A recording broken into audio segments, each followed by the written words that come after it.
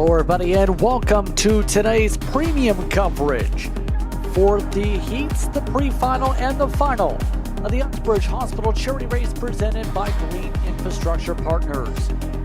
It's the final round of the Kart Stars Canada season as we get ready to race into the darkness. We get set to go. I'm Joseph Prince alongside Sheldon Atkins for today's action as we get set up and just about ready to go. Kid Karts currently finishing up their respective practice session before we get to the heat races here. Sheldon, you can see these kids working their karts around the racetrack right now on the circuit where Natalie Hilliard is this group on the racetrack. Hilliard over top Michael Jin along with Giacomo Sycamore. You also have Luca Woodsley and Luca Colangelo amongst the top five. Was about to make the point though, quite forward though. These drivers going to have a fun time with some battling to see where they shape up race pace wise. Yeah, it's definitely going to be exciting to see these young drivers adapt to the track here and move on their afternoons and evenings. And we've got so much in store tonight, man.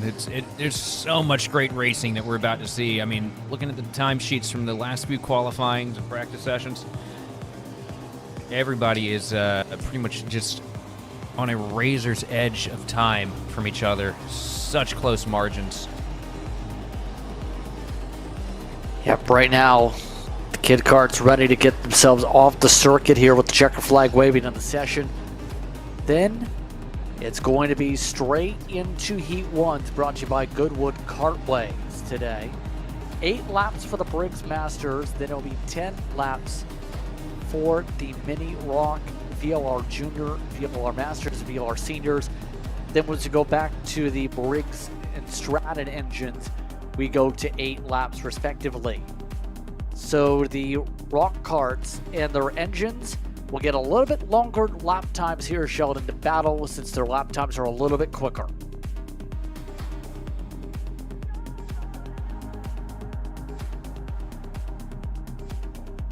So who's your pick here for the heat? Great question. Getting these drivers on the racetrack, I'm curious. I'm not sure who exactly to pick. Who is your pick? I'll put you on the spot in response to putting me on the spot. Well, I mean, it's hard to bet against Sbaglio sitting there on the top of the board, but I got a good feeling for Yanko. It's been a quiet morning for him. Hasn't made too much noise. I feel like race pace, I feel like Yanko might pull something out here. Bit of an underdog pick here with, you know, the way the timesheet was sitting after qualifying, but I just feel like in race, I feel like Eli might have something special.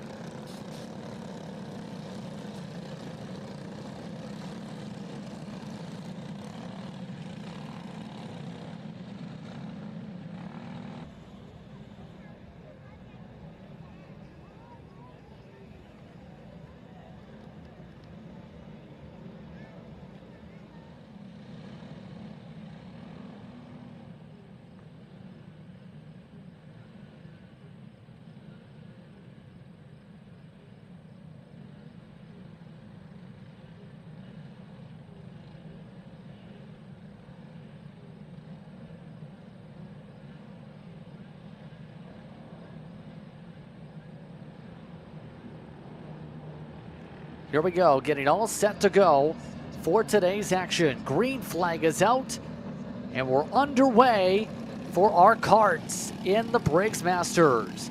Clean start for Denton and Glaze as they make their way on through, but the caution flag waves. They're being restacked, and they will reset the field here.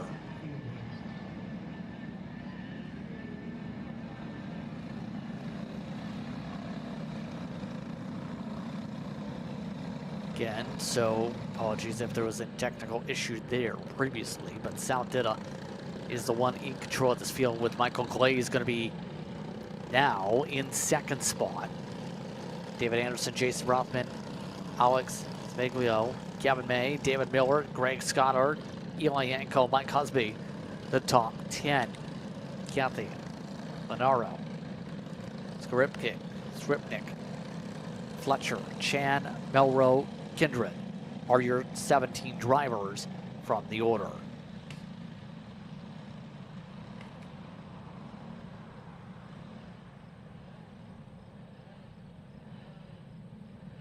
Here we go once again. Field will reset. Green flag will be waved from the edge of the tram lines you see on the right side of your screen near the grandstand. Taking the cut through for 8 laps of action. Will they get the green for sure this time?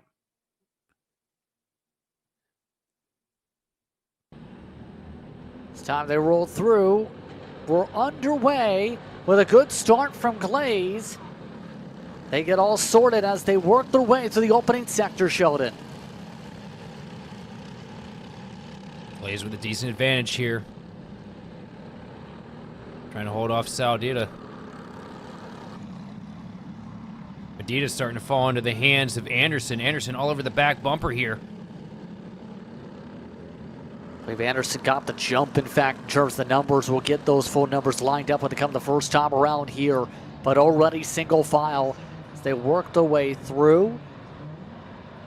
Top 3 trying to break away a touch bit. They work their way to the timing beacon for the first time through. Dida holds on. Anderson is up to second. Glaze got shuffled to 4th. Tail end of the main group so far. And all of them staying lines up. Jason Rothman also in that main pack. You also throw David Miller in the choo-choo train. And this is where, right now, your pole sitter just tries to maintain control. Already building a small buffer. But we know how much the momentum is swing is set, especially with Sens. There's a Sen for second.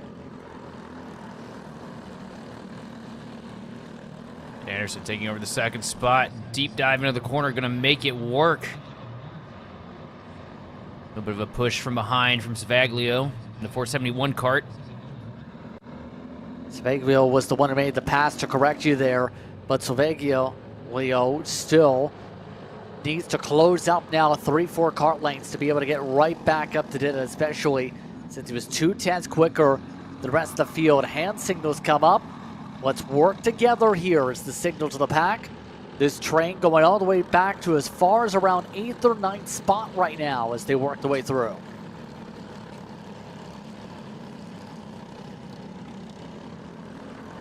So far it's been pretty orderly for these guys too. I was expecting maybe a little bit more chaos here in the heat. With as important as these qualifying or these grid positions are, as we see a dive down to the bottom here. Battle for 3rd place looming. It's Glaze trying to take over the spot. Or sorry, that was Glaze who took a spot from Rothman, right. But it wasn't one on Anderson. Here comes a swing back to the inside. A send back by Jason Rothman. Works his way up into the 4th position, and now that's broken up this pack completely here. These packs getting splintered up here about halfway to the race on the lap board. And Saudita loves what he sees behind him right now. Everybody racing, trying to make up spots, giving him the opportunity to pull away ever so slightly. 0.7 of a second now between him and Alex Savaglio. And David Anderson, 0.4 of a second back from the 471 machine of Alex. As it's just a logjam of karts here, jockeying for position.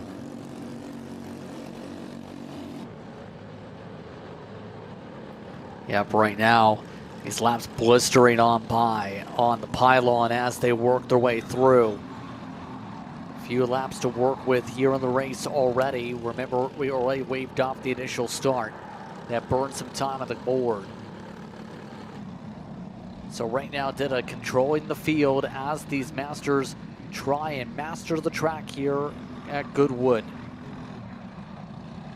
Right now, seems like Rothman hitting a brick wall here. He might be able to maybe get Anderson, but that's all unless he's able to find something different here.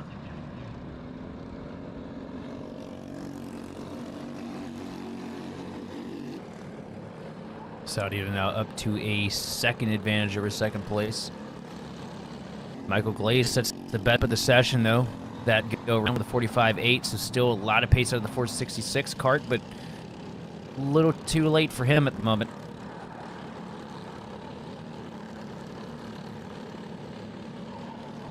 Yeah, right. just having the difficulty to close up these gaps. A bit of a send into the grass.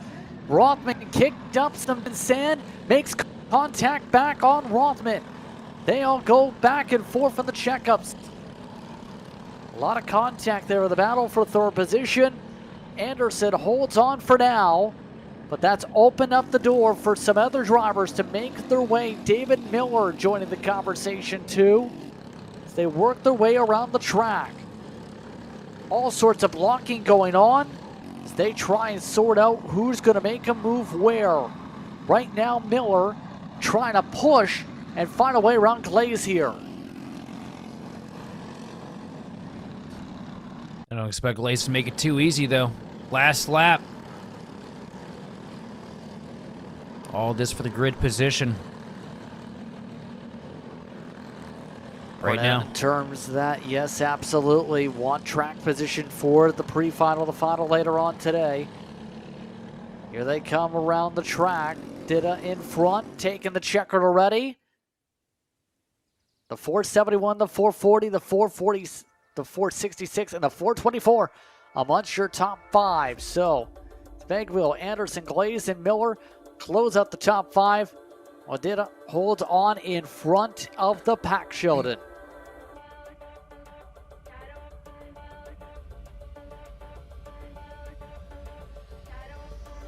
Tell you what I'm surprised by is we didn't talk about Dida any earlier, and he really should have, because that was a lot of pace to be able to stretch that advantage as far as he was able to. 455 kart's got a lot of pace in it, but I wouldn't count out Spaglio or Anderson either, because they're both right up there as well. As we get ready for the mini rocks to take to the track.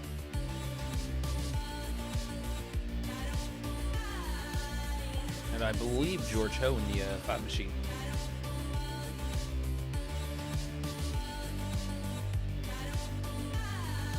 The youngsters getting themselves sorted out here. Rok, led by Junior Francisco and Thomas Dew on the front row. Christian Demian Adidas, followed by Aiden Kishon, Liam Francisco, followed by Luke Burpitt specifically, I should say. Then it's Angelo Nuani. You see those now on your screens here, as that's going to be different than your running order for qualifying a bit. So that's shuffled up a bit.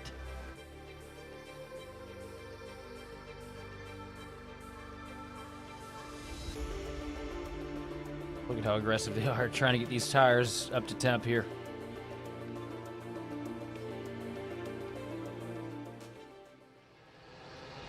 Yeah, it's so important to get the tires into an optimal window. That's why they do it, even though it burns up some stuff. Is you don't want to end up being left on the back foot by not having your tires in the optimal window. Absolutely not. Nothing worse than taking turn one at pace with a bunch of other drivers around you trying to get by you on cold tires. As a good, quick, easy way to end up facing the wrong direction.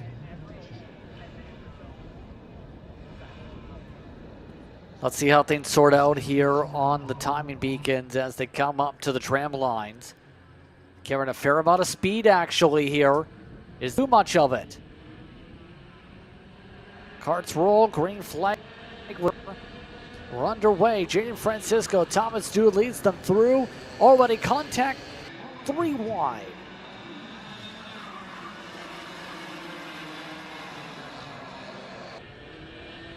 One car go off track a little bit there in the initial start, but everybody rallying it back together here.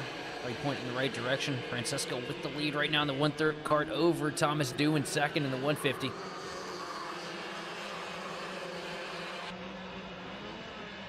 Right now, these drivers looking to battle for 10 laps. Remember, 10 laps is the distance for these karts here. Francisco went fairly wide, but Jaden and Liam are 1 and 2 to start. Thomas Dew got shuffled all the way down to the 4th spot into the 2nd pack to begin this run. Keep it out 31 though, able to keep up in 3rd spot. Was actually quicker than most in terms of speed. Going to try and keep up with Francisco.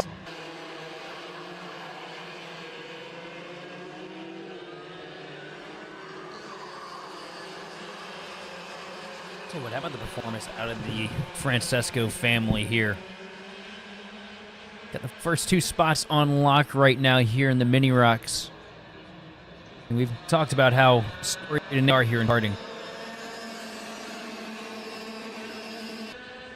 Especially in recent years, absolutely. Liam is in the neon yellow. Jaden in the red and black up front.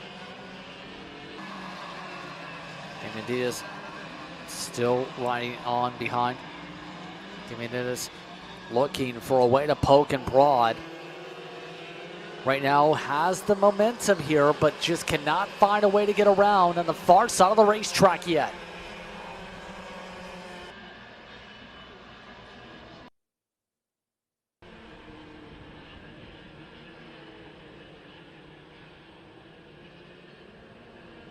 As Francesco is now starting to stretch the advantage up to 6/10 over Liam in second place. Christian Damianitis trying to make something happen there in third place, but has 2/10 of a second to close to get to the back bumper of the 14 cart of Liam Francesco. Thomas Dew hanging on to a strong fourth place running order right now. And Asher Bavon picking up 2 spots early in this thing to move himself up in fifth. Vaughn was not able to get the best of qualifying runs earlier on in the action today.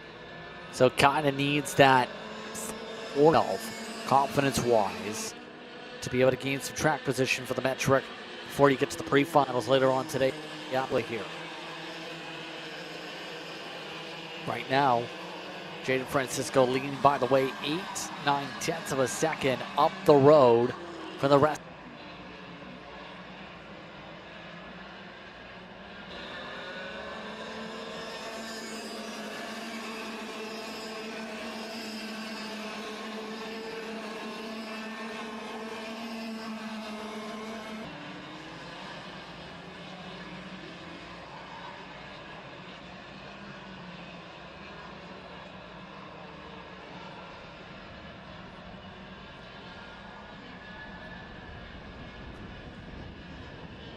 Still working about halfway through the race for those wanting to keep track. As we continue on, things separating out amongst the front runners. Francisco, Damian Diaz amongst the top 3, the 131. Still yet to make the move here, Sheldon. Windy question.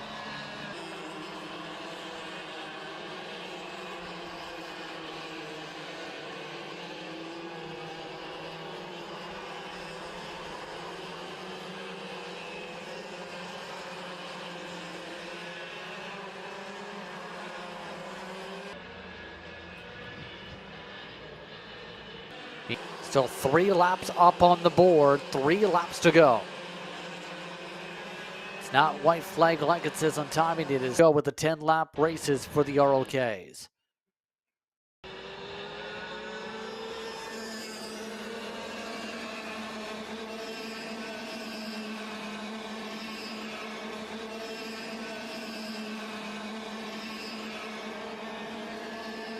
So we'll see where this plays out for the drivers right now, but the Franciscos have set the gauntlet down, Sheldon, to say the least.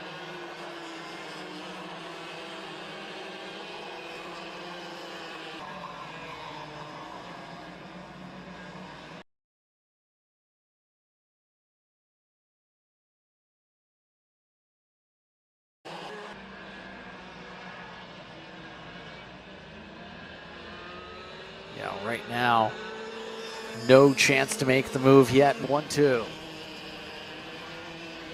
Give credit to Asher Pavon, able to get to the top 5, but hasn't had the same speed. Off by 2-3 tenths compared to your front runners in terms of how things are on the points. But the Franciscos have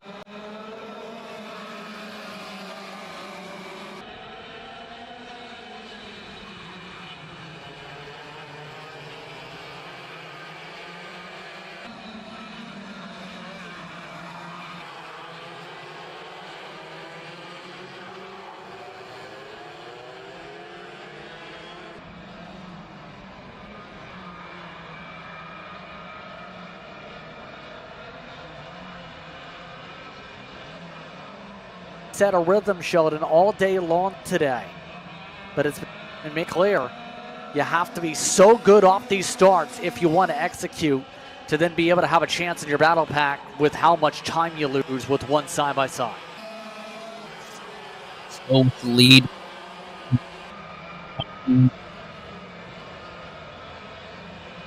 Substantial gap between the top three. Everybody kind of in a no man's land scenario. It's just time to hunker down, set some really fast laps, and try to reel the cart in front of you in. We got a lot of separation all the way through the field. I mean, I think the closest carts on track right now are within 0.2 of each other at the moment.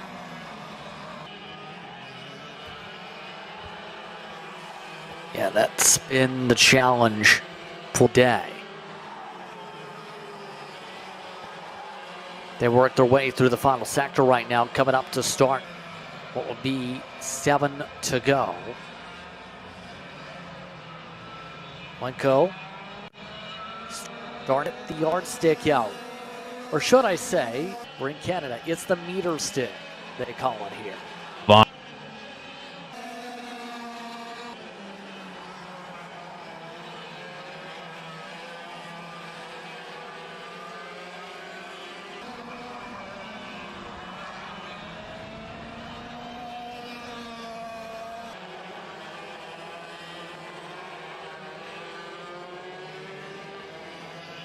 Right now working with 4, coming to 3 laps to go in this race. As we reset once again, we apologize for the technical difficulties popping up here as Polenko is still controlling things by 1.1 seconds. One of the close battles on the racetrack is still for third. Cariati still holding on over Andrew Bellanzano. Bellanzano still looking for a send, goes to the inside, cuts his way along, and makes the move, the 403 with the pass.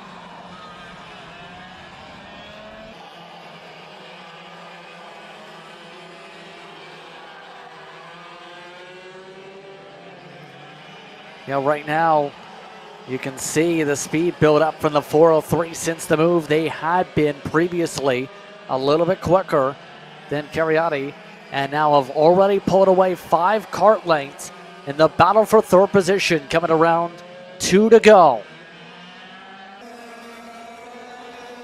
This Heat winding down quick. Polenko, though, on an island of his own, 0.9 of a second over Mark Pavon. Pavon starting to close the gap ever so slightly, but I think a little too late as we got one kart off the track here.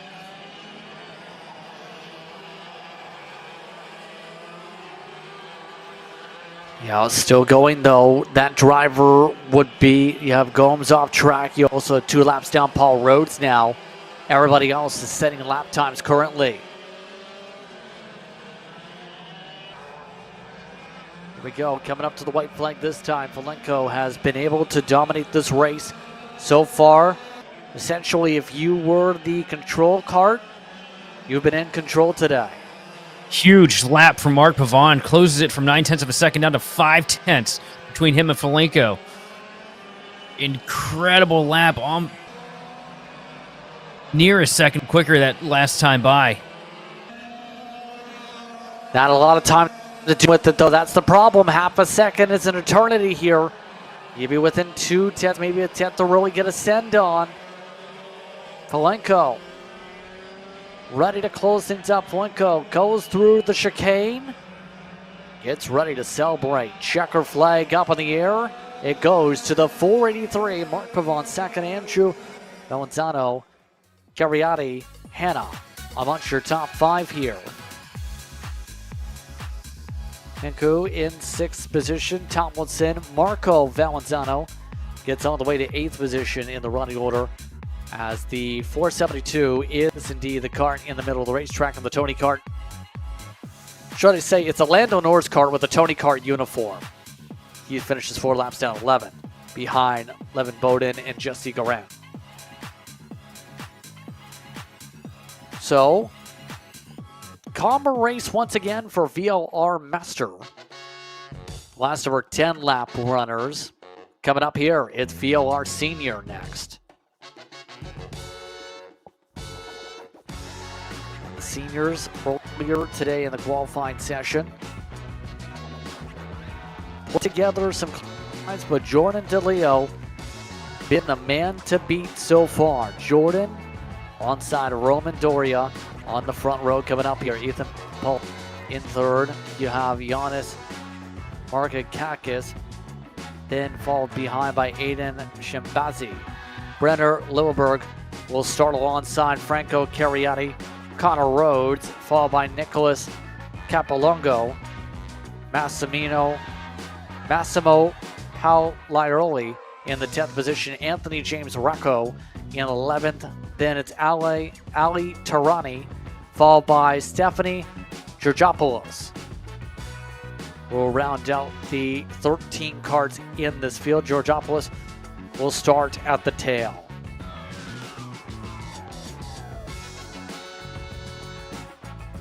Very curious if anyone's going to be able to throw the 319 in this race here, Sheldon.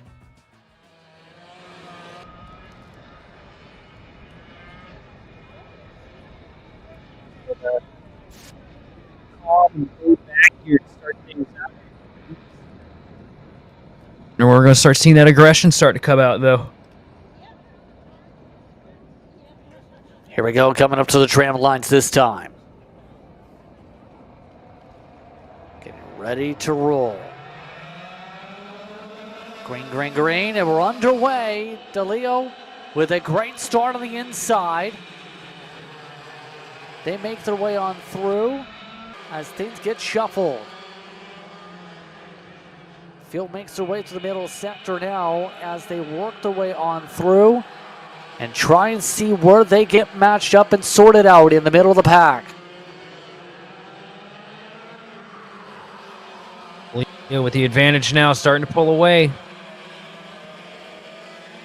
Be really big, as we saw how close Jordan DeLeo and Roman Doria were in qualifying earlier, swapping the best lap multiple times before the session was over. Across the stripe that time, DeLeo's going to lead lap 1. Ethan Pollock actually takes over second place over Aiden Shimbashi in third, and Roman Doria follows all the way back to fourth. And it should be a surprise to see some of the changes. That side line just got such a big jump. Everybody else, since it's the preferred groove, you do not want to start on the outside here unless you go foul by the opening major call.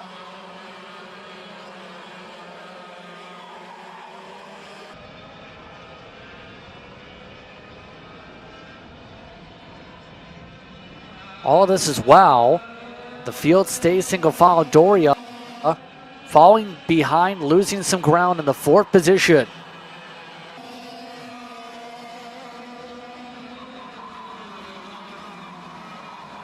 Right now, they are all marching their way through. Shimbazi doing a good job in the parade, but Ethan Pollock, last time through, just about matched the time for DeLeo in the opening laps here as they work their way through middle sector this time through.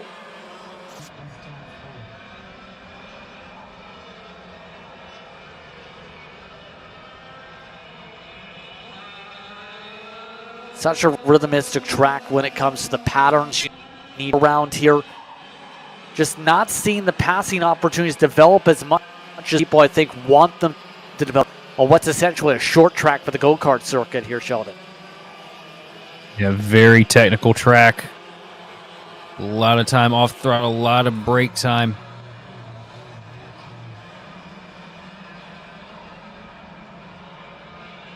Jordan DeLeo still holds on to the lead now. 4/10 of a second separating him from second place. Ethan Pollock, Aiden Shimbashi now 3/10 of a second back in third. And sitting in fourth, Roman Doria, but Doria with the best last go around. But Jordan DeLeo going to take over that top spot again as far as the lap times goes. He stretches his advantage now to 7/10 over second place, Ethan Pollock.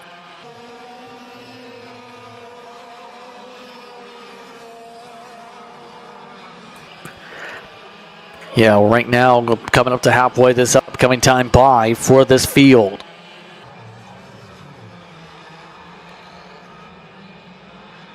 So they get all situated and ready to see who pounces.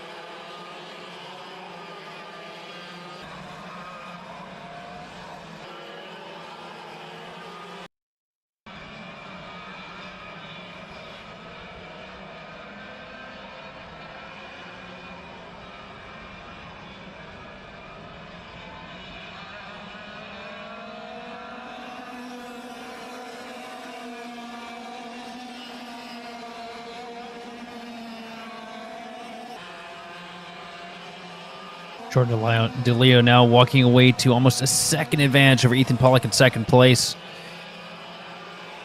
Ethan still 0.6 of a second over Aiden Shimbashi. Roman Doria starting to close in on the back of the 372 machine of Shimbashi, now down to 0.2 of a second, separating him in fourth from third.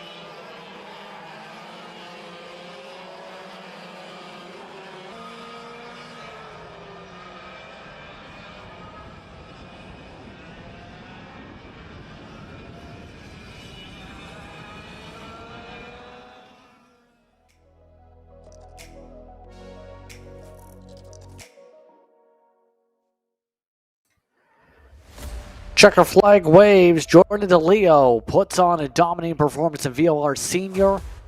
Gets the win by 1.5 seconds. Ethan Pollock in second. Roman Doria in third. Aiden Shambasi, the top four. Marquez in the top five. Louisburg in sixth.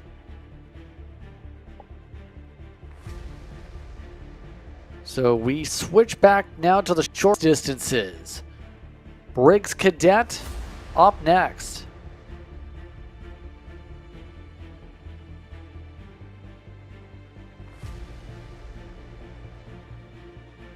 See those carts now getting sorted. Mateo Romeo will lead things off. Aiden Kishan in second. Thomas Dew, followed by Luke Burpitt. Then it's Luca Rodriguez, Ricky Ramden, followed by Yusuf Adi, Tristan Francisco, Nikolai Grisili, then Tyson Hamilton and Noah Kishon. Aria Denahauer, followed by Lucas Dos Santos, Daniel Hinchu in 14th. Jacob Rowlands will start in 15th.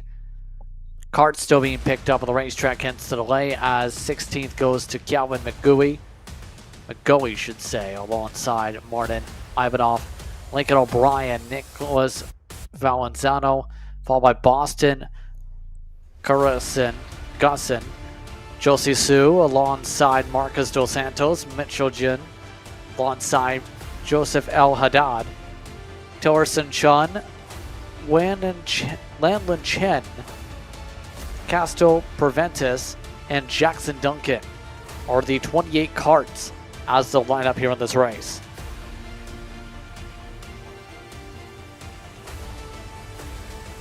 In other words, a lot of drivers for 8 laps of action here, Sheldon. That is a deep field.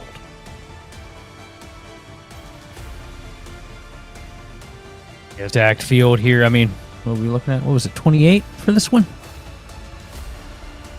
That is a march of cars, man. So what do you expect here for the Briggs Cadets? What type of racing do you expect so far? It's been leader domination. Mid-pack chaos and lap traffic is going to be a huge factor. Maybe not as much for the heat race, but I can guarantee you for the final, oh, it's going to be everything.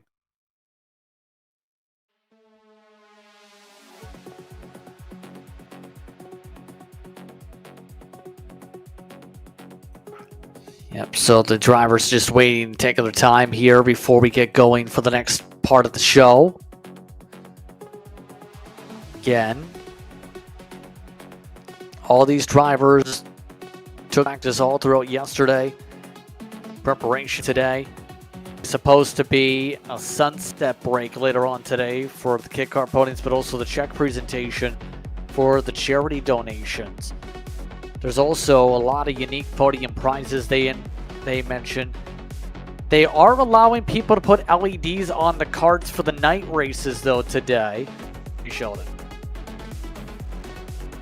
It's going to be cool to see what happens once the lights turn on for these guys. Yeah, racing in the darkness is a different beast in itself.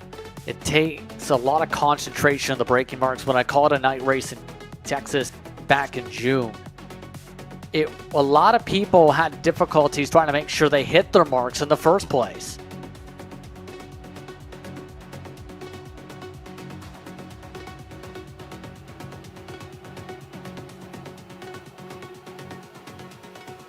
It's like the drivers now getting the chance to roll on the race here.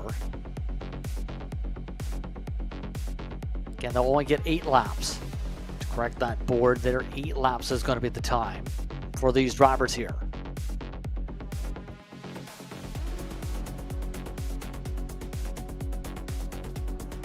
So get steady and ready.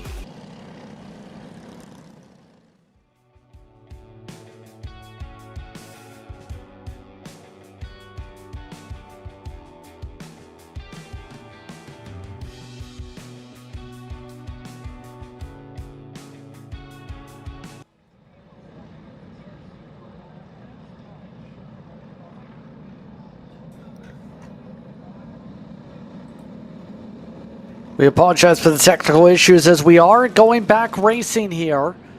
Right now, the Briggs Jr Lights, Roy Chain, Robert Tronchi on the front row, ready to lead this field as we reset.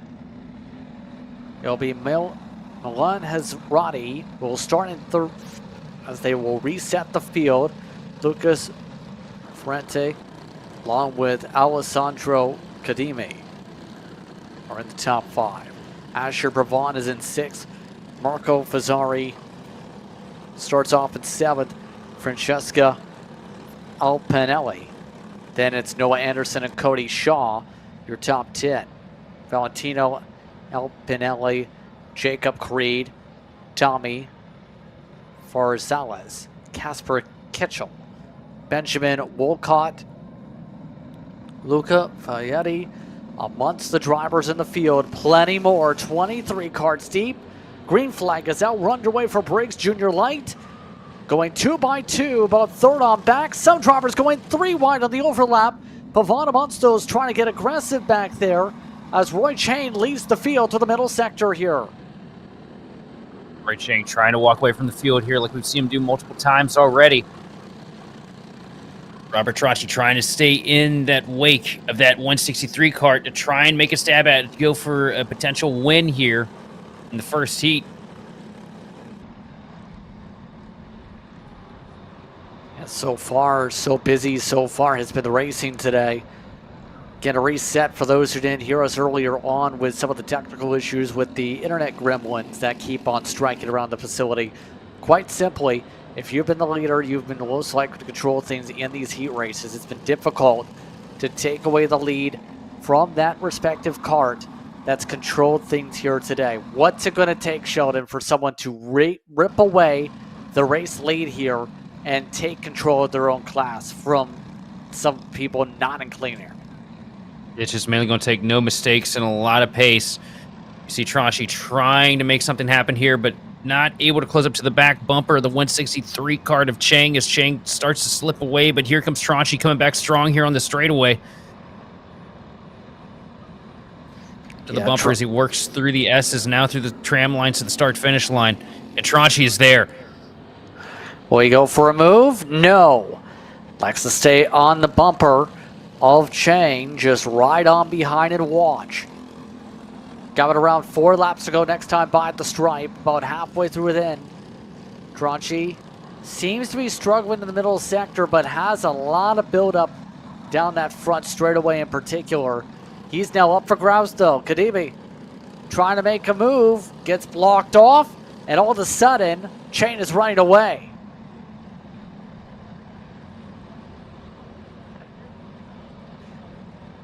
More pokes once again for second spot. Yet again, all sorts of blocking. Tronchi just does not want to give this up. Kadimi will go for second. Down to the bottom. Here comes Kadimi, and he takes a big dive into the corner. He's going to take second place. Now does he have what it takes to get to the back bumper of Chang? Able to make the way through. And the 188 up to second spot with the pass. Now they look to rumble their way on through here. Kadimi just trying to get into a rhythm. I think the 188's got the speed here. The question is, can he catch back up in less than 3 laps here? Got a long ways to go, though. A second, that's hard for them to close in on. Haven't really been able to see anybody break that threshold. Once that leader starts to get locked in, these tires get up to temp. Absolutely here. Coming over to 2 laps to go here. Next time by. That gap last time through was 8/10. It's already visually closing. Already cut in half just about in terms of kart lengths. Kadimi trying to get on the high horse to close this up. Needs to be another 4 kart lengths closer to have a chance to maybe go for a send on kart 163. With the chicane, and our kart length gained yet again. The gap is down to just under 3, half a second quicker. Tronchi with speed as they pull their way closer. And Tronchi up to the back bumper here now. Is he going to be able to make something happen against Chang as he works through the more technical parts of the track? Through the left-hander, the right-hand kink. Just giving him on. It's down to the inside with a dive for the lead. Here comes Tronchi, and he's going to take it away from Roy Chang. By the way, that's Cameron Conrath, rather, not Kadimi, who is up there. Apologies there in terms of time to scoring. Conrath does not have a transponder, but it's a send up the inside and outside. Tronchi trying to go for it as they get the 1 to go signal. 1 lap to go. Tronchi gets blocked off. Chang hugs the inside. Tronchi trying to push him. Over the back bumper again. Tronchi not losing sight, but don't count out the 3rd place kart either. All over the back bumper. Tronchi trying to set up a run here. Looks to the bottom again. This is where he made the pass last time. Not going to be able to get it done this time, though. Chang does a great job blocking off the bottom. Here we go. Will there be one more lunge? Coming up to the final chance through the chicane to the checker flag. Who pops up first? The outside. Roy Chang gets it. Roy Chang holds on as they come on through. Tronchi second. Rather in 3rd spot. Going to be Cameron Conrath. And Hazrati falls behind by Alessandro Kadimi. Rente along with Fazzari and then Francesca Alpinelli. Cody Sean gets to 8th. Noah Anderson 9th. Valentino Alpinelli in the 10th position.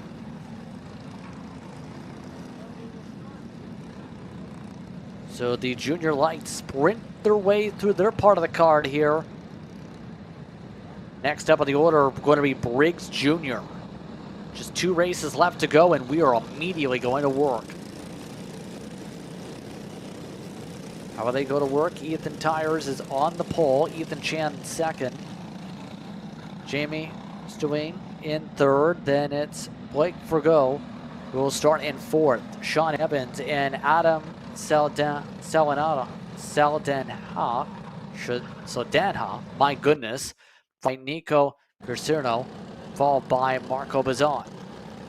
Brendan Bowden, along with AJ Sadel, on the lead with Alessandro Cruppi. Joseph Polano, followed by Pavo Soren. Costa Faridas, Stefano Ria, Jensen Raybold, Antonio Gallo. That's followed now by Damian Pickler, followed by Giovanni Borelli, Adam Rebet, Ella Martin, Oscar Swiderski, and Willie Igosol-Tolis. Let's look top to bottom of the running order here in this one. So they will get set to go. Field ready to go, green in hand, green flag flies. We're underway for our next grouping of karts. The Briggs Juniors attack the track.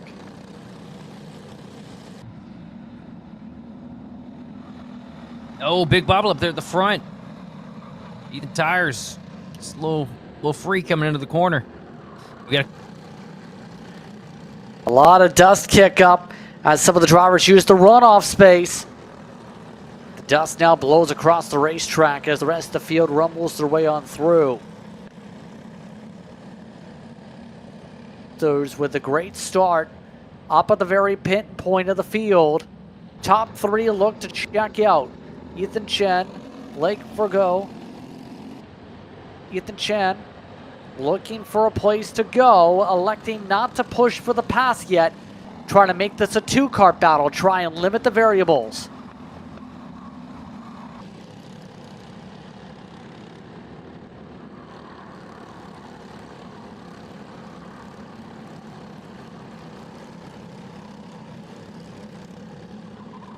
Right now, see just how close Chang is willing to push. Chen ready to ride. Will he try and find a way to poke yet? Not quite. Taking his time here in these Briggs Juniors as they go. Stewing is also in this main pack. Everybody else 1 second back. all over the back bumper here coming into turn one. Ethan Chan trying to force Ethan Tires into making a mistake, but Tires holding on strong here at the front of the pack. Running good, clean corners, but Chan keeping him honest all over the back bumper of that 222 kart. And this is, this is one of the more competitive series that we were talking about earlier, too, as we see a little bit of a slide up at the track for Tires. That's going to give the opportunity to Chan to look to the inside. Side by side. There he goes. Chan to the lead. Able to stretch his way to the front. Ethan Tires falls back to second. Forgo tries to reset from third in the black kart. Also, don't count out Stu Wine sitting there in the 207 machine at the back end of this little pack of karts here. 4 karts under a blanket up at the front of the pack right now, and it could be any one of them walking away with the hardware as we see more contact here. Chan trying to get to the inside, and here comes Stu Wine with a dive to the bottom and a little bit of a flick up the track, a hip check. It's going to push Forgo out of the way. Stu Wine taking over third place. Here we go for the lead down again. To the inside for the lead. Tires going for it. Able to take the shot up front. 4 laps to go. 4 laps to go in the race. Back and forth we go. This is the most active lead here so far today. Tires going back and forth with Ethan Chan as they work their way through the middle sector. Who will get the edge by the very end is the question. Right now, it seems like they're so equal, Sheldon. No sides separating themselves. What happened there to facilitate that pass, I'm pretty sure, is Tires looked over his shoulder and realized that Stewine and Forgo got bottled up there earlier in the lap, giving him the opportunity to make the move without really having to worry about consequence if he isn't able to complete it. But now Tires with the lead, holding on by a very thin margin over a hard-charging Chan, as Chan is all over the back bumper at the start-finish line here, and now looking up to the outside, trying to build an apex and a run into the first turn. And he's got it. Here he comes. Here comes Ethan Chan for the lead. Able to rip it back just like that. And now, will there be another swap back? Coming to 2 laps to go. Tires doing a good job matching through all the tight hairpins. Staying lined up to the bumper. That run up to the chicane towards the start and finish line. Very popular spot for moves today. Here they go once again. Still staying single file as they rumble the way through. 2 laps to go. The 207 quicker than them both last time by, but is not in a position to fight.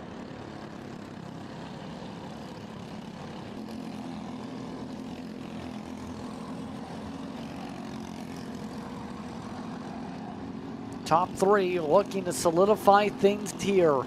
Who will get the very edge for the front of the field? I'm starting to run out. Stewine starting to pull up here to the back of these front 2. It's been a hard charge for Jamie Stewine to get up here. Looks to the outside, trying to make a move. Tried to do it, didn't get it done though. White flag is out, final time around. Stewine looking to the outside again at turn 1. Trying to pinch down Ethan Tires to get the momentum up off the corner to make the pass. Stewine with kind of a contrarian approach. Everybody else has been kind of dive bombing on the inside. Stewine just trying to build great arcs through the corner. And honestly, as much ground as that 207 cars had to make up here, I feel like they might have a little bit better of a piece. As you see the leaders go at it. Tires all over the back bumper. Chain looking to the bottom. Now here comes Stewine around the outside. Down the back straightaway. Stewine with the advantage for second place. Stewine's going to hold it. Take that second spot over here through the final hairpin. No, and no. Side by side. 3 wide. 1 cart almost around. Stewine the loser on that one. But it's going to be Ethan Chan winning the Briggs Jr Lite Heat. Sorry, was that Tires? Tires got second. Stewine finished off in 3rd. Forgo in 4th in the order. Sedana finished off in the 5th position with Marco Bez 6th. That was a very close finish in that battle for second.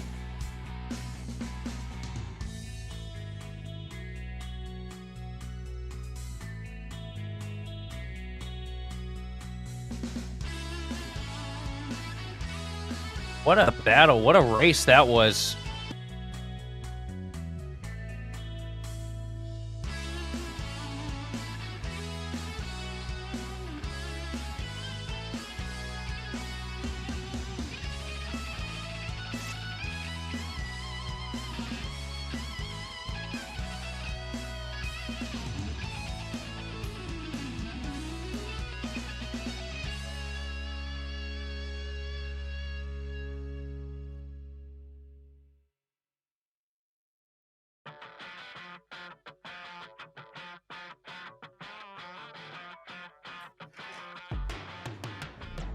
So let's reset once again after a bit of a hiccup there. Getting ready for what's going to be our final groupings of drivers. These will be the Briggs Seniors. Now originally here, these drivers were supposed to be separate by groups. We have a pickup going on. That's why we have a bit of a stall out here. But now, question how things get sorted here, because there are 39 karts in this class coming up here, Sheldon. And the question is going to be, are we going to take all 39, or if we get these split up? We are just about ready for them to roll as the fans flood the grandstand.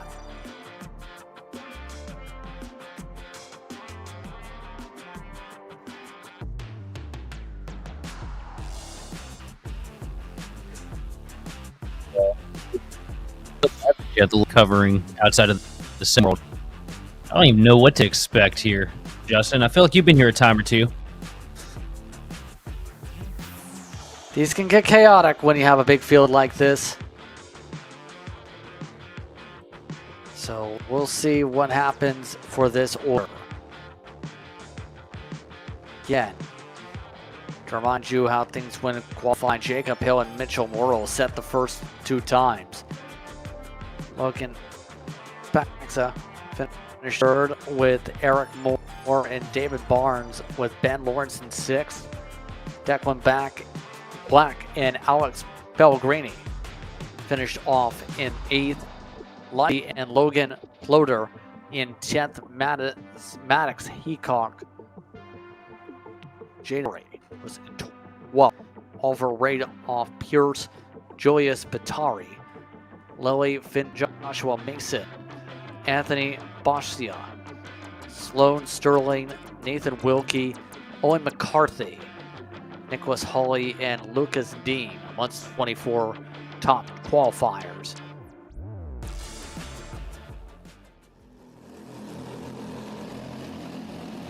Stack once again to go. Oh, you get chaos in the middle sector. And scrambling with multiple drivers trying to get in and out of their cars.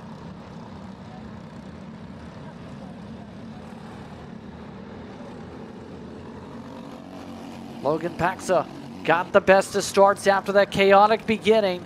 This field has been turned into shreds here. As a result of that opening lap chaos here, Sheldon. 29 carts on the field. We were expecting to get there. Oh, someone stop! Wait!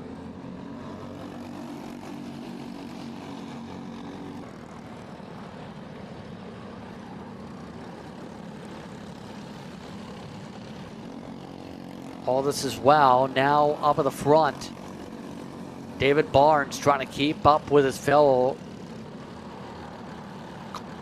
kart manufacturer. That's going 8 kart manufactured. That's going 8, 9, 10 carts deep in its pack.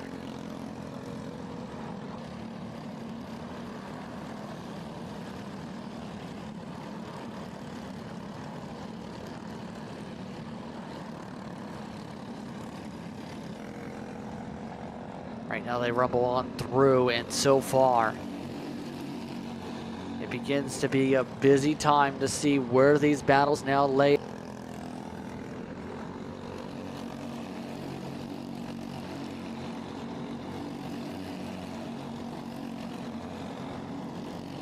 Through. Look, packs up. It run.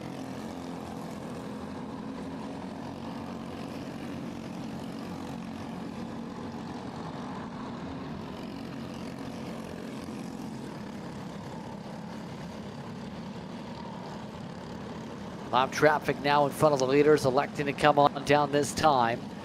Would play a factor in the battles yet? Not really. They've already waved their hand. They're going to go down pit road, already following the lap down. That last driver would be Jackson White. It's now amongst those in the lead pack in the 3rd spot. Joshi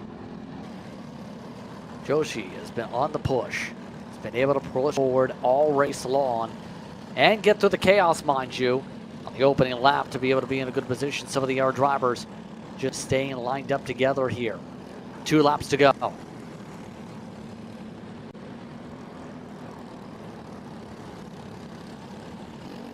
There's going to be a lot of pickup, mind you, probably after this next run. It's going to push things back just a little bit likely as we clean up all the carts here. But the race itself, it's currently the matter of will someone be able to leapfrog, or better yet, have a chance to get even close to the same lily pad. Paxa with a decent advantage over 2nd place, David Barnes. Barnes trying to reel it in, though, as we get into the closing stages here. Across the stripe, 1 lap to go for your race leader. Final time around as you see some of the battling going on a little bit further back. Some of the drivers still looking to sort out where they will finish out this run.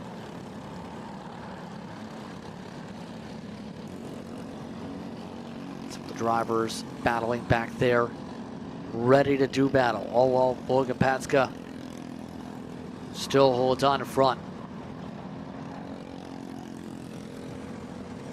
Coming on through in the final sector, the 316.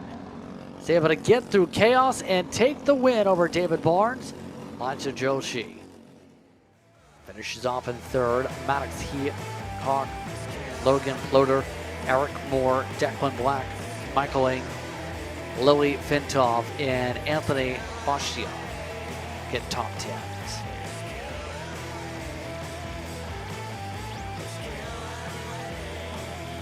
So overall, what are your thoughts on Heat race number 1 so far as the Heats come to a close and we get ready for Kid Kart soon? There's been a lot of chaos. There's been a lot of great racing all at the same time. I mean, you know, it's just a little sample of what we're going to see later on this evening. And definitely good reason to stick around for more. I'm ready. We see the negative effect of that chaos and carnage as we got a couple parts off track here, getting ready to be retrieved.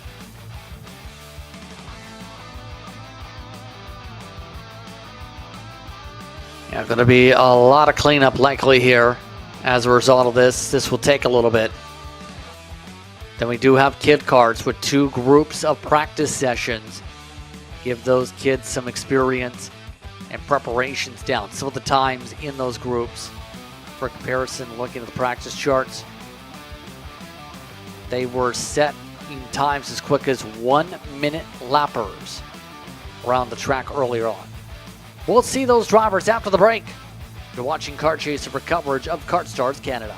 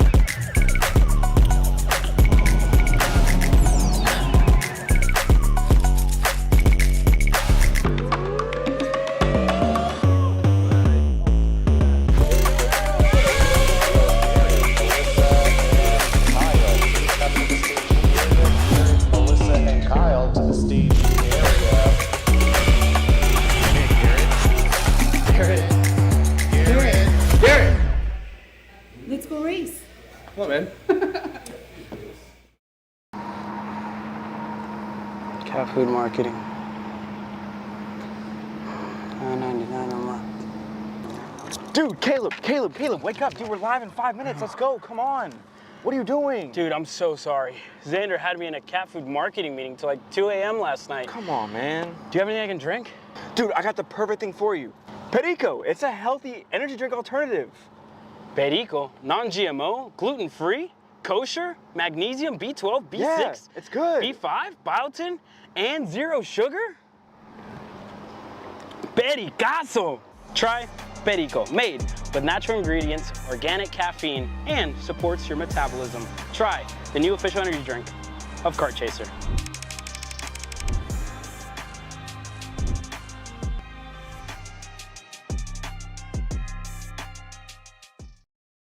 This is Henry. Henry feels sad. Henry feels sad because it's time for his next big race and his go-kart is in bits. Henry doesn't know that Acceleration Kart Racing is the United States' #1 shop for all of your karting equipment needs. Henry also doesn't know that Acceleration Kart Racing can deliver anything from tires to race suits and even wheels directly to your front door or to the racetrack itself, quickly and efficiently, with tech support available 6 days a week. Poor Henry doesn't even know that Acceleration Kart Racing offers free shipping to mainland USA on selected product if you spend $200 or more. Do yourself a favor Go to accelerationkarting.com and make sure that you are never left stuck on the pre-grid with Henry. Be smart and don't be like Henry.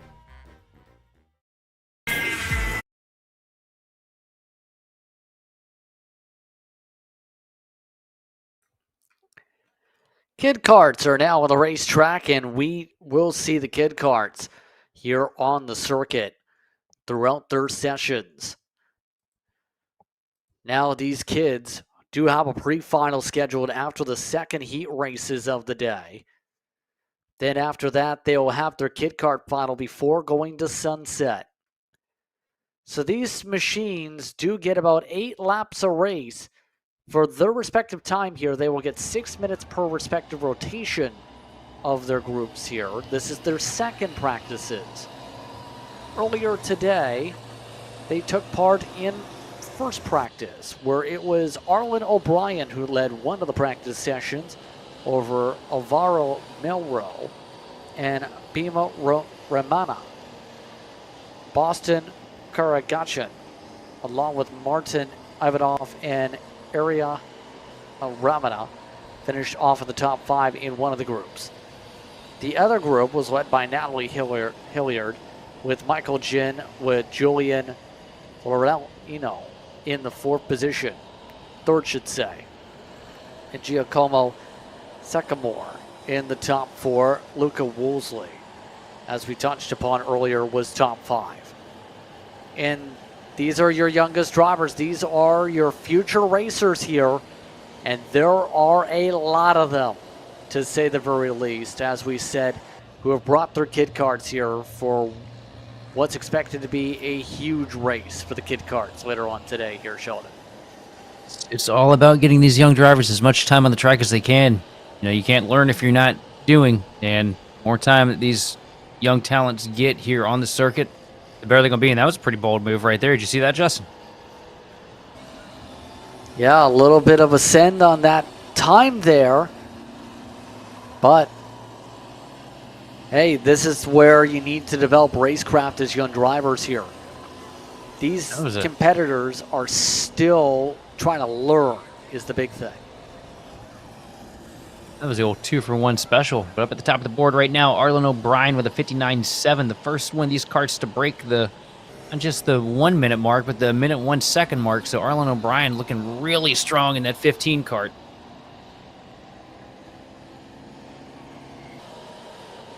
Yeah, he is going to be difficult to beat here.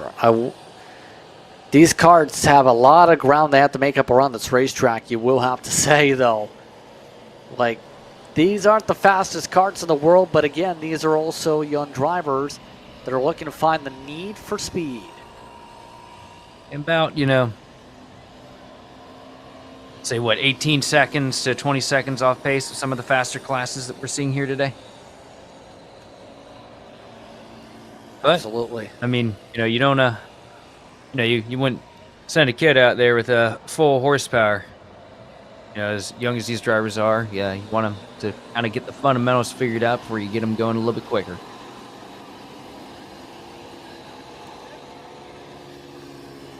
Now, Brian's raced a fair bit. You know, when it comes to these kid car programs, he's actually one of the drivers that is pretty much local to this area in the 15 kart.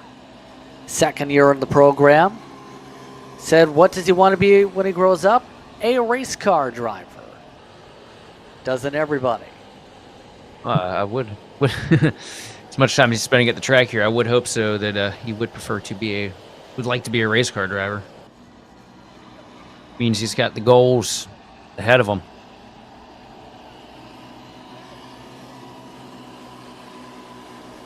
Yeah, one of the drivers that seems to be very enthused here with racing, as you see some of these air karts zip their way around. Coming up towards the end of the session, we'll see what they show at the flag stand here. Nothing yet. As right now, O'Brien still holds on. Some of the errors, like Sadie Hamilton, letting some of the drivers go here in the midst of this hornet's nest. Once those cutting their way on through, that will be the 25. Semyon Ivanov, who we mentioned earlier, having some speed in his respective session.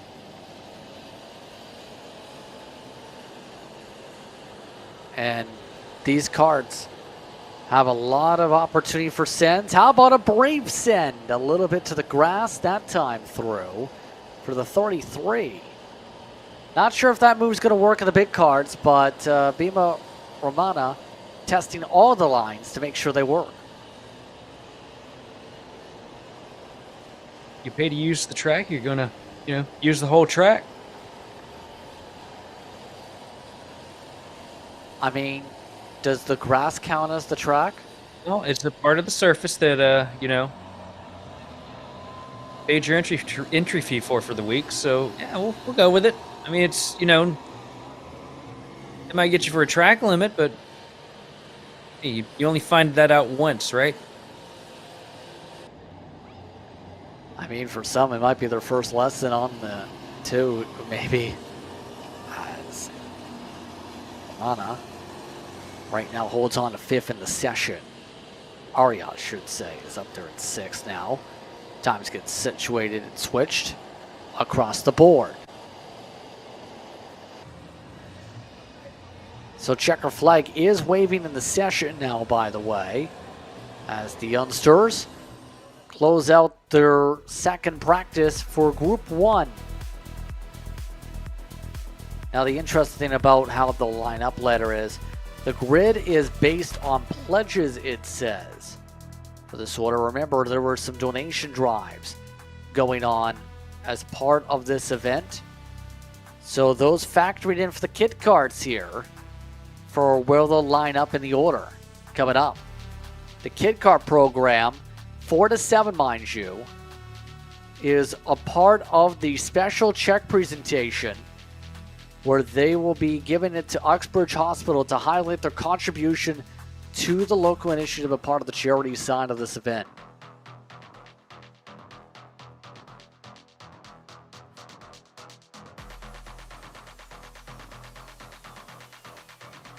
It's so important for these drivers to learn not just racecraft, not just about the speed, but just about the community aspect here too, because it's so important for drivers to be able to be in their communities, to give awareness of respective causes, give people the insights into racing, but also get yourself in position to learn about the charity aspects that can come into play in events like this.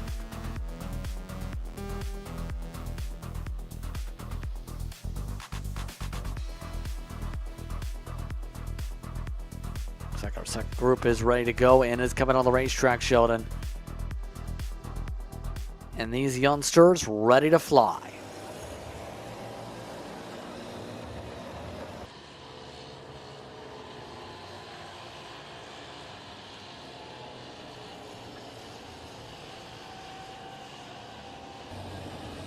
There's so much excitement here for all these drivers too. I remember being a young kid and wanting nothing more than to step behind the wheel of pretty much anything.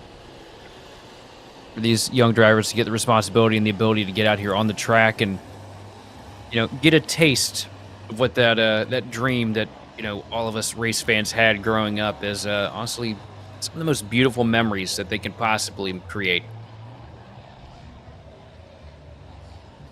Great work for these young drivers to get behind the wheel of these things, and also, big pat on the back for the families, because the families are what makes it happen for all of us. Racing very much a family sport, and it's one of my favorite things to see. I love seeing the same last name shared through multiple series on a weekend, because that just shows you a family that's completely passionate and they only know one thing, that is just racetracks and race cars.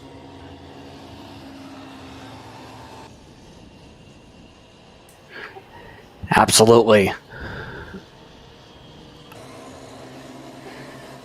Working our way through. Right now, the time's still waiting to populate through. We have about, so far, 14 that have taken part in this practice rotation.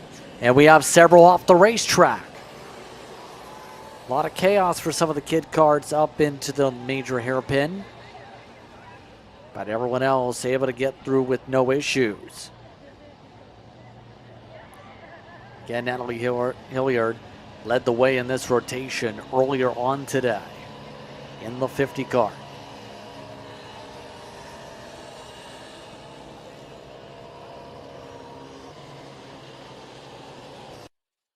Maria Denehauer, the first one to set a lap, though, 59.356.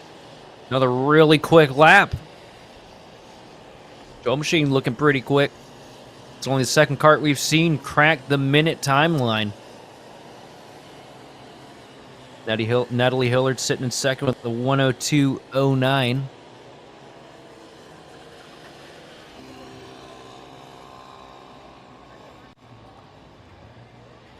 Yep, right now, big time splits. We'll say they seem to be getting faster, some of these drivers, as the night goes on, or the day should say.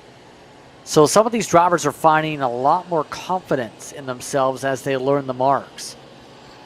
And remember, a lot of these drivers, it's learning. It's where do I lift, where do I brake, where do I turn in, where do I turn out. It's learning all those lines to be able to develop as drivers here.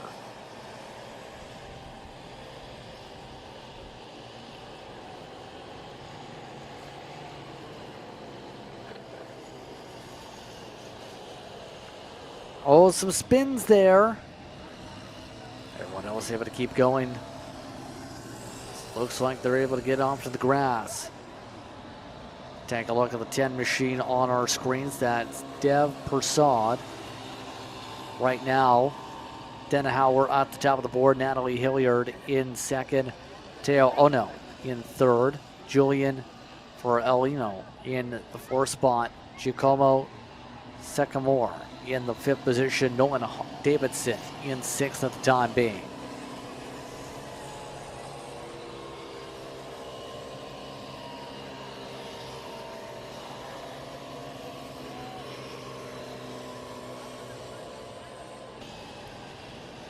A lot of these drivers just trying to have some fun, we'll say. For some of them, this is a challenge. It's going to be pretty wild, I think, the race itself, when we get to the pre-final, when we stack up the grid that way for the kid karts here too, Sheldon. Because with it stacked on pledges, we might see a lot of drivers trying to come, depending on how much the donations are, going to be very thankful they are taking part in charity. And some that might be having to work their way to the back if they did not take part as much as they should have. You know, that provides us with, though, Justin, there's a lot of front to back opportunities. Or back to front. As well. I would probably fall into the back to front category myself. Some of these drivers still sorting themselves.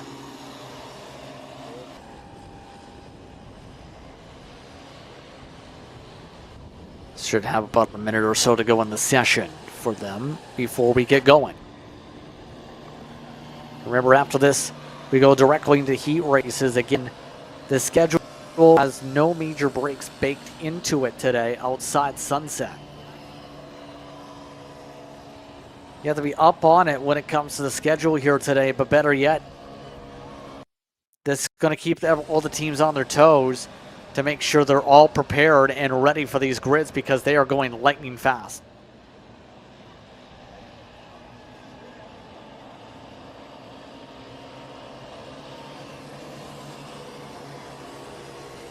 It just does not look like anybody has anything for Aria Denehauer right now up top of the board. 59.3, the fastest lap in the session. That is a 1.8 second split. Sorry, make it a 1.4 second split as Mateo Ono takes over second place in the 8 kart. And Natalie Hilliard falls down to third in the 50 machine.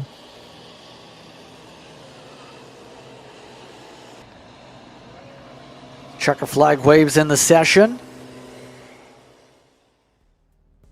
as these kids look to finish up here as we look at the tree. We'll say the nature is pretty beautiful around here. A lot of tree cover to be able to help with the sound quality.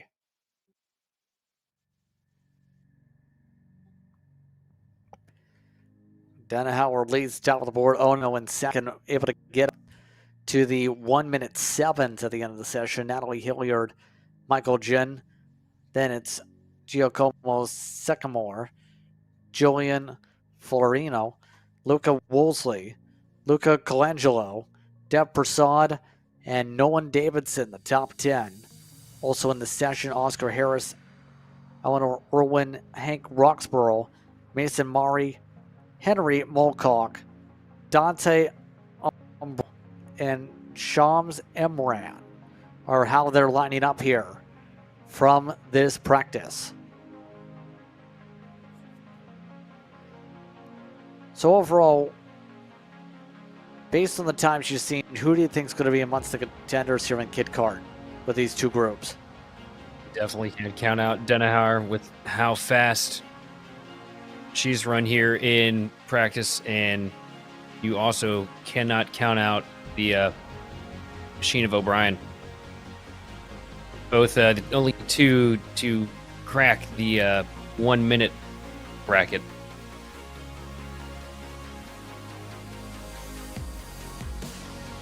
So Briggs Masters just about ready to make their way onto the racetrack next, as the race officials communicate with them before they get rolling. Again, to reset on how Heat 1 finished out, it was Sal Dida who took the win over Spaglio. Then it was David Anderson, Glaze, Miller, and May, Rothman and Yanko, Scollard and McCarthy, Husby and Stripnick, Molinaro and Chan, Fletcher, Melrose are amongst the top 16 in the running order. One driver spinning is out on the warm-up. That's Nicholas Kindred. Not the way they wanted to start this off, but we'll see how Heat 2 fares. Your expectations for Heat number 2 of classes today as we look at some of the drivers here and see where they get sorted out on screen.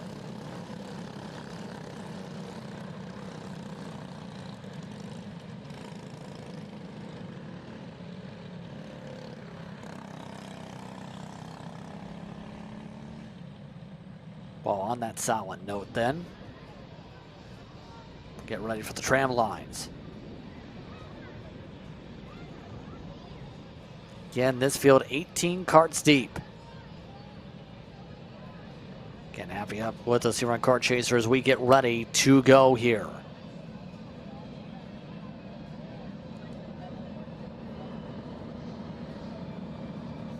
Green flag waves, we're underway. Oh, did Michael Glaze lead us through for the run order and bring us back underway. Dida with the control on the inside. Bit of contact for the lead. 3 wide for second.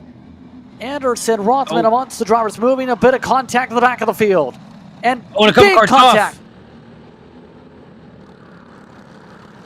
Huge slide there. That's going to be costly for those karts, as 2 of them got stuck off the track there. Not sure if they're able to refire yet or not, but up at the front of the pack, it is still Sal Dida with the advantage over Michael Glaze. Glaze all over the back bumper, though, as he works down into the back straightaway.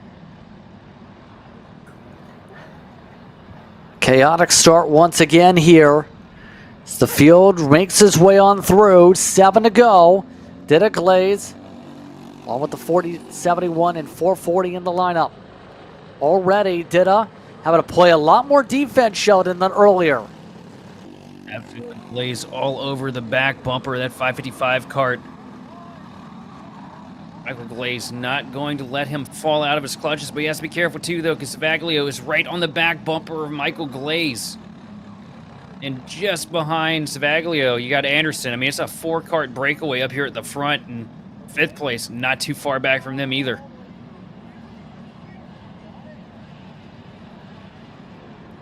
Back straightaway, though, the field's still in the hands of the 455 kart of Sal Dida. Dida starting to get a little bit of breathing room now. This is the biggest advantage he's had so far, as unbelievable as that may seem. Yeah, just trying to keep serve in this battling. Glaze looking for a way to, well, slip and slide his way into the race lead. Right now, all the drivers marching their way around here, and this is where You have to be able to keep a rhythm here. You lose focus even a little bit at this point, you're going to lose a ton of time here. What do you do to chip away this gap without losing yourself time around the racetrack? And down to the bottom, here comes Glaze. Great run to the inside of Sal Dita, but Dita's going to stay on the outside and cross him over. Glaze peeks back to the bottom again here on the front straightaway, but it's Dita that holds on to the lead now as Glaze pulls up to the back bumper, and now Savaglio all over the back of the 466 machine of Glaze. Still nothing doing yet. Glaze now backs up the corners. Glaze looking to reset. Savaglio falls on behind for good measure. No poke for Savaglio. Savaglio going offset line. Now takes the dive for second. A slide on through for the 471. Now Dita's got his first major buffer. Now the question is, will they be able to regroup and close on up here halfway through the race this time? It's a really good, clean pass from Savaglio there, too, to get past Michael Glaze. Does he have the pace to get to the back bumper at Dita, or is Dita gone?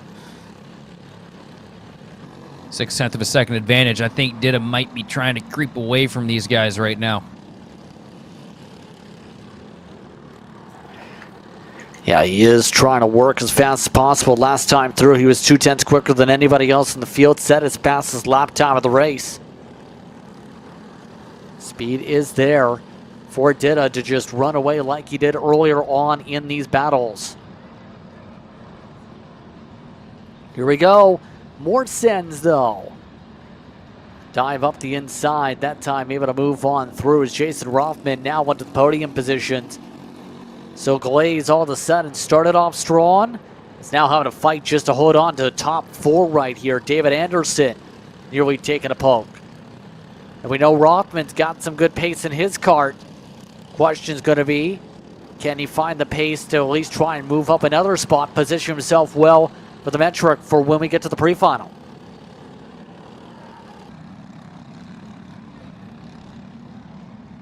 Dita now 0.8 of a second over Savaglio. Running away from it, that 455 kart hooked up here in the closing laps of Heat 2 for the Briggs Masters. Rothman sneaking his way up into third place. At 441, we haven't really talked about any this morning or afternoon now, is it, Justin? Yeah. You see Dita trying to keep an eye on what's going on behind. Still a lap and a half to go. Savaglio's not been able to close up the 0.7 difference on the racetrack. It's been a dominating run today for the 455 in terms of so far speed, ready to try and solidify a pre-final pole for later on today. White flag is out. Final time around for Sal Dita.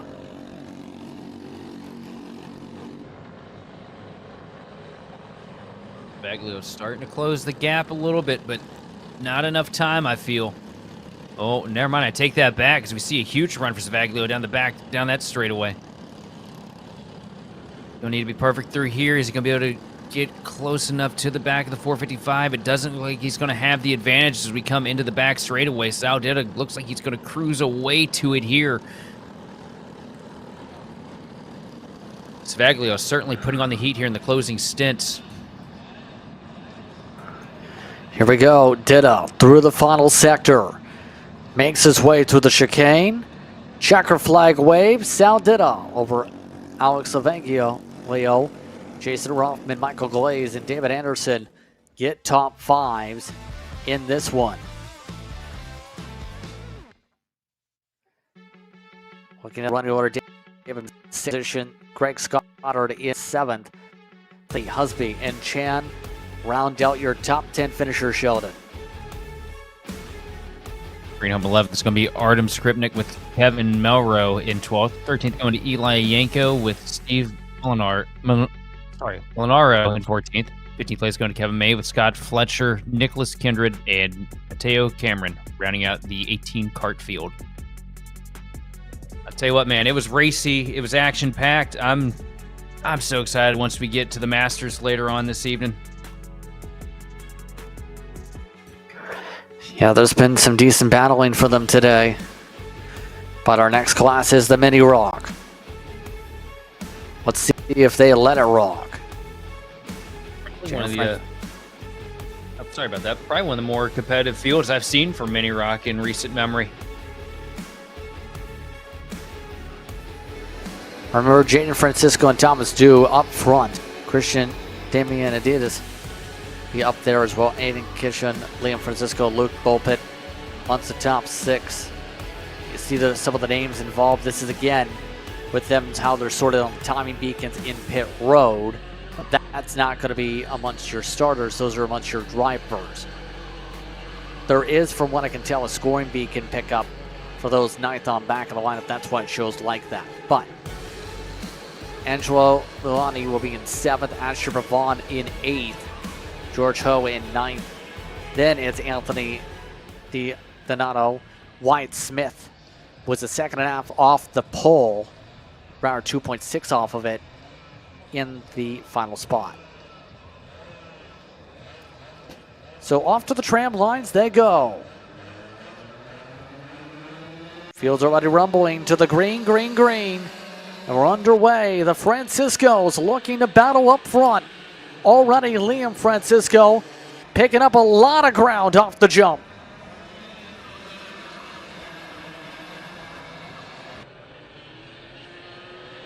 Some of the drivers getting the elbows out there, Sheldon, already. But that 14 machine was flying off the jump again from the 5th position. Yeah, Liam's got a lot of pace here this weekend. Gonna be interesting to see what they can do with it in a race situation. Somebody that's got a lot though up at the front is that 130 machine of Jaden Francisco, just walking away already on the rest of this pack. Across the stripe, 0.5 of a second over Liam Francisco. Does Liam have what it takes to reel in that 130 machine? That's the big question right now with Thomas Dew holding on the 3rd spot in the early going here. Mentioned you have to drive to the Franciscos if you want a shot to be able to win some races today. Well, we're seeing that really come into play here.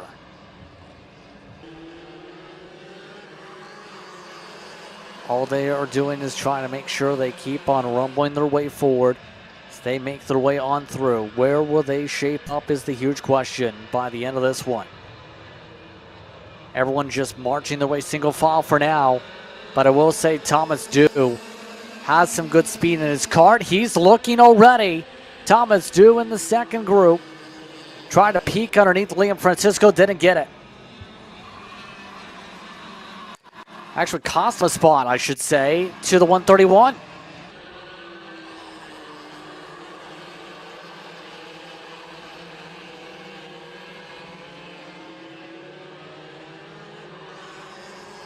All of them getting backed up here. What do you do to break up this backlog if you're this field?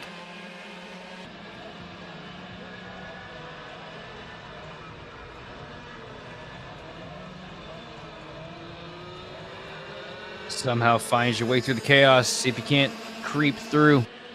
Easier said than done, though. It's starting to build a little bit of a logjam here from 2nd place on back. See Liam Francisco trying to hold on to 2nd place. And Unitas sitting there 3rd, right over Thomas Dew. Thomas Dew, that's another capable driver. Called him to a handful of wins earlier this season. Right now, Damian Adidas, should say, still trying to shape things up right now. Damian Adidas setting the fastest lap times of the racetrack at the moment. Still pacing themselves in this one.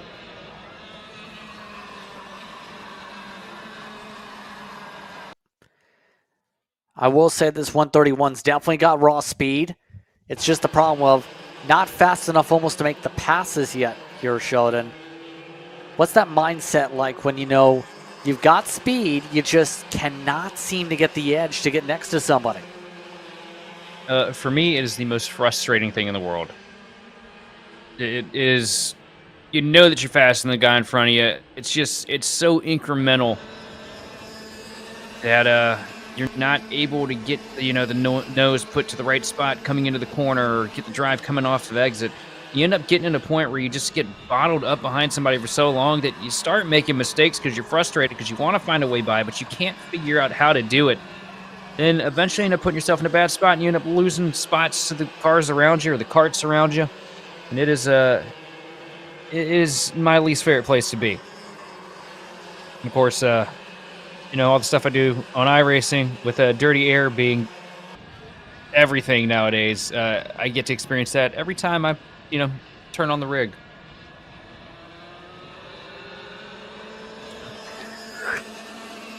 These lap times going down, down, down from these two on screen. Francisco, Damien, it is still nothing doing for a pass. An error, small poke for the 131. Checked him up, actually. Lost him some ground. Right now, just the matter of will there be any chances to go for a lunge, to go for a sneak attack. The answers right now, just not there, as the Franciscos continue to maintain a 1-2 presence. 3 to go at the stripe. And with the time running out the way it is, if you want to have a chance to win this thing and you're Damien Edis, the only thing that you can do now at this point is maybe rough them up, try to force them into a mistake. These carts have bumpers for a reason. And here he comes, taking a peek to the inside. Not able to do it, though. Francisco is going to block the run. Damien is going to be stuck in third still as he tries to take a peek to the bottom here. Not able to do it, though. Nothing doing yet still. They work their way through the final sector now. Once again, Damien Edis following wheel to wheel, trying to pace himself here. 2 laps to go. 2 more times around in this heat. And right now the top 3 ready to finish the same way it did earlier on.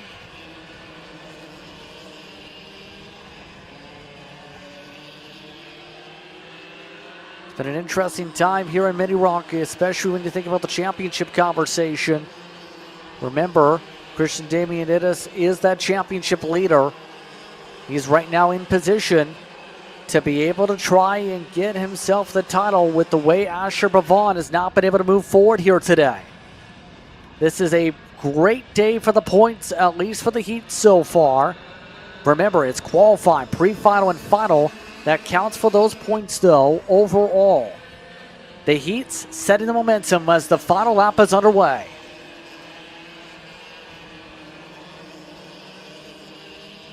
Also, Liam Francisco, incredible lap that last go round at 43.106, the fastest lap I think we've seen this entire session. Starting to put the pressure to the back of that 130 of Jaden Francisco, but it's too little too late. Francisco with a massive lead here into the closing corners. Brought that down from, about a second. Now 6/10, probably going to be a little bit closer at the stripe here this time, as Francisco leads us out of the final corner. And it's going to be Jaden Francisco leading over Liam Francisco. Christian Damien Edis going to bring home third over Thomas Dew in fourth, and Angelo Guani bringing home fifth. 6 spot goes to Asher Bavon. We got one cart struggling to come across the line. Yeah, that might be Wyatt Smith that's having the issues in 10th spot behind Ho, Aiden Kishon, and Donato in the running order. Luke Bullpit should say, the last of the drivers in the running order in this one. That may have been a little too little fuel in that cart. Wonder if a chain became detached or something towards the end of the race, with the throttle. Yeah, that too. Only a handful of things can go wrong, but it's got those variables as we see the VLR Juniors take to the track here. VLR Jr ready to go.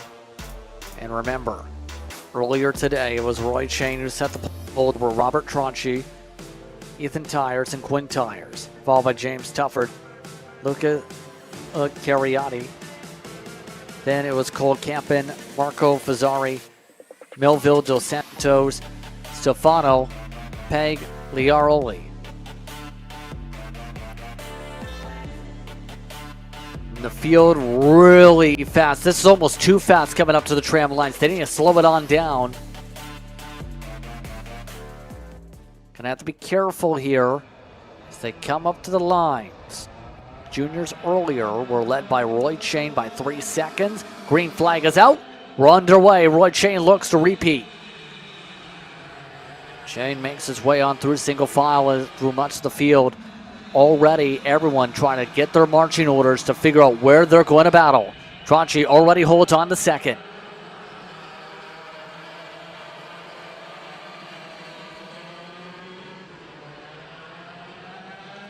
Chain currently with the advantage, but remember Tronchi was so strong earlier on here.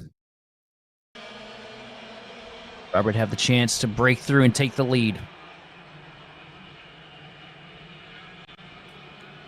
They all march behind Ethan Tyers, should say, is up in the second spot to reset myself. Robert Tronchi fell down to fourth, rather. In the red Here comes car. Ethan, though. Yes, Ethan Tyers. He is trying to push very hard to close up this gap as much as possible. They got a great run through the first sector here. Roy Chang still holding strong, building that lead a little bit on this back straightaway here.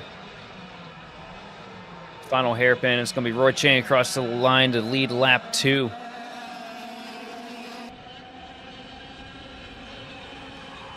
Yeah, he's already taken off here. This kart is just rapid fast. What can you do adjustment-wise? Try and counteract with the speed we're seeing in the 41.1s from your race leader right now.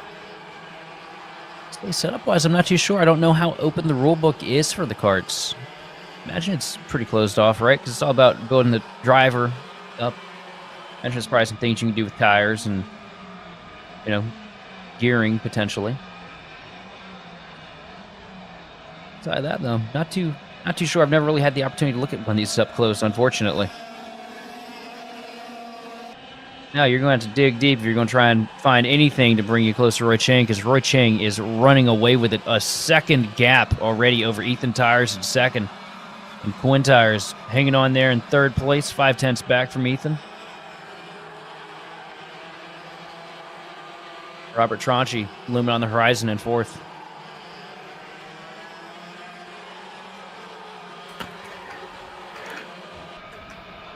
Yep, we'll see where things really solidify themselves now.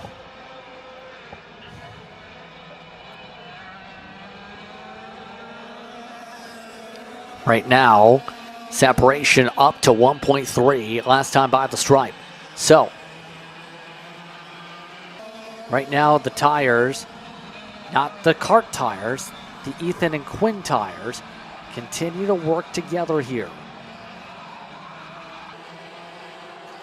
I do hope that the kart tires continue working together too, though.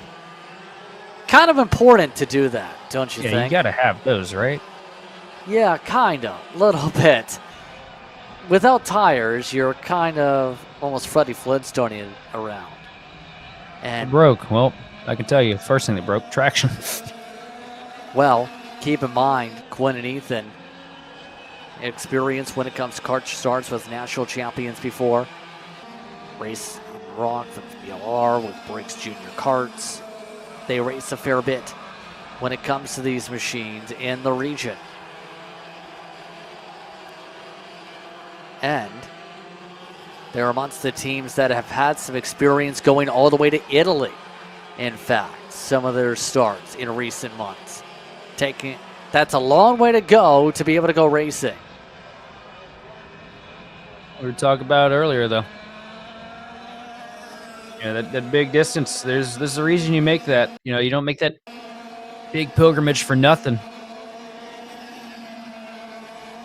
when you go that far, you open yourself up to opportunities you never could have dreamed of, racing in your backyard. But you got to start in the backyard because you need to get the experience, you need to build the racecraft, and you need to build the connections.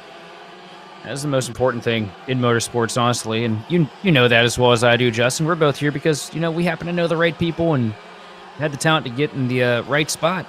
And it's like that everywhere, whether you're, in the booth like us or behind the wheel. In fact, I'd say it's more important behind the wheel than anything.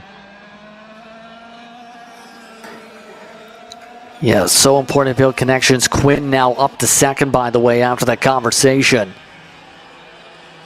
Robert Tronchi this time has now been able to really pounce his way further than his starting spots after dropping off early.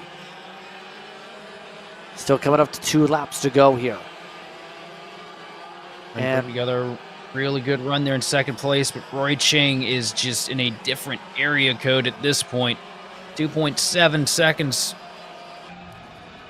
out there at the point.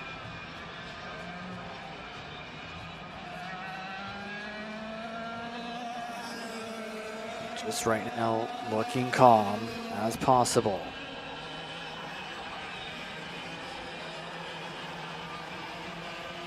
Looking like they're right now struggling to find what they need. They are a little bit closer, I will give them credit here, Sheldon, compared to the first race right now, compared to Chang. Yeah, getting in the ballpark, but still got a ways to go.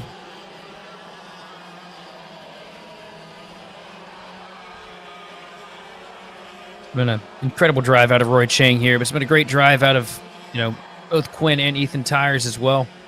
Those podium spots, they're important. White flag is out, final time around. Roy Chang leads in front of Quinn Tires and Ethan Tires.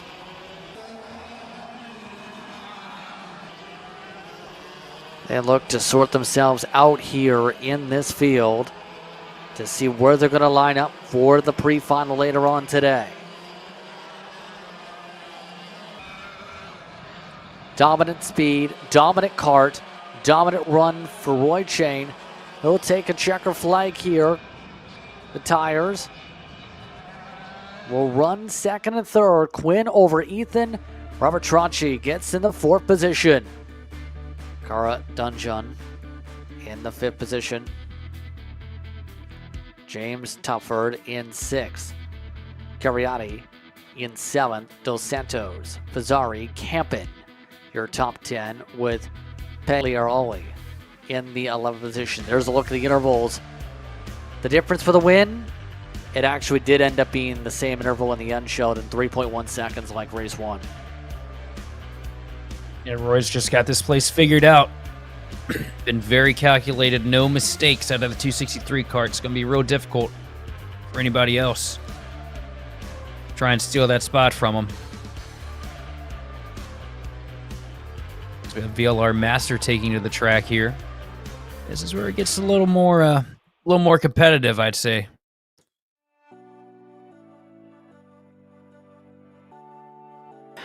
Yeah, this is where we see challenges come into play. And this field is already quickly getting sorted out here for your VLR Master. VLR Master, remember, qualified like this. Andre Flenko, Mark Pavon, John Cariati, Andrew Valenzano, then Ivan Hinchu, followed by Lee Von Boden, Paul Rhodes and Stephen Hanna, Jason Tomlinson and Jesse Garant, Marco Valenzano, and Powell Gomes is the lineup as we go. There are 10 laps up on the board. Drivers are ready. And will we get a start here? I believe I've seen the green and the yellow together, but the field is still rumbling. Answer is we did get going. We're underway. Blanco with a really good jump there on the initial start. Going to pull ahead here. A couple kart leaks separating him from second place. I think that second is Cariati right now because I could tell that's Mark Pavon sitting there in third at the moment.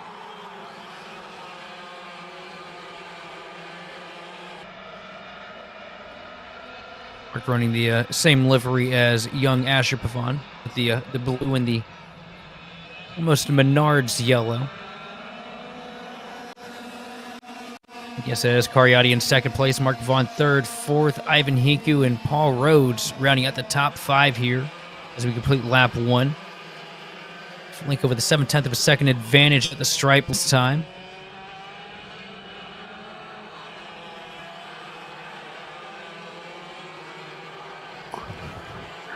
Yeah, right.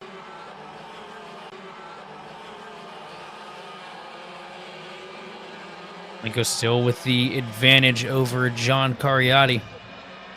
Mark Pavon trying to find a way past the 416 machine to try and get to second place. All over the bumper through the final hairpin, down to the start-finish line. Kariotti holds on to second place for now. But here comes Pavon with the look down to the inside, all over the back bumper, down to turn 1. Here comes Mark Pavon moving on to second place, but Kariotti with a crossover. Goes to the outside, but it's going to be Pavon taking over the second spot. No, here comes Kariotti again, but a bump from behind is going to hold the 450 or the 416 machine at bay. And Mark Pavon will hold on to second place. Able to calm things down in that fight, in the way of Pavon at least. Now the question is, can Pavon build himself enough of a buffer and getting swarmed again? Rhodes amongst those taking some peeks once again. 6 to go in this heat. I was talking about how competitive it is, but Andrew Falinko did not get the memo on that as he's walking off to a 2-second advantage over second place now.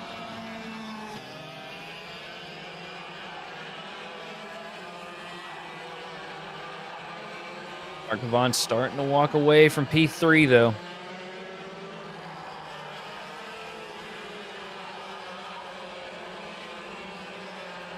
Yeah, right now doing a good job pacing himself. We talked about the speed though from him. John Kariotti doing a really solid job in an effort this run. John Kariotti in terms here of he comes to karting. the bottom. Yeah, now some more sends. Took a peek to the bottom, but thought better of it. Didn't have the angle he needed to get into the corner. Cracks the throttle a little bit. Mark Pavon going to hold on to second place as Kariotti tries to close in on a P2 finish here in Heat 2.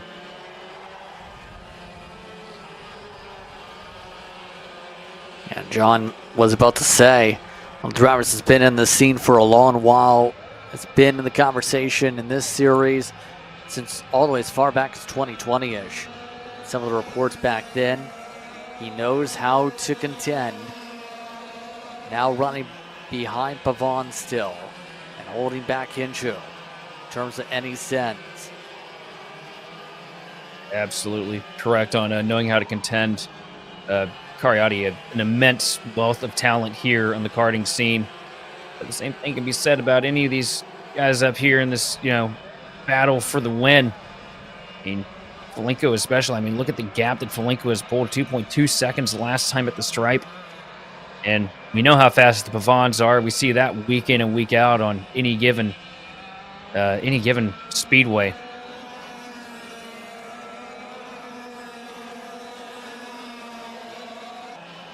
Got around 2 to go next time by. A poke to the inside.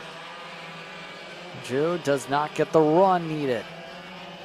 439 yet to find a way alongside. This is the challenge when it comes to setting up a pass here today, is actually getting next to somebody. Yeah, this is Rhodes versus Hinku that we're looking at right now. Rhodes, the charging kart, trying to make the pass, but losing sight of him a little bit as Hinku pulls away across the stripe here to take the white flag. I'm sorry, take 2 to go. Falinko with a massive advantage over Mark Pavon in second place.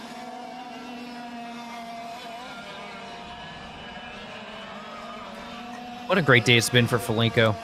Fast in practice, fast in quali.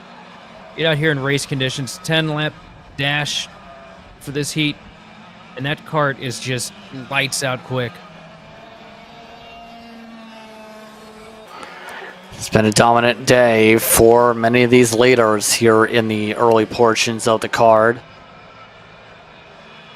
The domination continues to the white flag this time by. Final time round for the 483. Pavon falling back 2.4 seconds as they go. Valenko marches his way around to close up the run.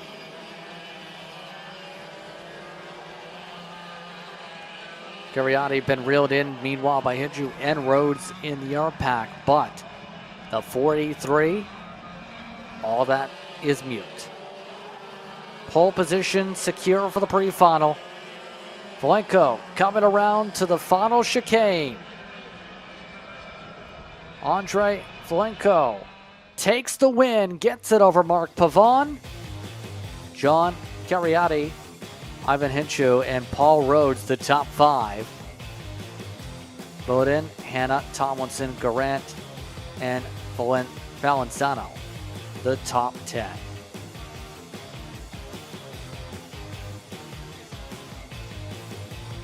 Question is just going to be, is Valenko going to be able to hold on and get the job done here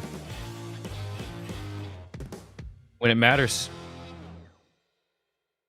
See any reason why not, but you know, there's a lot of things that can happen here in these races. It's never over till it's over.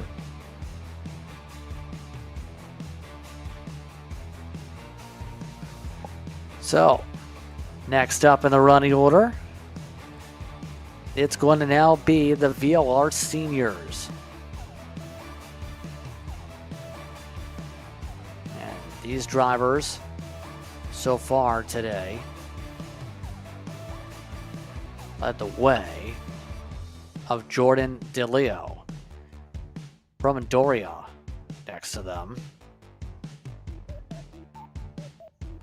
Pollock and Giannis Marakakis are up front as well. Aiden Shimbasi, followed by Brenner Lilleberg. Franco Cariati also up there too.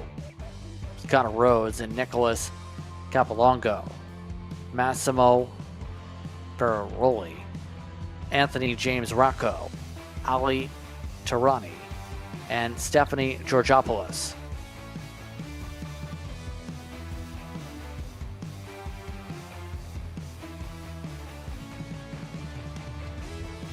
The whole field will get themselves prepared here as they get the signal to turn on their engines. 1 minute signal before we get going for VLR Sr. Your thoughts on this field? Well, the last few times I said anything about any of the fields being competitive, I completely jinxed us, so I think these guys are all right. That's what we'll go with here.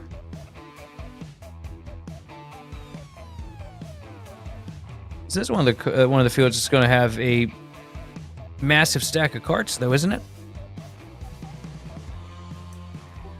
We're looking at, what was it, 23 for this earlier today? This class today, per my sheet, has 13. Okay. 13. In the next class, then. Yep, so this will be last the 10 lap heats for this one.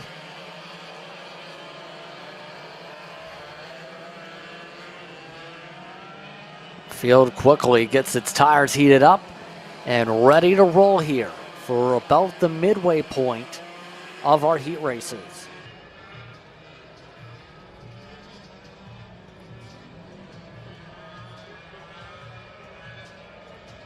So all set to go for more Kart Stars action.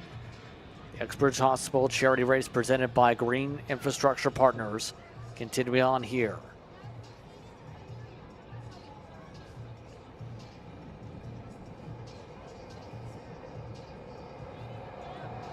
Green flag is out, and we're back on our way. Leo leading us down into turn 1. Getting a good advantage here over second place. Doria trying to fight on here and find a way by. Great start for your pole sitter once again to be able to get the pole. Top 3 stays single filed out. On back, same thing as they all get into a rhythm here. A lot of Rhinoliners coming down and a lot of rubber buildup around this track. If you look, a lot of old pavement for the chicane as they rumble their way on through. But Ethan Pollock has charged his way to second. Pollock needing to reset and gain half a second to have a shot at the 319's cart. It'll be difficult, though. We've seen how dominant the 319 car of DeLeo's been since we dropped the green flag earlier today in practice. I'm not expecting him to give up so quick. And you see Doria all over the back bumper of Pollock here trying to make something happen for second place. Yeah, right now, Pollock still trying to hold on. Doria wants the spot back. What will Doria do to get it? Doria and that orange helmet on the prowl. Shimbashi right now runs behind them by a few kart lengths. That REM kart of Doria still looking to charge a little bit more shallower into the corners, try and chip away this gap. And how about that 300 cart of Lilleberg sitting in 5th place, wasn't able to turn a single lap in practice. Kart stalled early on after a little bit of an incident and hanging on there in the 5th spot, qualified decent enough. Now down to the bottom. Move to the inside here for second place. Looks like Doria's going to take it over from Pollock. Doria does. Doria up to second where they started this race. Took a lot of work, but now they look to solidify things. REM also runs a lot of races at the national level in the U.S. That organization has had people like Comaderos we talked about contend for races earlier on in the campaign. Today, it looks really good in terms of how things are going in this race. It's been tough to beat that team in the blue and pink throughout the campaign in some of these karts when they brought their machines here today. Tough thing is, the Leo's maintaining the 1.2, 1.3 second advantage here. And DeLeo's just doing DeLeo things up here at the front of the pack. 1.2 second advantage, just nursing the gap to second place, Roman Doria. Doria putting together some pretty good corners here, starting to close that advantage ever so slightly as we get ready to work down the back straightaway.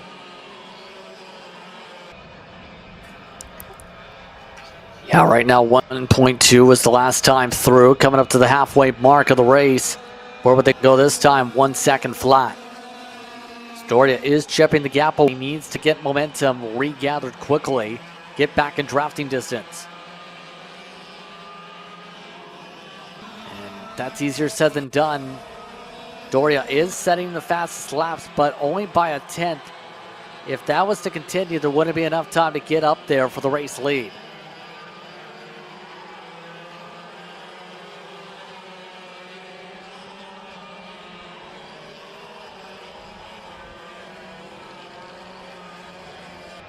Coming around to 4 laps to go here. This time by as they run, it's down by another 10th. Is there anything you can do if you're Doria to find a way to speed up this time increase to close up? Right now, you just don't want to make any big mistakes. Let DeLeo make those mistakes himself. You just want to be consistent. You want to run qualifying laps, but you don't want to be so far on the edge. You could end up giving up everything that you've gained here. Because, I mean, we've seen what starting on the outside row coming down to turn 1 has been for a lot of people today. You don't want to have that in the final. You want to either go for the win or, maybe scale back a little bit, bring it home P3 if you can't get up to them. But you absolutely want to win the heat.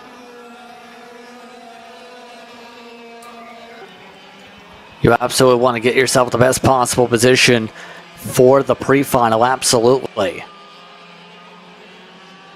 And right now, at the very least, Leo's in position to lock up the pole for said pre-final.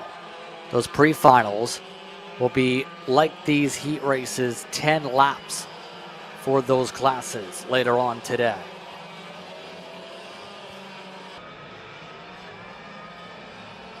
Kind of have to wait and see where they actually sort themselves in terms of the finishing order here by the end.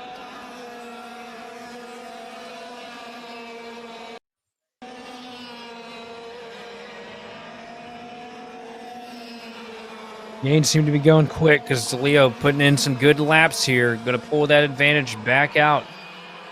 Just sitting there at that 1 second mark. Doria has the carrot waving in front of them. They can do.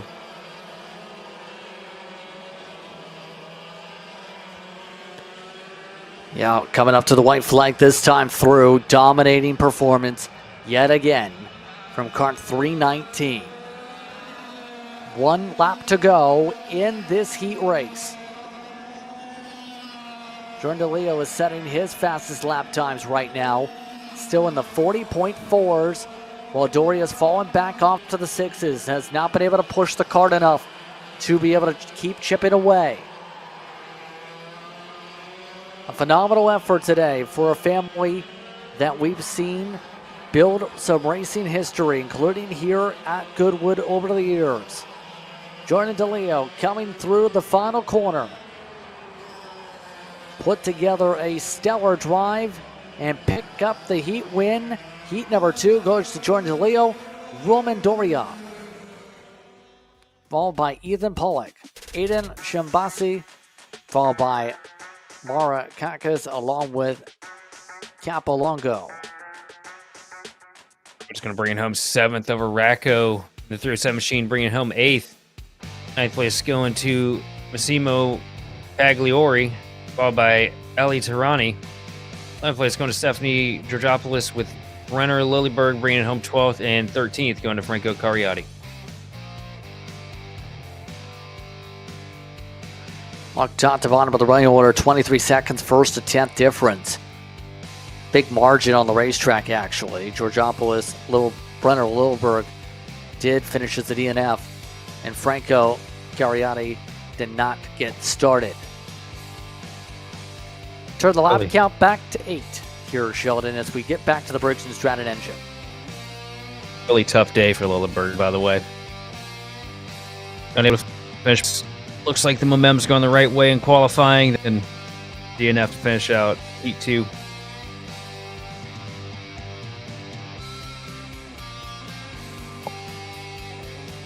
So the next field is getting themselves ready to go here. Briggs Cadet. Mateo Romeo leads the way in this field, followed by Aiden Kishun, Thomas Dew, Luke Bullpit, followed by Luca Rodriguez. Then it's Ricky Ramden, Yusuf Addy, followed by Tristan.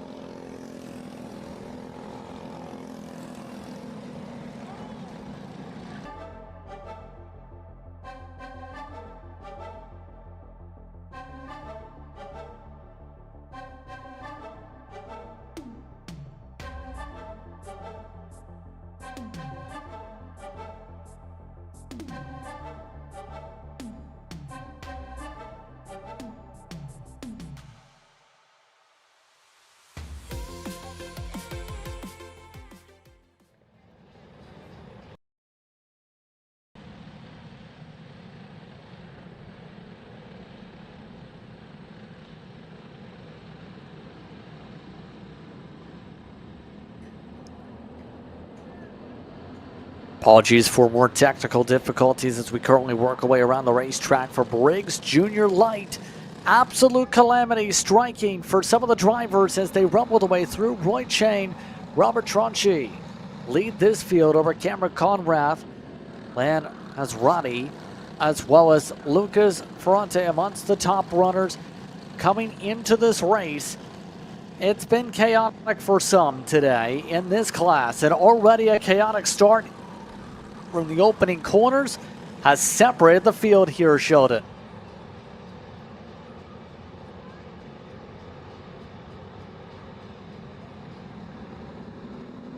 It's not too surprising, though. We've seen how fast that 163 machine of Roy Chang has been all afternoon. Regardless of what car it is, but he's got a little bit of trouble right behind him, though. Asher Pavon all over the back bumper coming into turn 1. So right here, this is Asher's time to shine. Been a bit of an off morning for him. Not qualifying as well as we'd expect, not getting the finishes, but here we are. A chance to re-rack it here for Heat 2. Asher Pavon looks down to the bottom, and he's going to take the spot from Roy Chang. No, Roy Chang fights back on the outside, but Asher Pavon, with the momentum, is going to take the spot down into the back straightaway. Able to have some swings there as a result of the change. As they rumble their way through, coming around 6 laps to go. Asher Pavon now looks to try and hold on in a class he showed speed in all season. This is a much better start compared to the last heat for him, where it was a challenge there.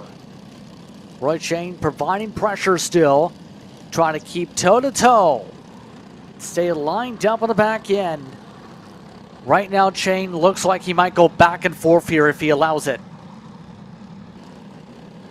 Roy Chang to the bumper, but not able to make it to connect down the straightaway. Asher Pavon pulls away ever so slightly. Now down the backstretch. Which one with the advantage? Looks like Roy Chang gets a little bit of a better corner exit. Closes that gap a little bit coming into the final hairpin. Chang all over the back bumper of Pavon, but Pavon going to hold on to lead another lap here at the stripe. But Chang setting up to maybe make a quick move to the bottom here to turn 1. Stays tucked in, stays in second place. Trying to find a better place to set up Pavon to make the final move. Yeah, I don't know if it's going to be the final move if the pass comes early on, but it might be a very pivotal move to control the tempo of this race. Right now, Roy Chang going faster than Pavon last time by, albeit by a few 1,000ths of a second. I don't know. If I know anything about these two, it's not going to be over until they make it to the trailer, I'm pretty sure, because these two probably be trying to race their way to the trailer by the time everything's said and done with. But right now, Pavon holding with the advantage now. The strongest run we've seen out of the 154 kart all morning, all afternoon. But he's being kept honest, though. Roy Chang all over the back bumper. Still keeping the pressure high in case there's any slip-ups. Ronte currently scored in the 3rd spot here, by the way. Transponder is indeed working. Some of the errors at the moment. So, we'll see if there's any change-ups. A little bit of a change-up of a line from Chang. 3 laps to go. He's trying to go a little more deeper in towards the lower line. Elects to wait. Doesn't force the issue quite yet for the race lead. Doesn't want to leave himself too little time to respond in case there's a switch right back.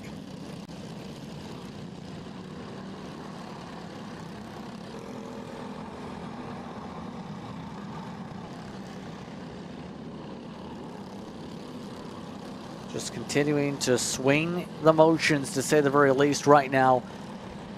These two, no one slipped up here. So where does this come here, Sheldon? Where do you see this end? As competitive as Asher is, and as competitive as Roy Chang is, if I'm Roy Chang, I'm waiting until that last lap. Make it at the most devastating point you can on the track. Set up a dive bomb and clear him and try to drive off, because Asher is not going to let you have this without fight.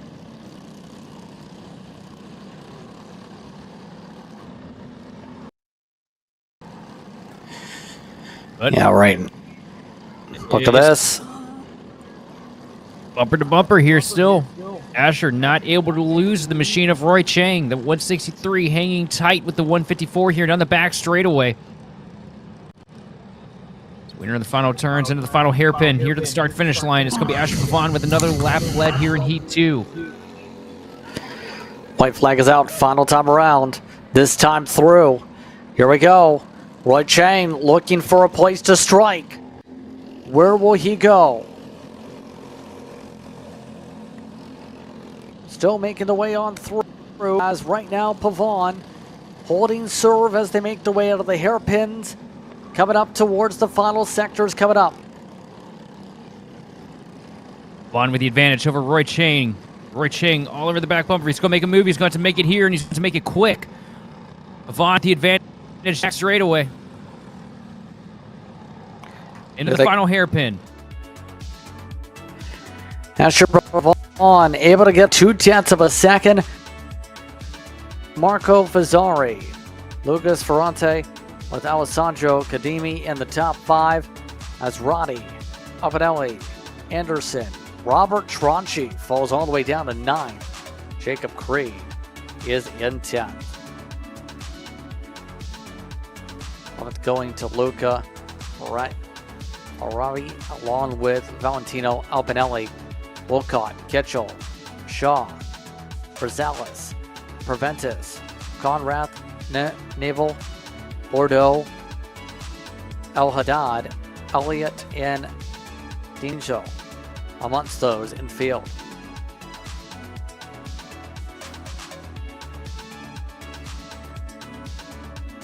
Already, Briggs Jr is next.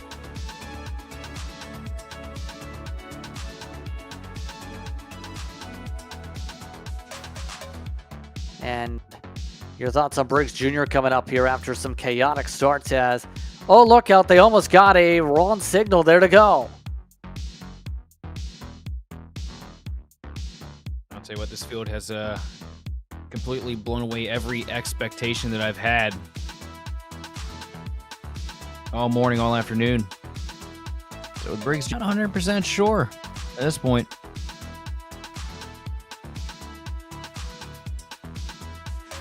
Ethan Tyers up at the front, Ethan Chen in second. Then it's Dwayne in third. Frigo in the 4th position for Joe. Sean Evans in 5th. Saldana in 6th. One cart off the track there. A lot of smoke or a lot of dust coming off the back tires. Maybe stalled out.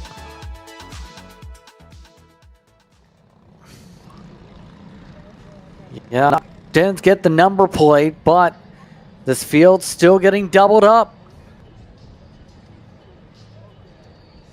Pizzerno, Pazan, Bowden, and Sedel are amongst the top 10, by the way, with Lee, Kruppe, Polano, Ramzarin, Ferdvitas, Rhea, Raybold, Gallo, Pickler, Borelli, Rebets, Martin, Swabdowski, Swiderski, and Nicolas going. Green flag is out. Underway again. And yet again, you want to be on the inside. You don't want to be on the outside because they got all collected. Is that Ethan Chan stuck down there on the outside? Possibly. We'll see who got through here once we get to the scoring loop, but it was chaotic there. More drivers off. Everyone kicking up sand.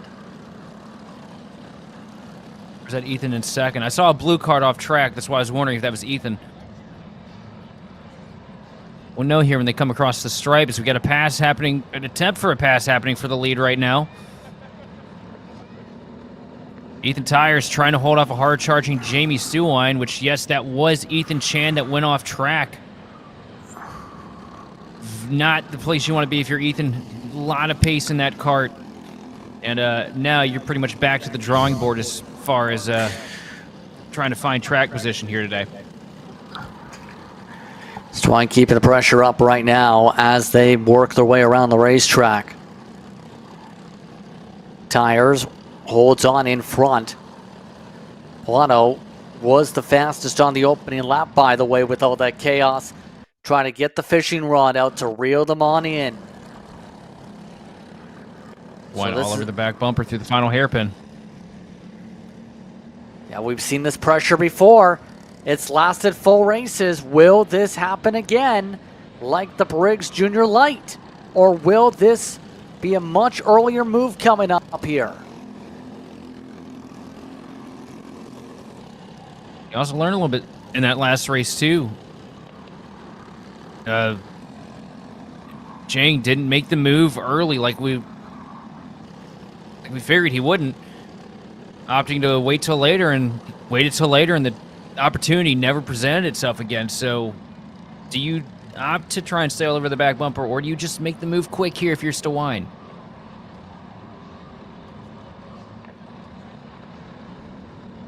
DeWine hounding Ethan Tires though across the stripe as we complete lap 3. Ethan Tires with the advantage, and a purple lap for your race leader too, a 45.781 to a 45.858 from Jamie DeWine that last go round.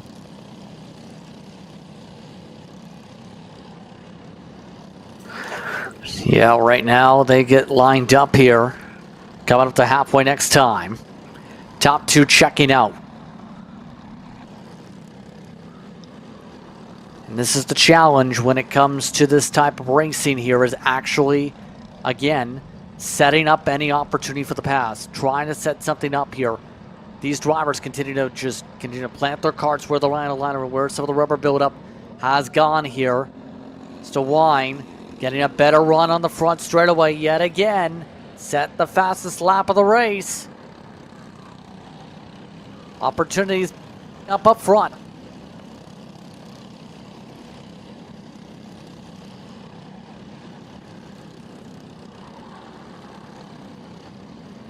DeWine just matching line after line right now. No place to breathe. It's your Ethan Tires right now. Nothing giving when it comes to the potential of the runs right now.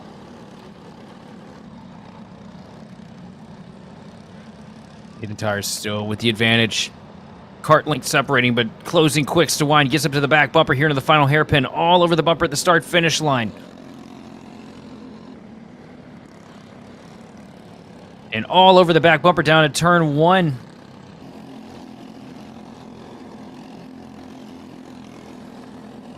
Jamie DeWine being patient here, looking like waiting until the last possible second to pull out and make the move for the win. But is that going to last? Is this close proximity going to be like this for the remainder of this run?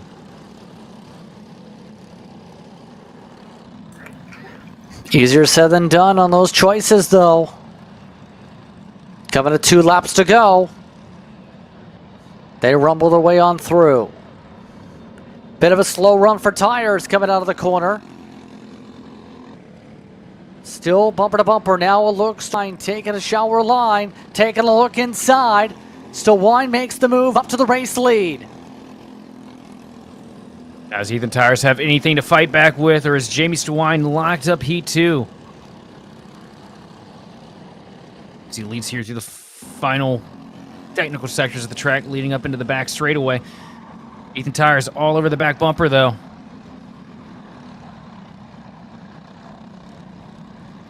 Not the advantage DeWine wants to have, though. Here comes Ethan Tires, peeking up to the outside, trying to set him up. Tires not able to make anything happen with it as DeWine gets the apex and holds that bottom lane. White flag is out. Final top around. DeWine hugs the bottom again. And there poke Tires. Tires trying to get the run. Tires forced on the outside again. Tries the diamond line. Gets cut off once more by DeWine. Narrow dive inside Tires. Tires goes alongside. Tires side by side. DeWine hugs the inside of the next hairpin. He slots in front. Now Tires swaps back to the outside. Back and forth they go.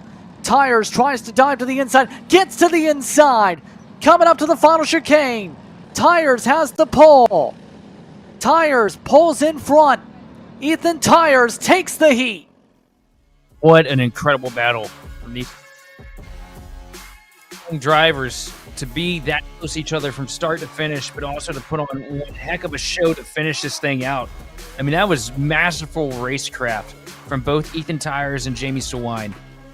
I am honestly so excited to see what this looks like tonight when we finish it all out. An exciting finish to the race, an exciting run, absolutely. And now, that'll bring us into what will be the final heat race of the card, the Briggs Seniors. I believe we might have some pickup first. That might slow things up a little bit. I will say, what a high racing IQ Ethan Tires showed on that one too. As you saw him that last lap trying to set up, those outside to inside runs, trying to build that momentum to get the drive off the corner to set him up for a pass. And it just worked out absolutely perfectly.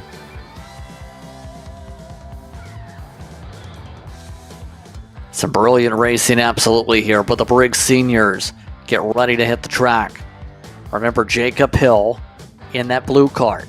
To the length of your screen, Mitchell Morrow in the red cart. Start to the outside, the Brillard. Then you have Logan Patska. Patska will start alongside Eric Moore. David Barnes and Ben Lawrence, followed by Deck Black and Alex Pellegrini. Elijah Josie and Logan Floater will be in the top 10 as we look at the cart get pulled off, and with the help of the ATV, 232 will take a trip off to the grass. That'll be Ethan Chen, who is going to be a bit down the order in the pre-final after showing speed in the first heat.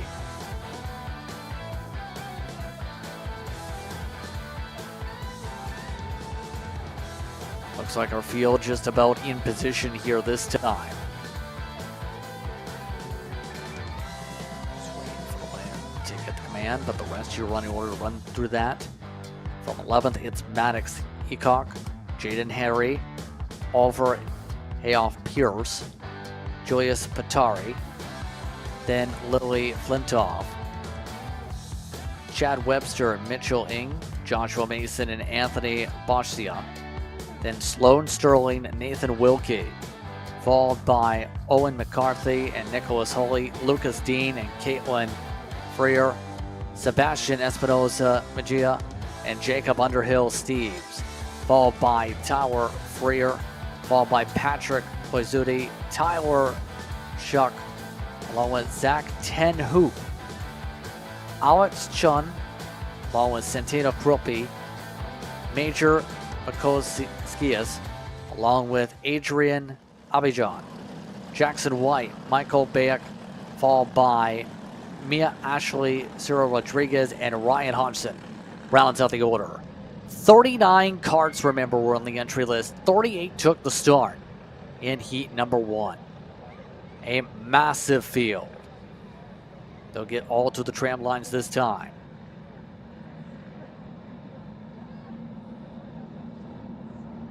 On, because chaos is imminent. As the green flag flies down into turn 1. Chamorro trying to hold on to the lead down the hill here, and the best start that we've seen from the outside line so far today. Great run to start things off for Hill. Morrow amongst those trying to hold on in terms of the line group. We'll see where things solidify by the end of the lap as the pressure is on from behind. Up into that spot is Logan Patska. Patska, remember, launched out of a cannon last time in Heat 1 also. Couple drivers using all the runoff space for the pavement. Send is on for the lead. Patska goes up to the point, takes it over as they complete lap 1, the 3:16 to the point. Not gonna be easy though. Jacob Hill all over the back bumper of Paxa here coming into the first turn. Neighbors to the bottom a little bit. Hill still stuck in line though. Third place right on their heels as well. This first 5 carts under a blanket here. All being led by Logan Paxa.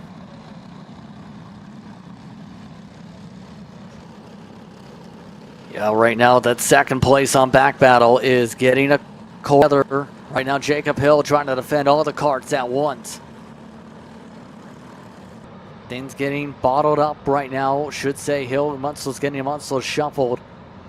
All of them getting all sorts of chaos. Mitchell Morrow now up to second officially on the board. Hill down to third amongst the battle of the red carts.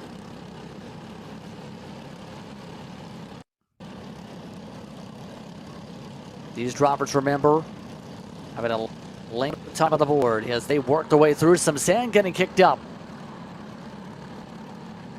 Trouble further in the back of the pack, but everybody keeping it straight here. Paxa holding on strong here to the front over Mitchell Morrow. Morrow all over the back bumper still, though.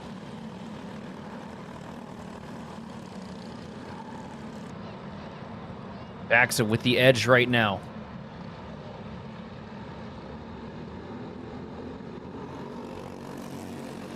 Got around 7 on the timing boards. Believe it's on the timing boards. Believe it's going. Jacob Hill getting passed by Eric Moore. Going back and forth with him, in fact, is losing ground amongst the 4th position. With Hill now coming up on top in the back and forth. But if your kart is red, it seems, you have a chance. And right now, all these Burrell arts looking to see who's the one who's at the top of the board standing at the end of Heat 2. Side by side, here we go, some pokes. More sends as Morrow shugs them off. Patska gets moved back to 2nd. We'll have to try again. Oh, and a big block for 3rd. You see that? David Barnes shuts the door in Jacob Hill's face. You can't get away with that for too long. You see Jacob Hill all over the back bumper of David Barnes now. Front of the pack, though, still Mitchell Morrow with Logan Paxa in quick tow. Just a kart link separating 1st from 2nd. And I feel like once these two get together, if they get squared up trying to race each other too much, David Barnes is going to be on them quick.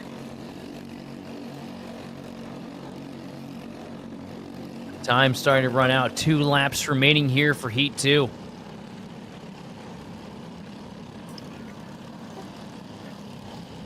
I'm running out to make this one. It's been a wild one so far with the back and forth, but Mitchell Morrow, driver who's been able to be a national champion before, looking to start things off for this run to the Heats with a good position for the pre-final. Had a decent Heat 1, has had a really great Heat 2 to say the least. Logan Patska still keeping up. White flag out, final time around. This down to 2 karts for the win. The send on the defense. Morrow hugs the inside, doesn't want to poke. Instead, able to hold back Patska for now.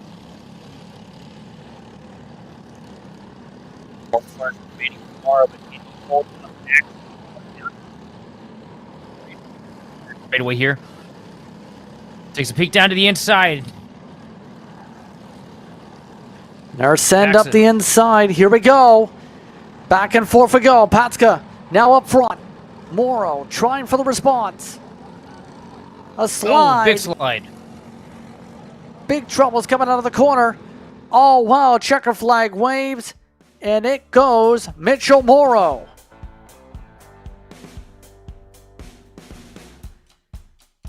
Morrow over Patska at the scoring loop. David Barnes, Eric Moore, Logan Ploder get the top 5. Declan Black and Jaden Harry, followed by Maddox Heacock and Ben Lawrence. Michael Ing should say, is in your top 10. Separation 6 seconds, Sheldon. Yeah, it's definitely, for the most part, a incredibly close group of drivers here. It's definitely going to be one of the most exciting things we see this afternoon, or this evening, once the sun goes down.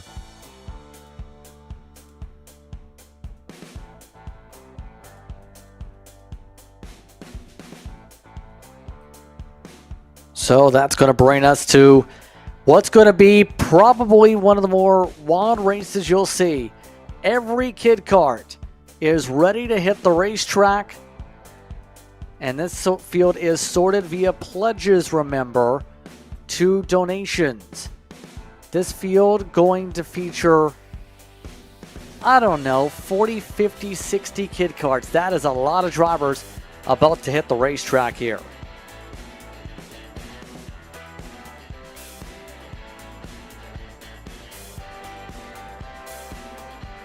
Here's out Sheldon as we get ready for kid kart action. It's going to be a giant field here for kid kart, too.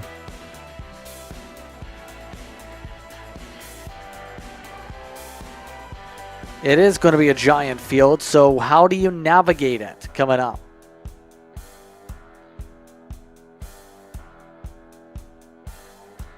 Depends on where you're at. I mean, starting on the front, you just don't want to fall back into the traffic. And you know that lap traffic is going to be huge, so you have to be calculated on every move, every pass that you make.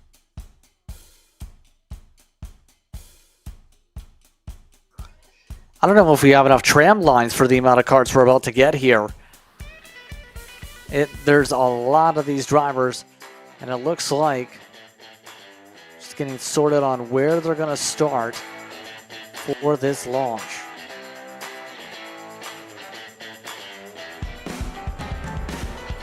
Remember, with kid karts, it is standing start, not rolling start. So they will start from the blocks here once they get the command to go to be able to roll. Hey, why not, while you're here, follow us on social media. Be sure to follow on Instagram. It's a very active platform. Lost track on how many followers, but it's a lot. Do you want to join them? Press the follow button on Instagram today. Taking a quick peek, it is 40,000 followers on Instagram right now. I think that's an error graphic coming up to make the 40,000 celebration. 40,200.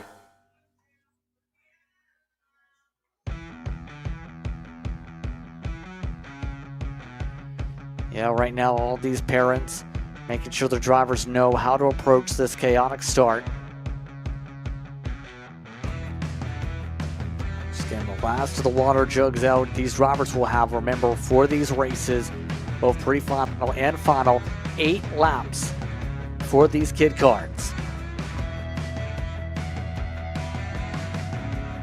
And what are you talking about with your kids if you're one of these parents, what fans watching on saying, maybe I want to join in? What do you say if you're one of these parents to your kids about the pathway to kid kart? Just go out there, learn, and have fun. As the only thing that you really need to focus on right now. You know, you want to make kids learn and get better and progress as drivers. At the end of the day, too, it's all about having fun, especially in this age bracket. You know, kids come to the track and it feels like too much of a day job, and they just feel miserable doing it. I mean, they're not gonna want to learn anything. You know, you gotta be patient. You just gotta have fun and enjoy every moment. You want to make them come back next week. Absolutely you do, and this is going to be an exciting race for all these kids to be able to have some fun here. So we have an interesting race on the docket once again.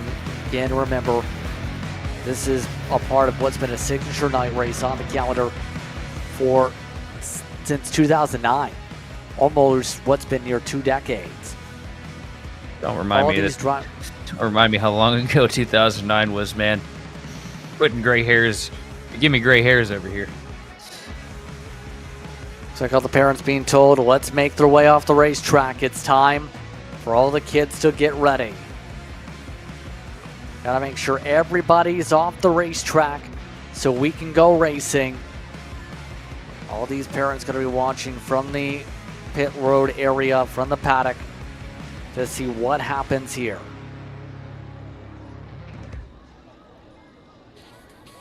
Again, see the kids now lined up. The control kid, also known as the one on the left side of the starting blocks, will be Giacomo Sycamore as the top racer. Then it's Natalie Hilliard, Matteo Ono, Sadie Hamilton, Julian Forellino, then Aria Denahauer, followed by Gabriel Brunetti, Michael Ginn, and Nolan Davidson. Amongst the top 9, Oscar Harrison 10th. Green flag flies, and the kids go flying. Well, one cart not getting going. Huge calamity here on the front straightaway. The 50 cart, I think it was, didn't get a launch there. And heavy contact from behind. Several more kids spinning around into turns 2 and 3. All sorts of officials sent scrambling as the kids try and battle and chase after Hilliard. Sorry, it wasn't the 50 cart of Hilliard. I think it was maybe the 20 of Nolan Davidson that wasn't able to get going on the initial launch. Yeah, that was not good. And we have a parking lot of kids. Not the way this pre-final wanted to go. We have kids getting escorted off the track. We have kids trying to move back on the racetrack. We have kids everywhere. So all of them try and work their way around and chase after the 50 of those who were able to get a clean start. What a start for Hilliard. Great launch off the grid. But it's not over, though. Second place, Lumen not so far off in the distance. I believe that is Sycamore in second place. Yeah, I believe so. Here's a swap. Believe that is Sycamore up in the lead already, up in the second spot. No, that's Denehauer. That's a 12 cart. Yeah, was about to say Denehauer's actually gained several spots this lap. Denehauer has rocketed already up several positions here. Remember how fast Denehauer was in qualifying and in practice. It's not too surprising. I mean, they were 2 seconds above everybody else pace-wise.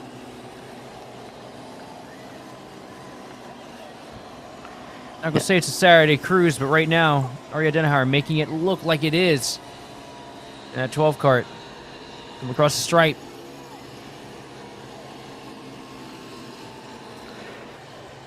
Yeah, Denehauer right now up by a sizable margin here. Is lap traffic already. Looks like, oh my goodness, this is like a maze to make your way through. 3 carts getting lapped at the same time. A lot of these drivers were involved in the early stack up, including the 77 right there of Rosie Edwards. That's why there's so much traffic for Denehauer to deal with. Denehauer has a lot of zip coming out of the corners right now. You know what, this is an amazing opportunity for Denehauer, though. All this traffic, you have to learn racecraft. You have to learn it through repetition. You don't, figure it out just starting up front or getting to the front real quick and just running away with it. You got to work through traffic, and this right here is an important opportunity for this young driver to really learn how to race around other karts and other drivers. And right now, showing to be pretty smart about it, too. Was in a bit of a dodgy situation there with the 6 machine, rolled out of the throttle, let the 6 have it for a couple corners, knows that the lead is wide enough margin right now that you can kind of throw a little bit of time away to try and make sure that you can get through the traffic. You can't win the race if you make a mistake and get stuck in the grass and stall out. Umbrella was that 6 machine, Umbrella. And now, next up in the order, going to have a lot more carts to deal with. That's going to be including Eleanor Irwin, Hank Roxborough, among some of the numbers that are up in front at the moment. Irwin stays planted in front, and once again, Denehauer taking her time, goes to the outside, makes the outside stick, keeps the foot into the pedal and the floor, and passes by them all. Gets crossed up on the lap car and Logan Cappadocia. But at this point, the margin, 5 seconds up. Last time through was 0.6 quicker than Natalie Hilliard, who's in the second position, as all the traffic at the very least is lined up on the right side. One thing that's really difficult too, Arlen O'Brien, set very similar lap times to Denehauer in qualifying and practice, and got caught up in some of the tangle at the start of this race, lost a lot of time, sitting back 10 seconds from the leader, but running really fast laps. Same thing for Mateo Ono, as he's running 102s, matching pace with your race leader, only a few of a second off. But that shows how important starting position is here, as we watch Denehauer masterfully cut through the traffic here. Hilliard. Sorry, that's Hilliard we're watching right now. Hilliard, I was about to say, doing a good job getting through all the traffic. As right now, Hilliard scores as a leader. All of a sudden, the 12 is falling down the pylon. Not sure what's going on there. Something happened with Denehauer. Must have gotten caught in a tangle or something. We just didn't happen to catch it. Loses a lot of time. Ran a 1:14 the last lap. Means that there was a massive checkup for some reason. Hands the race over, though, now to Natalie Hilliard, who is 0.8 of a second ahead of Mateo Ono. In fact, that might be Ono on the back bumper right now. Right now, this class just has such rapid gains from some of these drivers. Absolutely here. Side by side. Hilliard trying to use the outside. Squeezing. That's a little bit of the elbows out coming out for Kid Kart. Gotta be careful, too. These kids might get a little scrappy after the race, too. Well, you definitely don't want... machine of Mateo trying to get the job done, closing so much ground here on your race leader. Mateo Ono looks down to the inside here into turn 1 on the back bumper now. Can't confirm this is for the race lead. Denehauer fell back 5 seconds after leading 5 seconds. All sorts of traffic. Ono gets held up by the 55 for a minute. Now resets again. That was Charlie Lambert.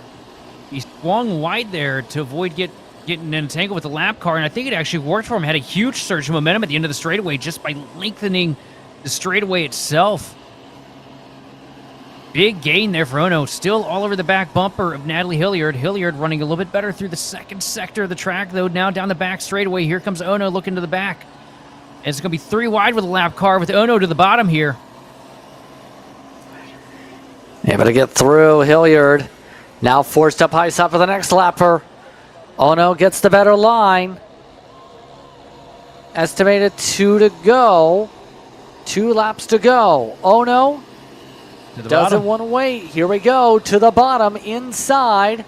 And Ono sends it a little too hard. Hilliard side by side for the outside. As they go up to the next hairpin. Ono, though, able to park it on the preferred line. Ono with the race lead now. 2 laps remaining for the Kit Kart Pre-Final. And what a drive through the field for Mateo Ono to get up here to the point. But it's not over yet. Natalie Hilliard has not given up. Yeah, and there's still a chance, but Ono's stretching out pretty quickly.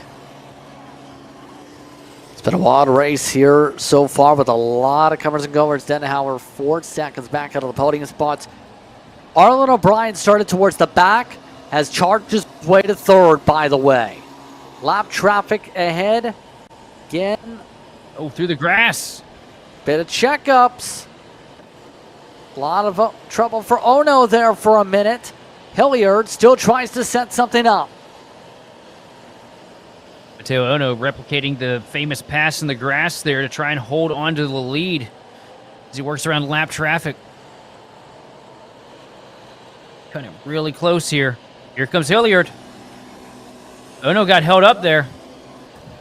Held up a lot. And here comes Hilliard down to the inside, trying to make a move for the lead here on the final lap. Sorts of carnage. As traffic moves around, Ono gets passed around. Ono has 2 lap carts in between him as a cushion right now as he comes into the final chicane here to take us to the checkered flag. Oh, we have carts off the track.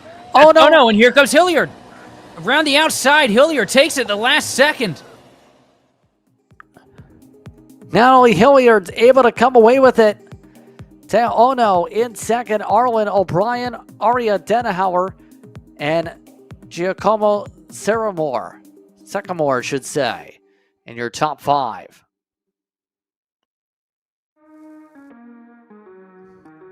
What a wild finish is what I can say. Wild race from start to finish. I mean, we couldn't have predicted that.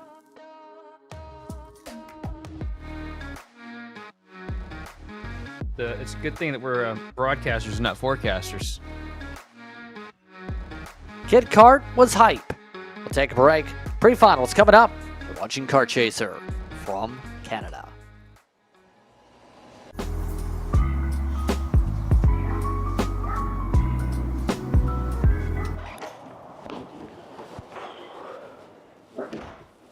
Hey, what's up, Caleb? What's up, Brandon? You sound defeated. A long day at the office?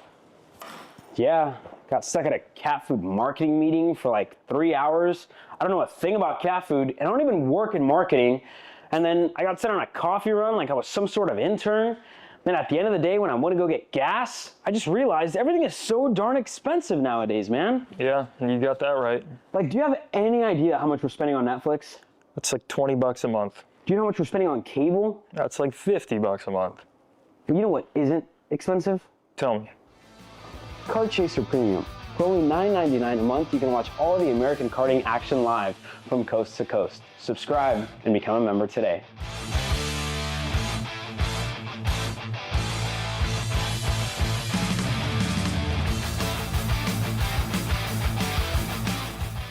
Are you ready to get behind the wheel? From Formula One to NASCAR and IndyCar, all the pros start here.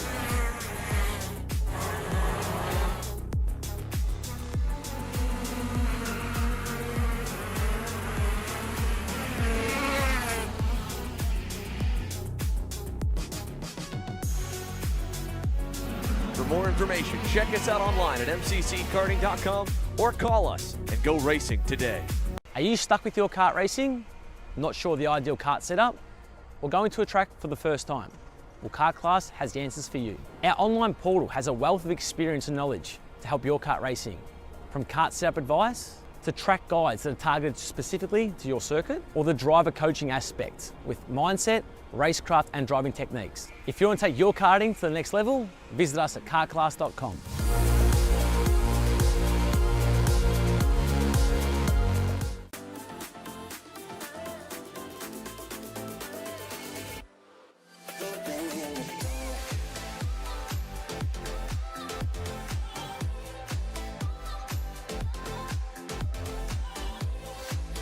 Are you looking to take the next step in your racing journey? Well, look no further than PitFit. With 2 locations in Charlotte, North Carolina and Indianapolis, Indiana, PitFit trains drivers all the way from grassroots level karting to IndyCar and NASCAR with top-of-the-line personalized coaching to improve physical and cognitive fitness. For more information on programs, check out PitFit on Instagram or Facebook today.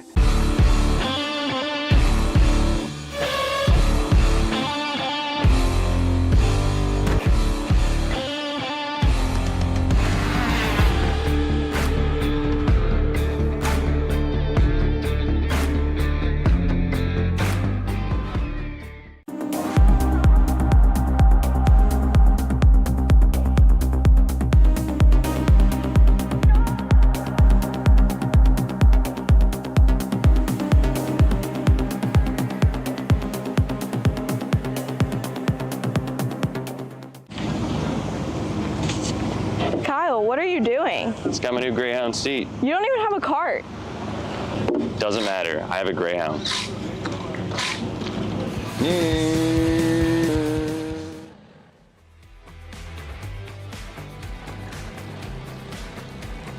we go, it's time for the pre-finals.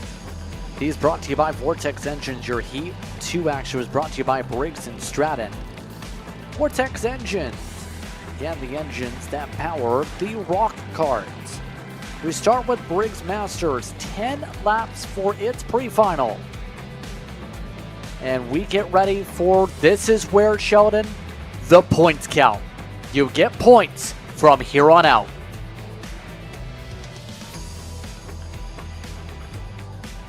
That just means even more on the line here for what's already been a fairly chaotic day from Goodwood.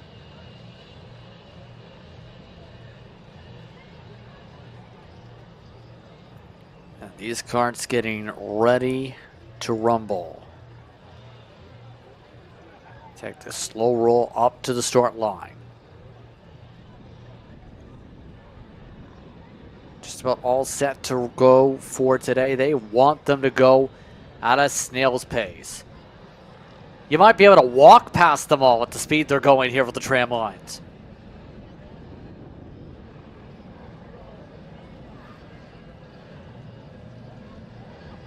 They really want to make sure they get this lined up. Keep an eye on drivers like Rothman in this race, in particular, ready to charge up. But so far, we've seen Sal Dida control the field. Dida controls things. 471 falls back to second. They rumble the way through. Here. Yes, indeed. We'll do this again. Didn't look right. And that's the thing, you want to make sure they start where the start zone's supposed to be. You don't want them getting a bad jump on the outside that causes the outside to get the better one. You want the field to be in the hands of control kart. Also, with limitations of the box that is set on the track. You can't break out of the box. You're not a cat. I was hoping you would laugh, but you didn't. I did. My noise cancellation did pick it up. Well, I was trying to find a way to spin a Schrodinger's cat joke in there, but I just couldn't figure it out on time. I have no idea what that means, but they'll do the slow roll again. Saldetta, Alex, Baglio, Anderson and Glaze, Miller and Rothman, May and Scullard, Husby and McCarthy.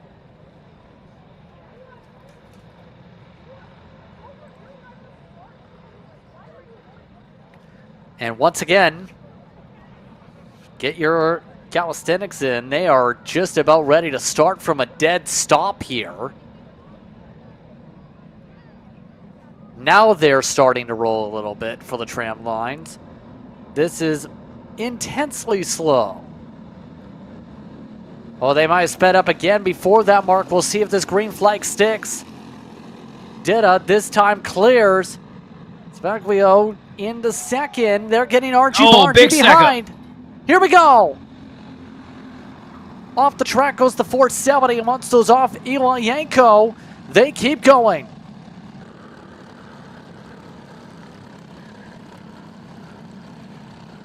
That was a little bit chaotic, to say the least, in the back of the field, but the front of the field stays single file. 10 laps, remember the distance here.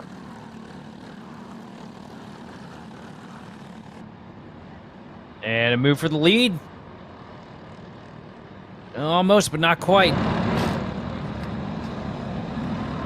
Across the stripe for lap one, it's going to be Saldetta maintaining the lead over Alex Sagliano and Michael Glaze. Remember, these three were just glued to each other earlier today.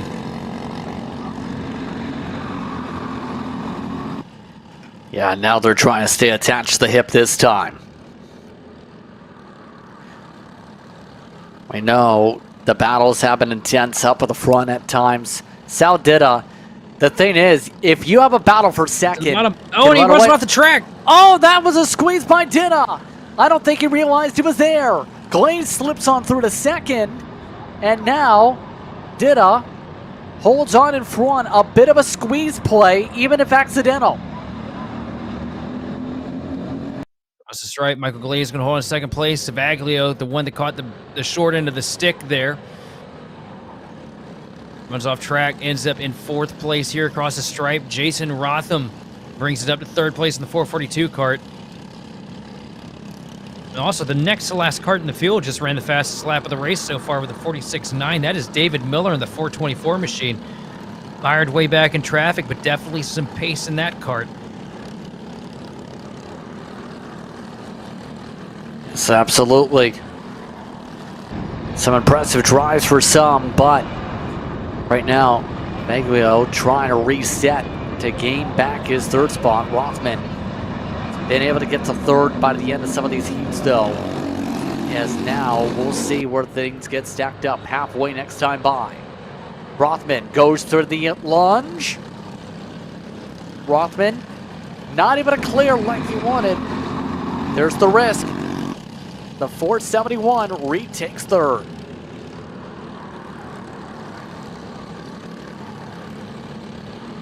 And I would be expecting Glaze to be a little more aggressive. Try and take over second place this time. Whether it was unintentional or not, you know, these drivers never forget anything. And when you get run off the track, it just makes you want to be obvious about what decisions you're making going into a corner trying to pass somebody. Did you see Glaze looking over his shoulder there to see Savaglio? Up to the back bumper. Here comes Savaglio taking a peek to the inside, but it's not going to be enough. Now having to defend over fourth place Jason Rotham. Rotham trying to take third place back. And right into the Expo machine. Ready to get the elbows out, though, for second, though. Michael Glaze Once again, the long run pace is there for Dida. He's been able to craft so much boost away from the rest of the pack. At this point, where does that get cracked into is the question. So far, there's been the question, would there be a mistake from the 455? He has been outright perfect here today to be able to build the distance. Even though he's not got the fastest lap, he's had the most consistent laps constantly. Second, continues to stay busy battling with Teixeira rather than close up as well, too. Second also did just run the fastest lap of the race, though. Michael Glaze with a 46.166 across the stripe that time. A 10th quicker last lap than Sal Dida. Sal might end up with karts off the back bumper of his machine. It's not going to be easy for anybody to walk away with it here today. And down to the bottom. A pass for third. Not quite, though, through the final chicane. Rothman trying everything he can to try and get past Savaglio. Yeah. Savaglio makes the move to the inside. Sorry, that was Rothman making the move to the inside. He's going to clear Savaglio. Yeah, some intense battling still. This is exactly what Dida wanted to see, and helps out Michael Glaze to try and get second in the points tally for the pre-final. We haven't talked a while about the points, but there are points on the line, remember, for these championships, for these Briggs Masters. Eli Yanko has been having a nightmarish day for the points in 10th position, but so have most of the others that had a chance to be able to try and take the championship. Out of the drivers in the top 5, Rothman and Savaglio, who were more than 200 points back, mind you, just about, are the ones that have had the best days. The thing is, depending on what happens here, it's going to require a near perfect final just to be able to steal away the points from Yanko. May is currently also outscoring Yanko, where he was in that 10-point deficit in the first place. Right now, May is 7th and Yanko's 10th. Yeah, real difficult day here for Eli Yanko. Sitting in 10th, just has not had the pace that he was looking for this weekend. But I think all the pace that anybody was looking for this weekend has been borrowed by Sal Dida, as he is running away with it now. A second advantage over Michael Glaze. Jason Rothman with the quickest lap, that go around of 45.9, the first kart under the 42nd bracket. But he's sitting in third place, and he's still got to try and find a way past Michael Glaze where he can even think about closing in on Sal. Sal Dida ready to close things out in this race in what is another dominant performance. But it's still on potentially for third as these two look to try and see, can they chip away a gap? Can they have a shot at a championship with some outscoring performances here? Sal Dida will take the checker flag here over Michael Glaze, Jason Rothman, Savaglio, Anderson, McCarthy, May, Husby, Chan, and Yanko. Amongst your top 10 for this running order. Rest of the field coming across the stripe right here.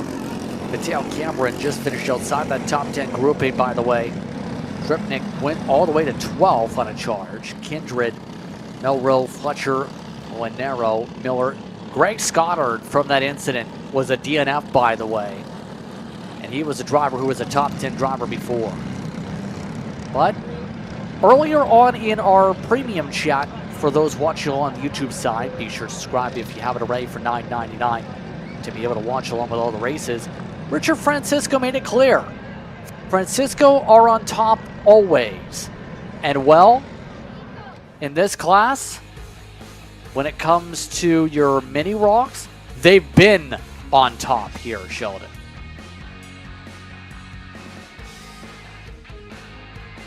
The mini rock's been putting on a pretty good show this afternoon as well.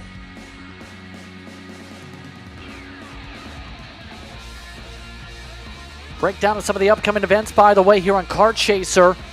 Currently racing action going on in Texas as well in the Texas Sprint Racing Series, but also CKNA Grand Nationals take place in Newcastle September 26th through 28th.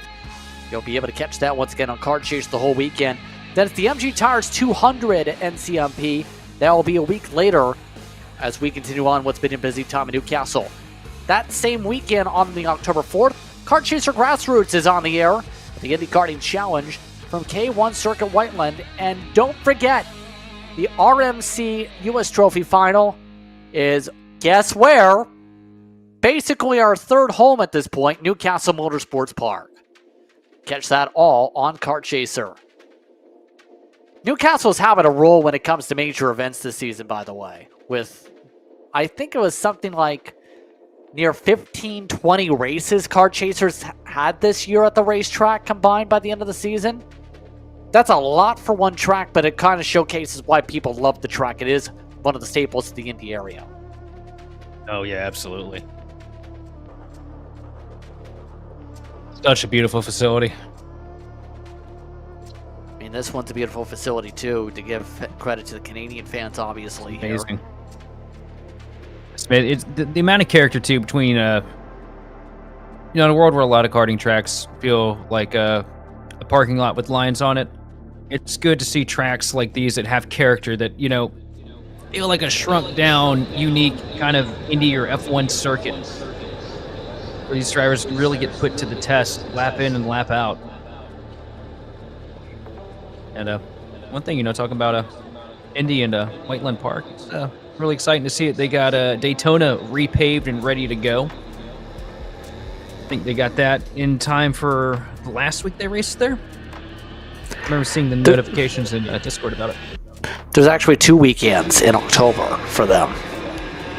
Just so happens to overlap with some of the air action, too. So there is a couple dates coming up when it comes to K1 Circuit Whiteland. Oh, and MCC Cincinnati, too. Oh, MCC Cincinnati. Cool track, too. But it's the Franciscos that will be on the front row, by the way, in this race. It will be, once again, Jaden in front of Liam in the order. They'll control the front row. Then Christian Demian Idis will start in the 3rd position inside for the corner. We'll see where things go. We also have Thomas Dew going to be up towards the front here.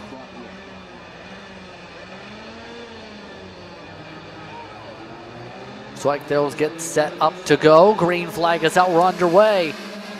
Top 4 gets sorted out quick. The Franciscos battle side by side, but here we go for the lead. Oh, big crash. Yep, back of the field. Damon Diaz trying to go for the lead. Damon Diaz trying to move forward, but the Franciscos still come out on top 1-2 to start things off with a huge buffer.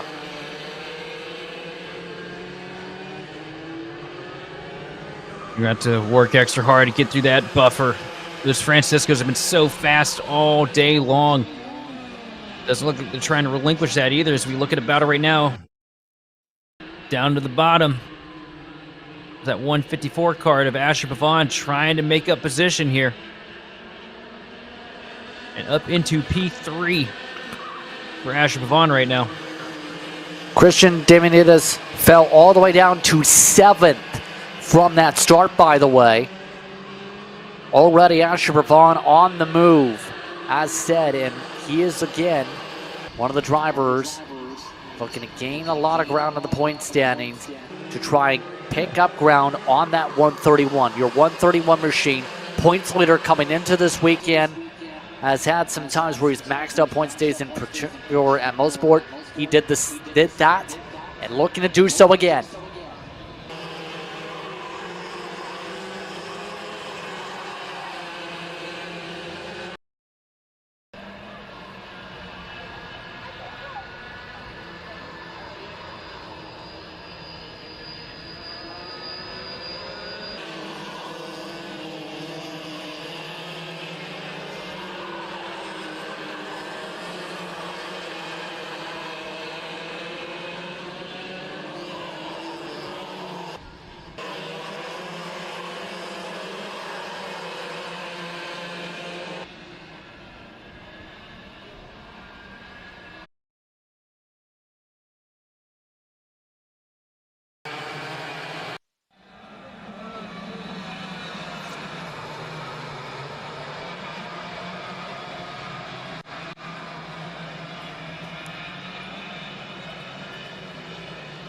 Kart's getting sorted out here on track as we get ready to fire off for VLR Jr.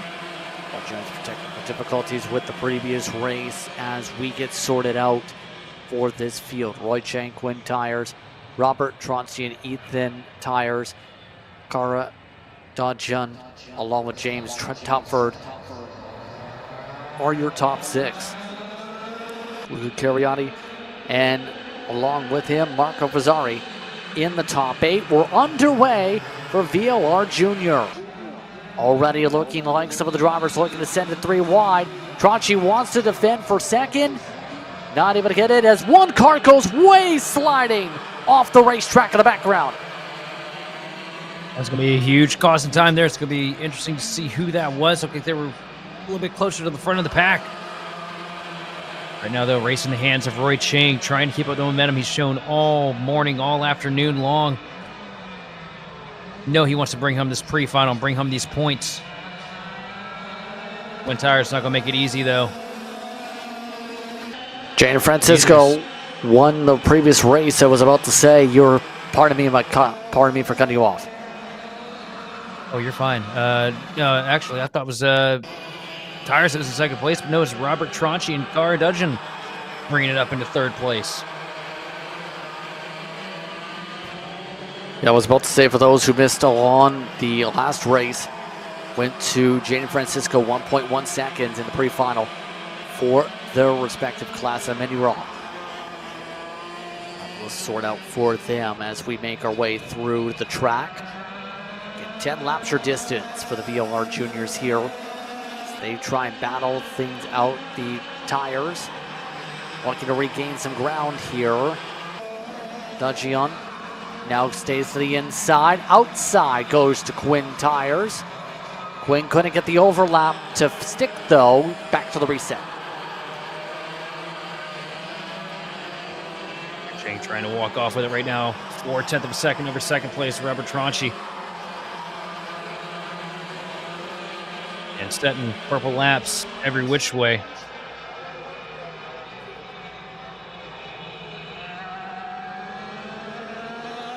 See Kara Dodgen going at it with Quinn tires right now. Tires trying to find a way past the 215 machine.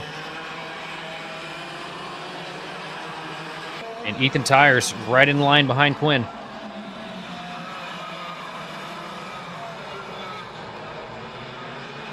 They're all stacking up. Contact, the hip check. One Yes. cart off into the grass for a second. Oh, they are And off again. of the grass. Some hard contact there, bringing up some yellow flags. Topper to Munstow's getting the elbows out in that battle. Things getting a little bit ugly there. Chang controls things up front, but a lot of these competitors, for about third on back, just will not quit these fights. That was including Melville Dos Santos, who was sent way off to the back of the field with that off track. So they will now have to reset as a result there. All the way down to 10th position, goes to 157 from it. Chang's lead starting to get cut into as well. Tronci is just about there. As you look at the battle for the lead right now. 263 car trying to hold off the 236. Rick Chang has had such a dominating week. But does Tronci have that extra bit here when it matters?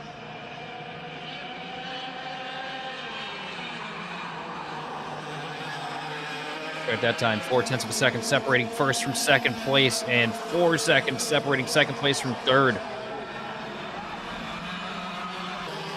These two are on an island of their own. Yeah, dominant run for the two of them, especially with a lot of the elbows coming out previously. Tronci trying to find a way to keep up the consistency. Last time was off by about a 10th, as you said. This time we'll have to see where the eyeball test fares out. They still separate by 5 kart lengths. This time through, faster for Chang. He was near identical to his previous lap, by the way. Still 3 laps to go. Where does Tronci find some adjustments? What lane does he make an adjustment to as we look back to the air pack? As guess who? Quinn Tires has found a way to third. Maybe too little too late for Quinn Tires, though. Laps winding down. 3 laps remain here for the pre-final. And it's a little long, it's just closed between Tires and Tronchi. Now the 236 still trying to make something happen to the 263, but at a half second separating first from second place. I just don't think there's enough time. Roy Chang has been so great all day long. I don't think he's going to make the mistake. It's going to open up the window of opportunities for Robert Tronchi.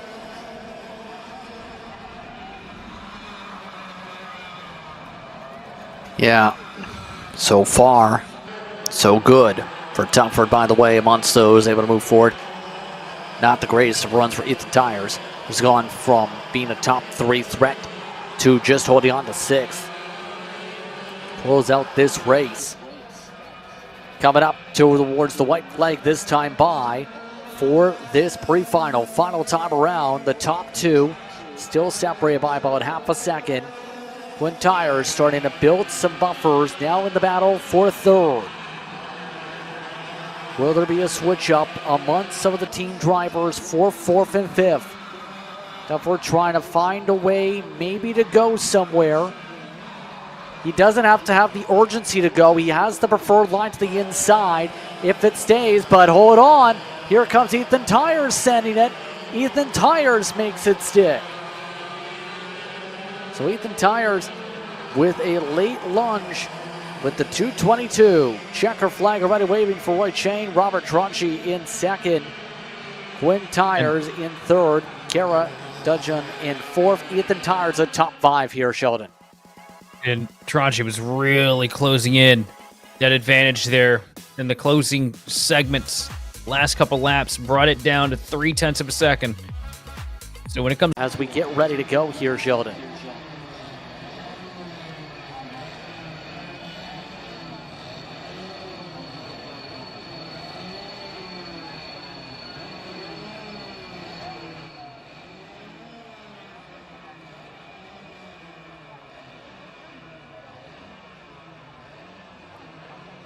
Here we go, VLR Master making their way through to the front straightaway. Green flag is out. Mark Pavon getting an edge in front of Andre Falenko to start things off. He's got the pole, he's got the lead. Mark Pavon taking away for the 40-83 after having to work hard all day long to try and battle with him. Some drivers at the back of the field spinning off the racetrack, at least 3-4 carts. Absolute chaos at the back of the field as several drivers scatter about.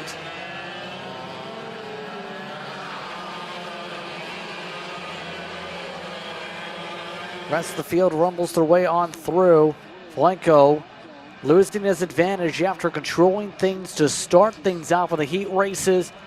Now with the points paying window, Mark Pavon losing, or rather picking up the edge to be able to score in front for now.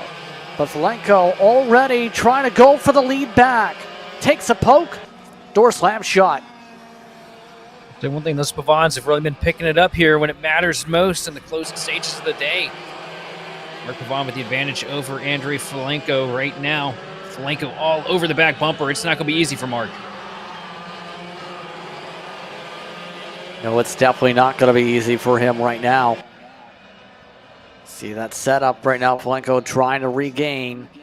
By the way, the drivers out of the race, Paul Rhodes, Jesse Garant. We're down to 10 running. Bowden amongst those able to move up several spots to the 4th spot from the chaos.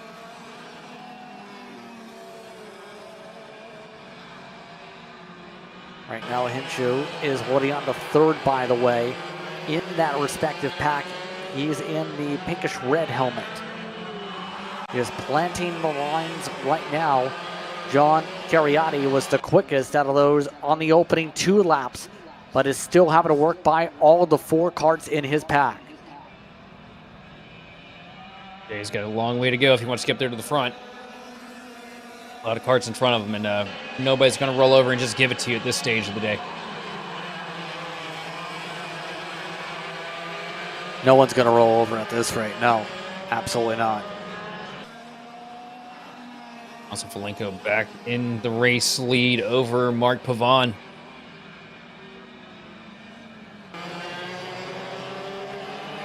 0.5 of a second was separating them at the line last time, but now margin's starting to close up. About 1.5 between first and second.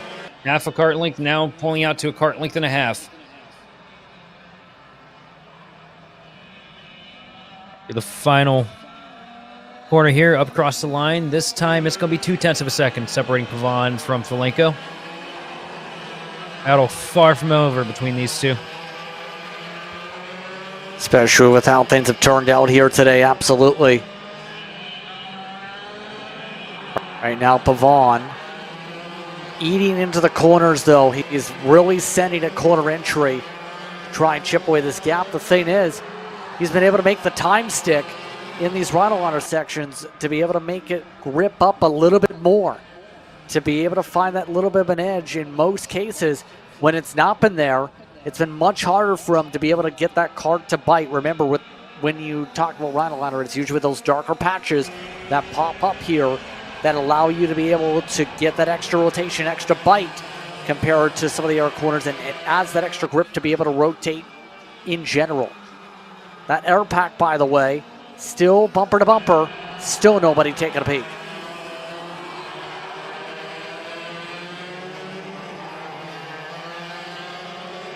Uxbridge here for, looks like, third on back. Headed off by Ivan Hinku. Yvonne Bowden sitting there in fourth place, trying to figure out how to find a way past the 439 machine. Andrew Felizano and John Cariati still stuck in sixth place in that 416 machine.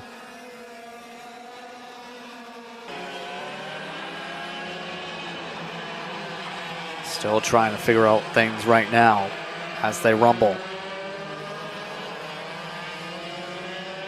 A little bit of the elbows popping up once again for them as they rumble on the track. But they work once again with some separations building up in their pack now. Tenshu building the cushion. Coming at 3 laps to go this time on the separation. So, it's been intense, this battling. We'll see if it continues.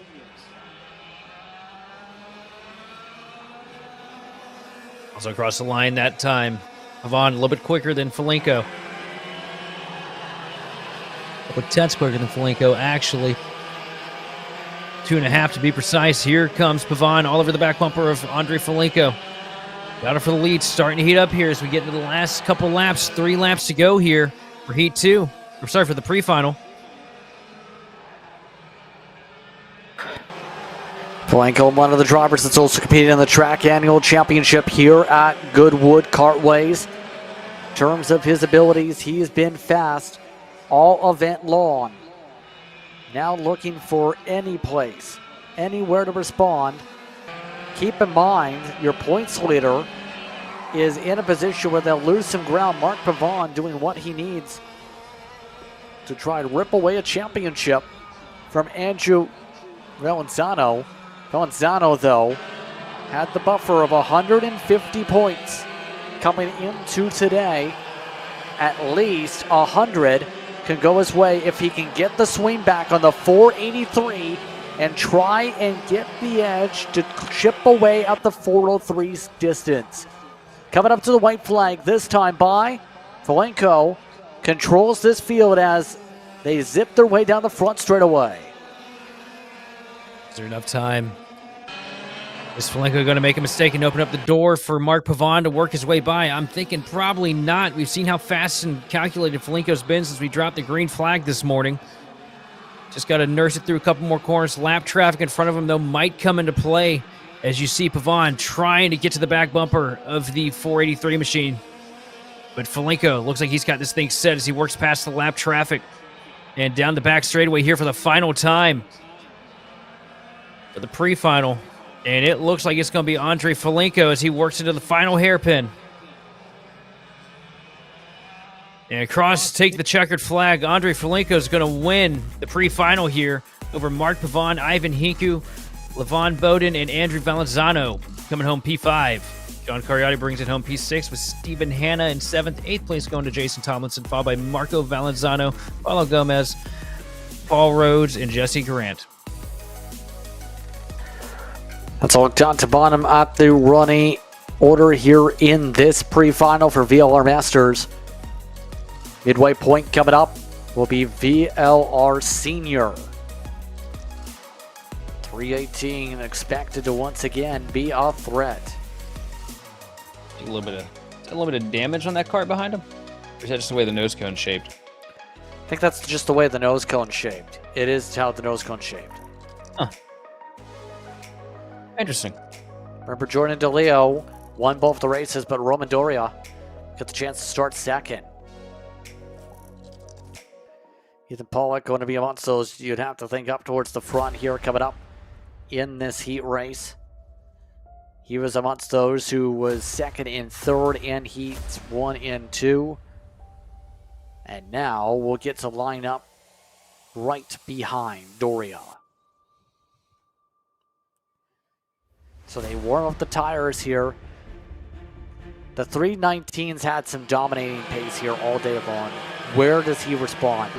Or rather, where do you respond as competitors to try and keep up with DeLeo? Gotta try and send it. Hope that it sticks. Leo has absolutely had this thing locked up since we woke up this morning, just about. He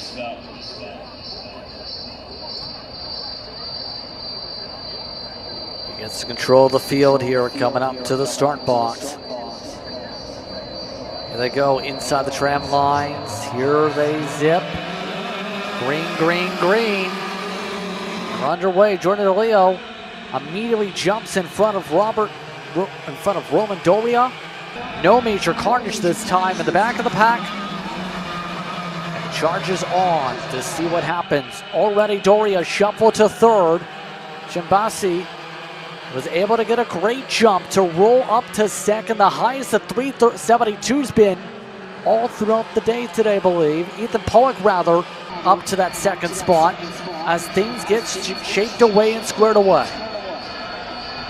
Leo leading us down into the final corners here. Not a really large margin just yet, but we've seen it like this all day long. Starts out, hangs out pretty close to the pack, and then just pulls away into the closing laps.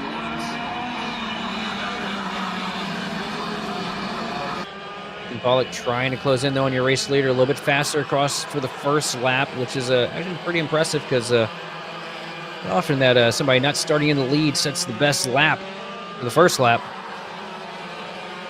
Ethan Pollock really digging deep early here to try and make something happen on that 319 machine. DeLeo pulling out that advantage on the back straightaway. Yeah, already building a great buffer of half a second and a lap over Ethan Pollock. Doria losing time already on the racetrack. Shabasi holding on to fourth. And again, the same trend continues here, Sheldon. If you start on that inside part of the racetrack, you're in a much better spot if you are able to time it up with the control card. And that outside line's not able to blend on in. And we've seen this several times already where the people from third or even fifth gained so much ground off those starts. Already a couple laps into this race, we're seeing Pollock able to hold on and pull away as a result of a good launch timed up with that 319. Outside starts here definitely pretty difficult because you got that quick double right-hander. And that just gives these guys the opportunity, you know, momentum not really mattering as much in that instance. It's all about the geometry of the corner. They get to the inside of you, they're going to fly by you. Everybody's full on the throttle there.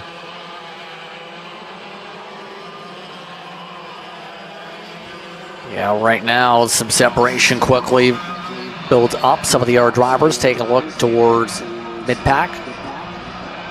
Arakaka's currently holding on to the fifth position over Connor Rhodes. Right now, that distance about near half a second also. 325. Still seen in the back end. Brenner Lilleberg, who is trying to recover from what's been a no good, very bad day. What else can you really say with a 300? Crash in practice. Decent qualifying. Then the heat races have been a nightmare, including one race not finishing it. The 300s just had a horrific time here today in this pre-final. They have to do well if they want to position themselves for points. For Lilleberg, unfortunately, it has absolutely been a day of false hope and opportunities gone awry in that 300 cart. Just at this point, Brenner, you're just hoping to have a nice, quiet turn of events to finish the night off, get some spots, and recover a little bit of points. But definitely, as you said, the no good, very bad, awful day from Brenner Lodeberg. Actually, Leo now still working with a sizable advantage, 7/10 of a second over second place Ethan Pollock. Roman Doria trying to make something happen in third, but 3/10 separated from second place. It's very much pretty much a no man's land race right now, with everybody just kind of walking off into their own separate planes, into their own zip codes, as we see a battle shaking up here. That's Doria. Yep, Doria takes over second place from Ethan Pollock, so don't quote me on my previous statement. Yeah, Doria finding some long run speed, was actually quicker than the race leader right as he was making the pass. So Roman Doria on the prowl. So they now look to see, will there be enough time to at least get within at least half a second, show there is potential in the long runs for the feature later on today to be able to go after Jordan DeLeo.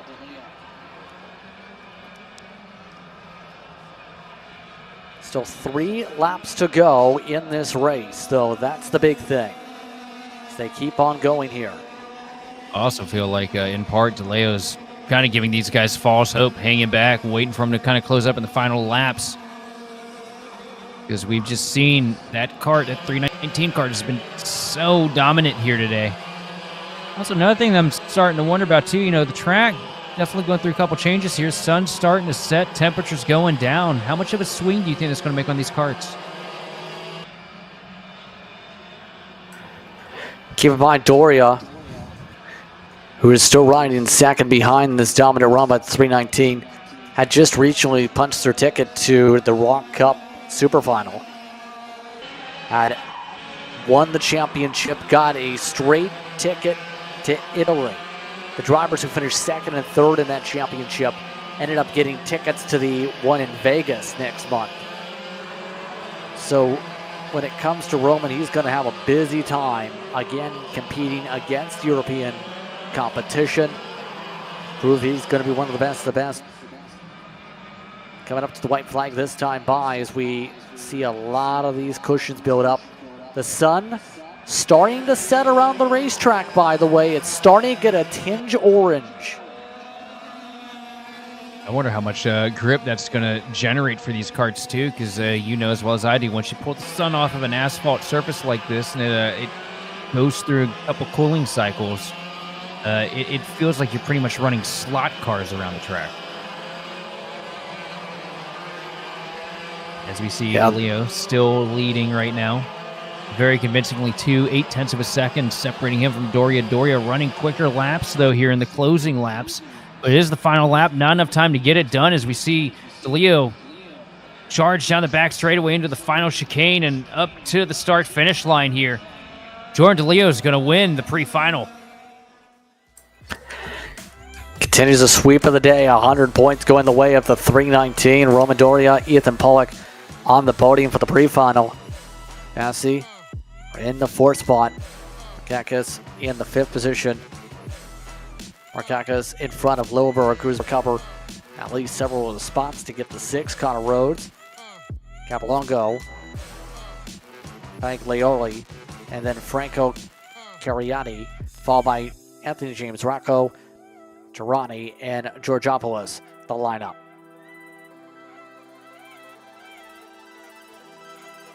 So with that getting situated, we switch over to the Briggs portion of the pre-final lineup.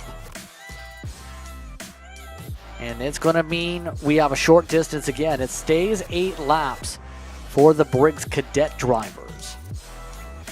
It will stay this way for this pre-final.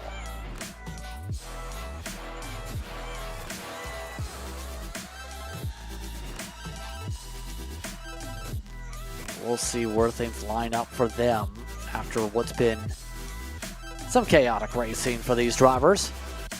Heat 1 went to Thomas Dew when we were having technical issues over Mateo Romeo.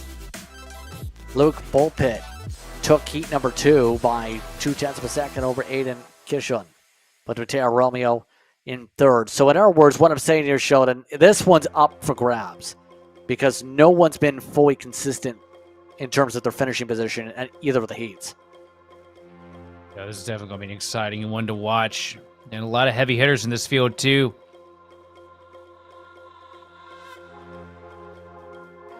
Teo Romeo is the one who's going to be the control card on the inside line for this start. His green 93 will lead the field down and through the course. Their final, by the way, only 10 laps. They have the only final. That'll be that distance later on today when we go to the finals, brought to you by Kit Kart here at Goodwood. So who are you thinking on this one? Throw a name on a dartboard and pick that name? I got to go with Mateo, man. He's had so much pace. That's selling a lot of these guys short, though. Ricky Ramden's shown a lot of pace today. I mean, you can't count out Yusuf Adi. Thomas Dew, another one. I mean, it's just this whole field. This is probably the most stacked cadet race I think I've seen. Yeah, large field here, 28 carts ready to roll. They're already green, green, green. See if that start stands. It was a little bit early on the jump, and it looks like it will. Underway with a good launch up front for Romeo, Thomas Dew, Aiden Kishin, along with Luke Burpitt. Burpitt was the monster top 4. Ricky Ramden and Tristan Francisco started top 6. We have a crash at the back of the field. At least one kart slips its way off the racetrack. The rest of the field keeps on going.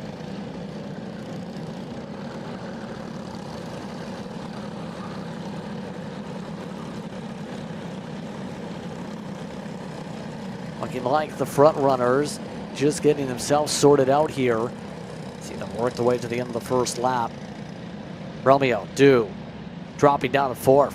Kishon jumping up to 2nd. Burpitt jumping up to 3rd amongst this pack. So keep an eye on those karts. The 80 machine, already a heat winner here today. Showing the heat as missing the corner is Romeo. Romeo misses heavy there and pays a massive price for it. Falls from 1st to 4th in one corner. Handing the lead over to Kishin. Yeah, that was a massive swing to the outside of that circumstance there, Sheldon. Just opened the door, like wide open by about a country mile. And now, Aiden Kishin, Luke Burpitt trying to battle it out up front. How patient will they remain? Thomas Dew now with 3rd as well. It's a 3-car breakaway.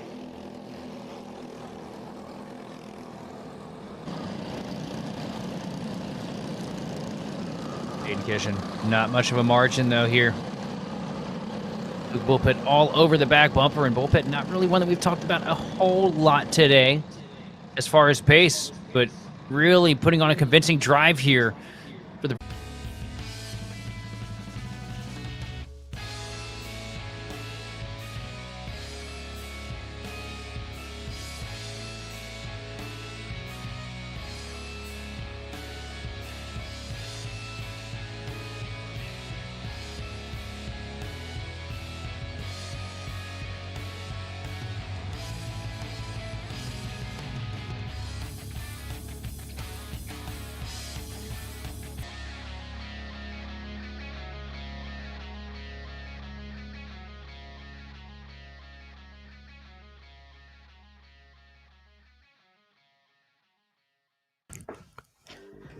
Apologize once again, had some technical difficulties to close out that run there as we finish up that run. Briggs Cadet just finishing up with the pre-final, going to Aiden Kishin by a 10th of a second over Luke Burpitt. Thomas Dew, Mateo Romeo, and Ricky Ramden were the top 5 there. Now up is Briggs Jr Lite. And this should see a little bit of craziness up at the front. Roy Chain starts things off alongside Million has Roddy. Robert Trunchny also up at the front and will restart again. So Roy Chain, Robert Tronchi, along with Millian Hazrati, Lucas Ferrante, along with Marco Fazzari, followed by Alessandro Cadimi, Cameron Conrad in 7th, Francesca Alpinelli, then Asher Bavon down in 9th, Noah Anderson gets 10th position for the starting order. Followed in the order this time by Jacob Creed and Luca Favea. Then Valentino Alpinelli, Casper Kitchell, along with Tommy Farasalis, Ty Neville, Benjamin Wolcott, Nathaniel Prevenis, Jean-Maria El Haddad, Carter Bordeaux, should say, with Cody Shaw in the back, Liam Elliott, Zachary Dinshu. Green, green, green. And now we rumble again, and we'll do this again, Sheldon. 2 times yellow flag comes out. So not clean starts going on here.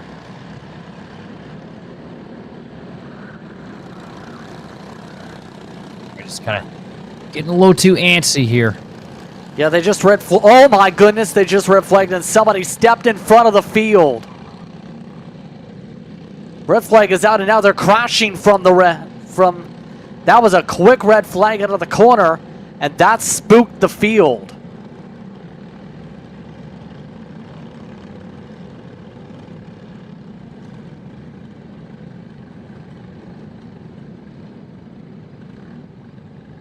So red flag is out, trying to get as much information as possible there. The field immediately told to red flag it once again here in the Briggs Jr Lights.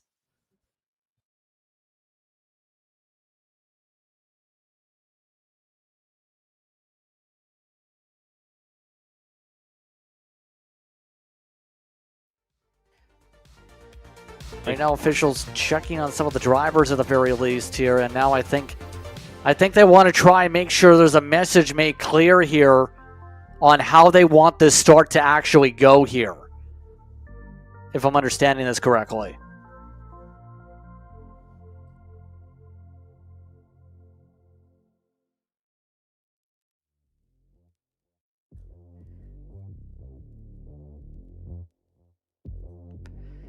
Yeah, they're going to have to resort things out here once again. They already have technically burned 2 laps, if the math is correct here, with 2 false starts.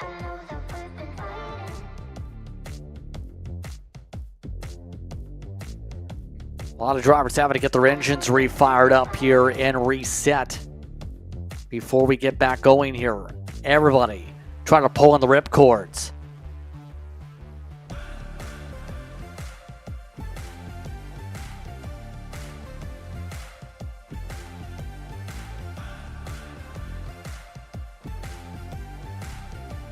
So credit to the track crew here, though, at Goodwood. They've done an incredible job handling anything that comes their way here today in a timely and well-organized manner. That was a quick red flag. Again, don't believe that was incident again. I think it had something to do with the fact we had 2 false starts. So we're going to try this again. And, oh boy, they're already 3 wide. All sorts of discombobulation. The outside might have got the better jump there. Will this one stand? It will. So a chaotic beginning here as some drivers go wide at the back of the field. My goodness, Roy Chain losing a lot of ground as a result of the bad starts and now having to start in the middle of the field. Tronchi right now with the advantage over the field.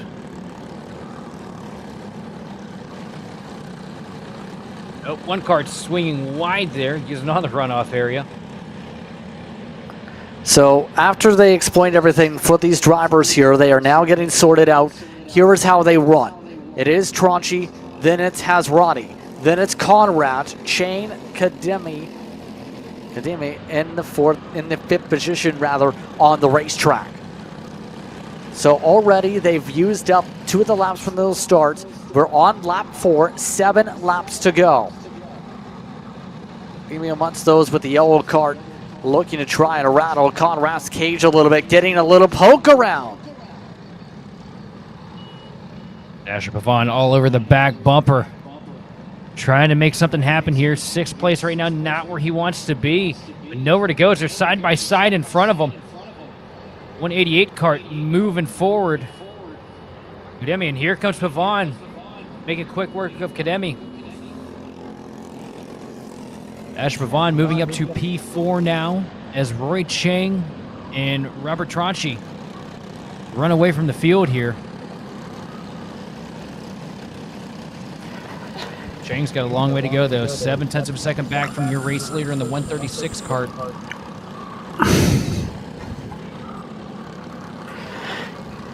Yeah, right now Hazrati has gone into this pack also. First real major time we've seen Milan in this main group. On trying to keep up right now as they come to the halfway point this time through.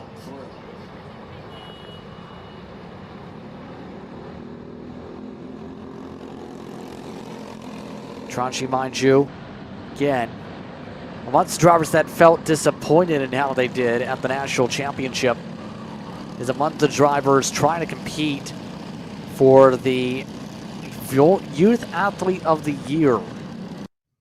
One of the awards going on that involves some magazine covers and magazine campaigns that a lot of people have been trying to promote for lately. Looking to gain things up. Has also been making some gains after what happened at Rockfest round 2 recently for their respective races. So we've seen Tranchi pick things up. Robert Tranchi Jr. doing a good job here today as they keep on getting closing up his chain. He's now on the rear end looking to take the race lead away. No move yet, but Chain is there. Chain all over the back bumper of Tranchi, running great lap times. Really closed that advantage fast here. It's just about a second separating them at one point. Now he is right off of the back bumper. Oh, we have one cart way off the track. Yeah, back of the field having a bit of chaos there. We get squared away again up front.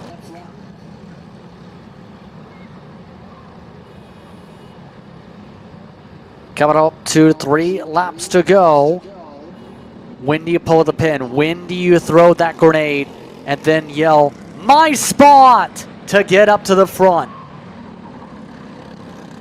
As far separated as these guys are, and I feel like Tranchi might be holding Chang up a little bit. We saw how fast Roy Chang was closing that advantage. If I'm Roy Chang, I'm trying to get this spot as soon as possible because I think I might be just a little bit better than Tranchi. And you've got 3rd place, Hazrati, starting to close in the advantage as well. You don't want this to be a 3-man race. You want to just go out there and take it.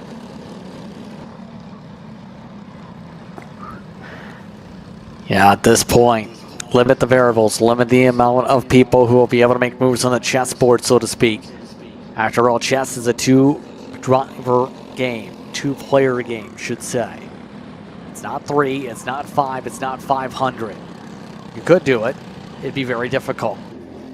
But it's about limiting the difficulty as well for Chain. Right now, no lunges yet. Still falling wheel to wheel on the setup. Looking to let Tranchi pull him around the racetrack. Coming up to the white flag this time through. As they still work their way to the hairpins. We've seen the run up to the final chicane be a send spot here today. Will that be a send spot here? Not yet. In fact, Tranchi going a little bit lower to block it off, coming to the white.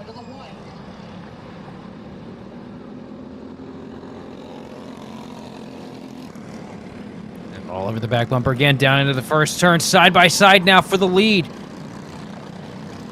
Here comes Chang, Tranchi trying to switch back to him though. Tranchi now sets up Chain on the slunge. Chain squeezes back. Tranchi forced to push off. Tranchi loses the lead coming around the final 2 sectors. Chain now builds up a big buffer. Now, as Ronnie now focused on trying to take away another spot, gain some more points. Tranchi spends more time defending for second as Roy Chain takes the lead back and gets the pre-final in Briggs Jr Lite. Took them all race to get the job done, but Roy Chang going to bring home the checkered flag and the points here for the pre-final. And he's going to beat Robert Tranchi to line over Milan Hazrati, Asher Pavan, Alessandro Kudimi, Lucas Ferranti, Marco Fazzari, Cameron Conrath, Francesca Alpini, and Cody Shaw. Round your top 10 here. What a great battle we saw between those two. Some great battling going on there, and now we get ready for what will be our penultimate pre-final for the scheduled rotation. That would be the Briggs Juniors coming up.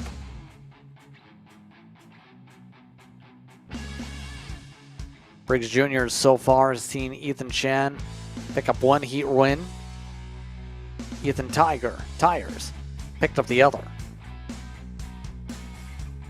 Remember, Ethan Chan was a DNF in heat number 2 to really flip the metric in general. I'll see them towards the mid-pack in theory if you average it out. Here we go. We'll see where they line up in the next moment or so. So waiting amongst those, we can tell you, we'll be up at the front on the outside at least. We'll be looking for a good launch here. Oh, and we're crashing on the warm-up. Oh, big stack up here. And it looks like somebody's lost a bumper. Yeah, somebody's front nose is shredded off. Oh, more carts around. What is going on here? This is the warm-up lap. They still have to double up, and at least 5-6 carts have had some sort of issue coming up to set for the double up.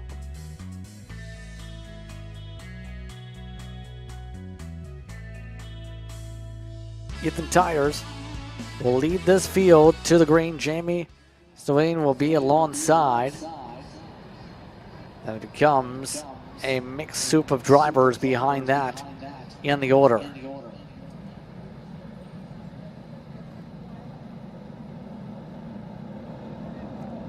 Coming up to the start. Green, green, green. And we're underway. You're even on the start. Really good launch from the outside line there. Tires and Stewine going to be dead even coming into the first turn. A couple carts around. You see the yellow flag getting waved there through the first sector. On the carts was the 211 machine. That From is the pack though. Tires versus Stewine. Yep, that is Nico Picerno, who had some issues back in the back of the field.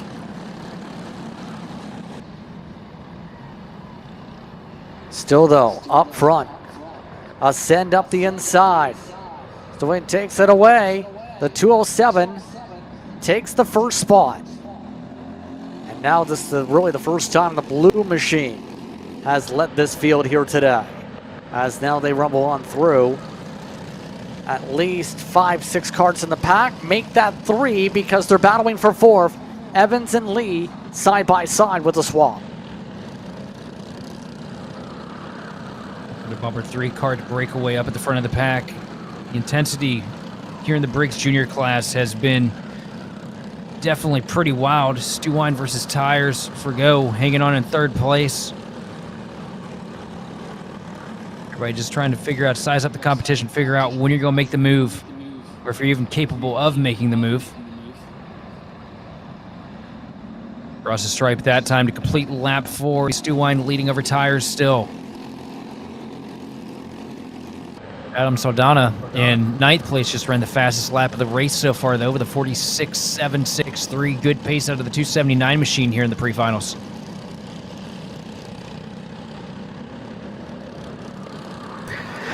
Brilliant job so far early on in the marching band.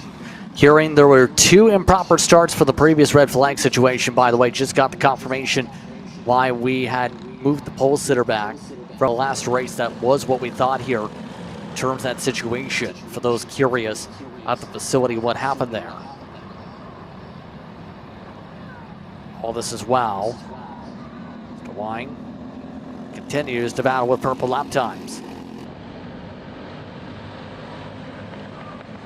all this as well. Some sends going on for second. Joe jumps up to P2. The 208 says vamos.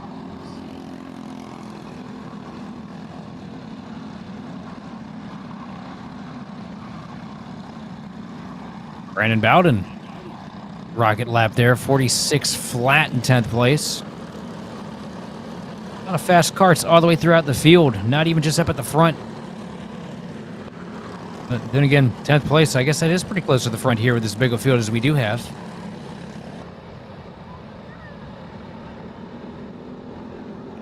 Yeah, absolutely. Late for go, losing the advantage that time across the line over Jamie Stewine. Bring down to 2/10. Pass to the bottom, a little bit of contact. One kart off track through the first turn and a battle for the lead. And it looks like Stewine get overtaken there. No, he did not yet. He still holds on in front. Ergo still falls on behind tires in the third position as we go. Now a push now from the 208 machine. Trying to pressurize some mistakes. Still 6 to go in the pre-final coming up here. And again, the championship battle when it comes to Briggs Jr. A lot of these drivers had plenty of starters, but it was Ethan Chen who needed to gain points here. He is right now back to 11th on his recovery. Ergo needs to get the race lead and hold on to it to help his championship and do something here as they are still bumper to bumper to bumper. I'll tell you what, it's an any-man race up here at the front of the pack. All three of these karts could walk home with it. And it's about to start getting aggressive here as we are just reaching halfway.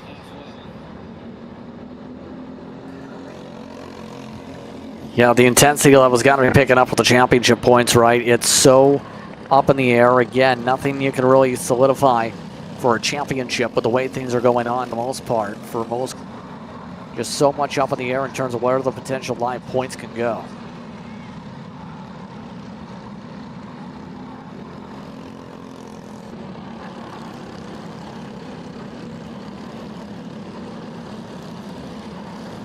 And all these drivers at this point, just all they can really say and do is try and go, try and move forward, try and set up something, anything. Want any chance for the title fight. Right now, 3 laps to go on the board, 3 laps to go on the timing boards at the racetrack.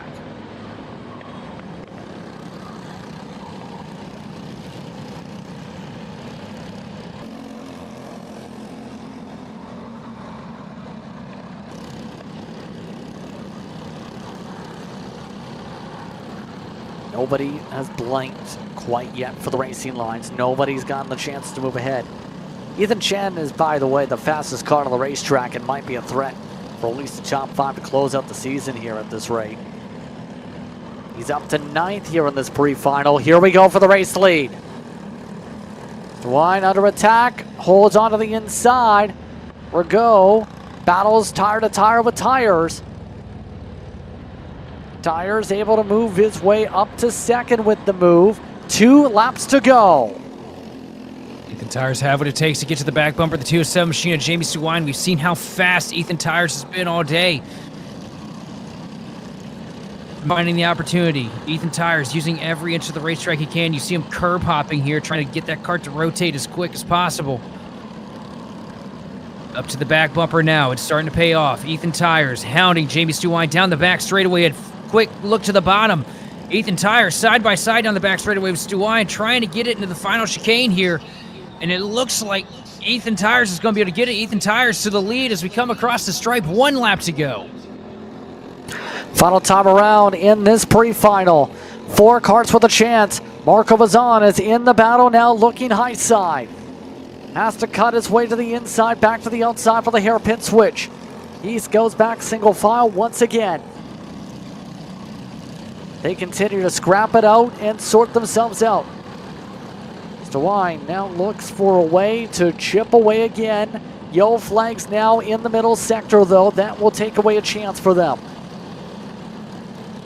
Now one more chance. Will DeWine get close enough to pull?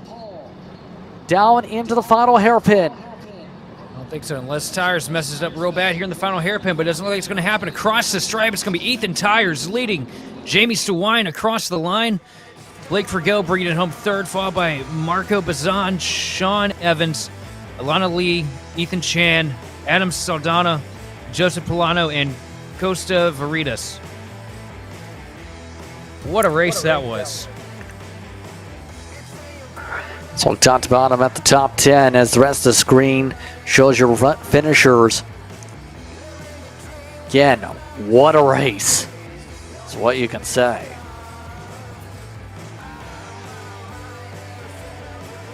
And now we get set up for our next group of drivers to hit the racetrack. According to the schedule, is Briggs Sr. Originally, that was supposed to be Group B and C. Instead, it's the full group. The full field is ready to jumble and rumble. See some of the adjustments being made by some of the drivers here before we get going for this final, pre-final. Chamorro, remember, led the way in the field last time. David Barnes still had some good speed. If with speed 3, that's why he's amongst the front runners here coming up. You were going to say? I was say, look at the turnout here from the fans. The stands getting packed pretty full here.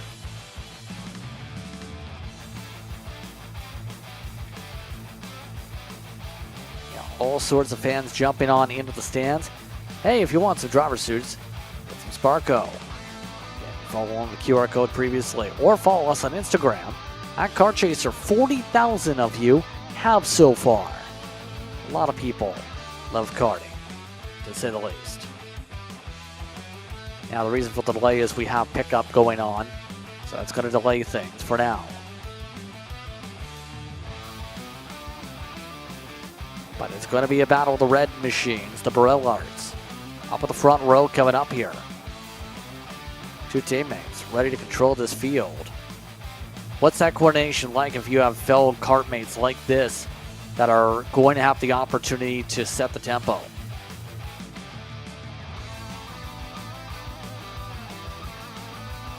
You don't want to go out there and, mess up a teammate, but you also don't want to give up the opportunity for a win. You race, in most cases, you end up racing teammates just as hard as you would anybody else. A little flair for respect. You think a little bit more bigger picture, but at the end of the day, it's the team doesn't hold the trophy together so much as the driver does. Again, we'll see the 316 Logan Paxa lead the way. And Barnes now will be starting next to him on this lineup. Again, how are things in the championship?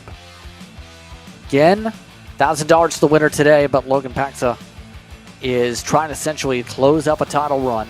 If he can hold on up front, get some points, outscore Jaden Harry, who has not had the best of days so far. A great opportunity is what I'm saying here to lock things up, or at least virtual lock it, by the time we get to the final here for the night race.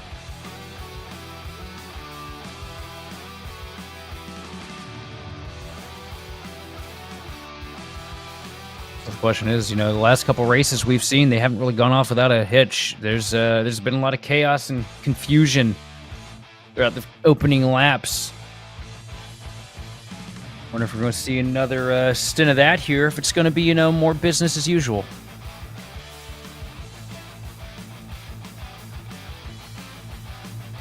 It's a lot of unpredictiveness when it comes to what we could see absolutely as we get ready to go. Field's now on the racetrack. Here we go. Sheldon. I was going to say, you see those young kids up there against the chain link fence watching these cars come off to start the grid. And Don't be surprised if in a handful of years, you see some of them behind the wheel too. This is where that bug really gets started for a lot of young racers. It's just going to the local kart track or your local short track and watching your friends, your family, people that you actually know go out there and run laps. That's where that, addiction that all of us race fans and drivers have ends up, getting started. Field doubling up here and getting sorted out. Remember, stick around after this because the Kid Kart Final will feature the entire field ready to go for 8 laps before we go to a sunset break. That's where the Kid Kart podium will be, and the Uxbridge Hospital charity presentation will take place. Coming up through the track.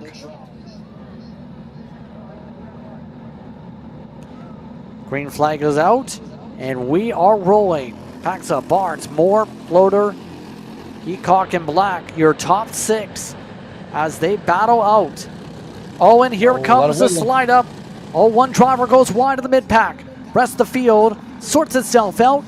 The orange cart, Heacock amongst those, trying to battle out up front as the red machines sort themselves out.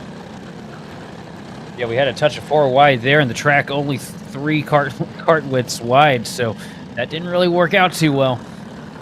Right now, Paxa trying to make something happen here as he's got the lead at the moment.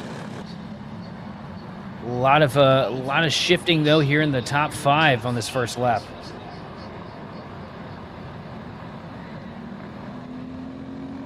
Yeah, already a lot of shuffle. David Barnes is the one in the orange, should say, up to 3rd. We haven't mentioned David Barnes too much here today. Should I say Heacock? Yeah, it is Heacock. Getting my numbers mixed up here on the racetrack. But the top driver starting to really separate out. The middle of the pack has a lot of sparring going on with some of those drivers as they roll here. Logan Paxa not able to breathe easy right now. Eric Moore all over the back bumper of that machine as he works on the back straightaway here. David Barnes just within spitting distance of your race leaders.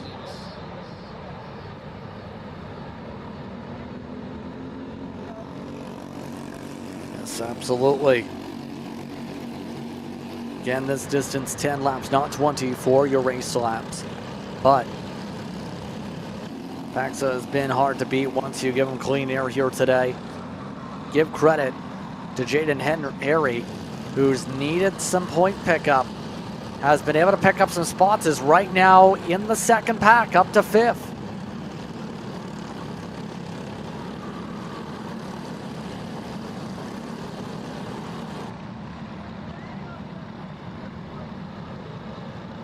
That's a great shot right there. You can see the racing all over this track. Not a single position in this field that isn't being contested by somebody right now.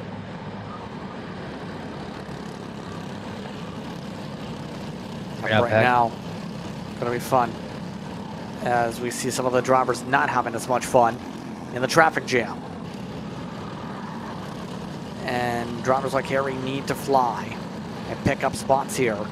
They want a true shot here. All sorts of lineup. Morrow's back there, Hill's back there. A lot of the drivers we see in front, some of these heats, still marred in traffic.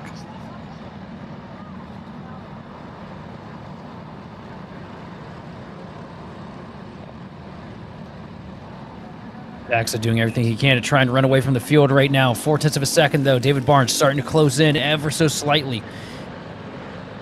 And Eric Moore right off the bumper of Barnes, just a 10th back. 2nd place. Most of the field kind of strung out right now, single file. A lot of carts kind of log jammed together.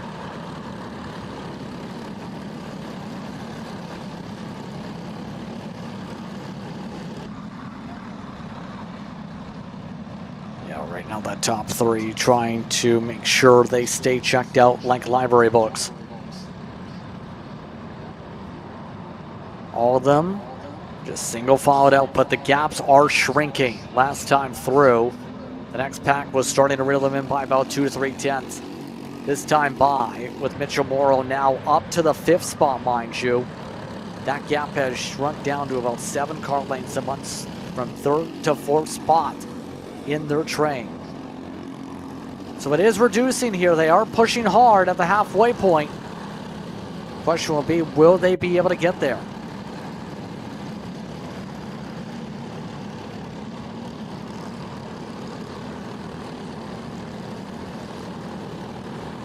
All backed up here at the front. It's about to get interesting here as we get into the closing laps.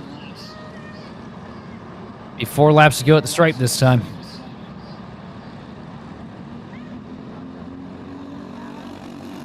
Three karts under a blanket led by Logan Paxa.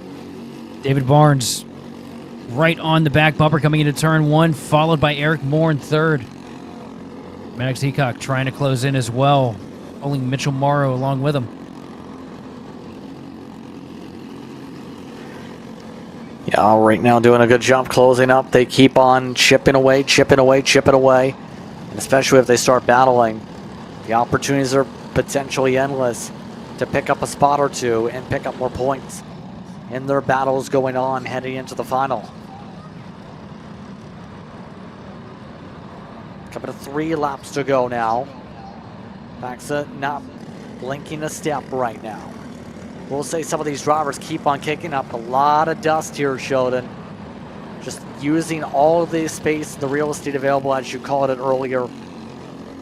Not too much on the front, but some of these drivers towards the mid-pack are making those minor slip-ups that cost you an extra 10th or 2. At this point, you just don't want to make any mistakes. You want to stay right in line. You want to set yourself up to make that closing pass.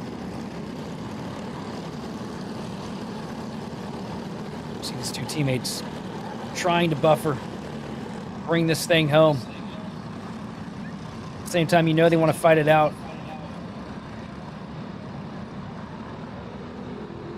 Across the stripe here, 2 laps to go. The Briggs Sr Pre-Final. Just 2 more times around for this field. Moore, last time through, set the fastest lap of the race in the 45 flats.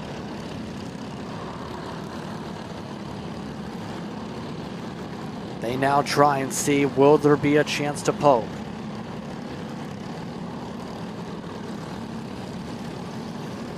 Still nothing going and doing in this fight.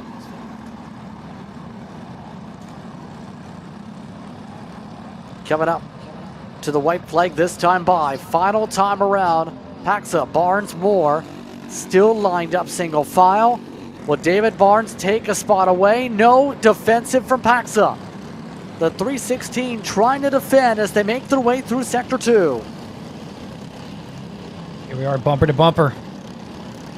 Into the closing stages here. Last lap, last couple of corners. This is the only shot you got. A little bit of a miss there from David Barnes. Loses a little bit of time. That solidifies Paxa a little more here with the lead, but here comes Barnes trying to fire it off the corner.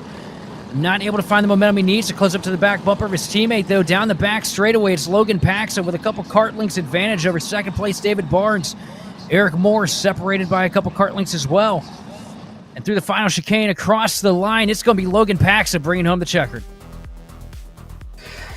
Logan Paxa able to get the pre-final victory, and that's going to really help the championship. Jaden Harry finished all the way down in 8th. You can just about put a lock in for a title right there, depending on how things go. It's going exactly how the 316 wants it. David Barnes, Eric Moore, the top 3. Maddox Heacock, along with Mitchell Moore, the top 5. Logan Ploder, Jacob Hill, Jaden Harry, Michael Ing, and Elijah Josie are in the top 10 in this field.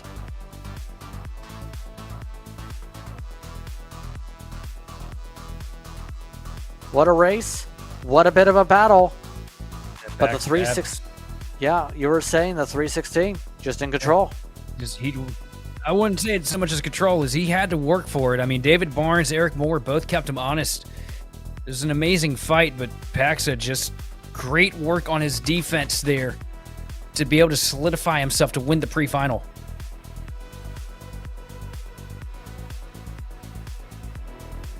And the fans continue to pile into the grandstands In the words of David Paxa, they see title is done.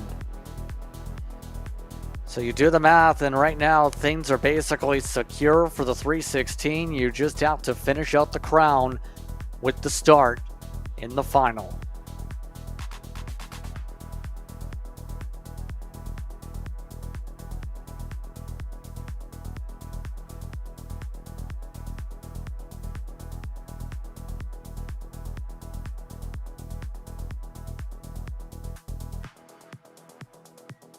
So all the kid karts now coming onto the racetrack. This is the Kid Kart Final. And Sheldon, we've seen how wild things were for Kid Kart before. Are you ready to see what they do for 8 laps, especially with the comers and goers? Certainly expecting a little touch of chaos. Remember how difficult the initial start was for these guys earlier. Hoping they can have a little bit better of a launch on it here. But this is one that you definitely you can't call this one before it starts, because it's a huge field, a lot of drivers in different paces, and we saw last race how detrimental lap traffic can be to winning.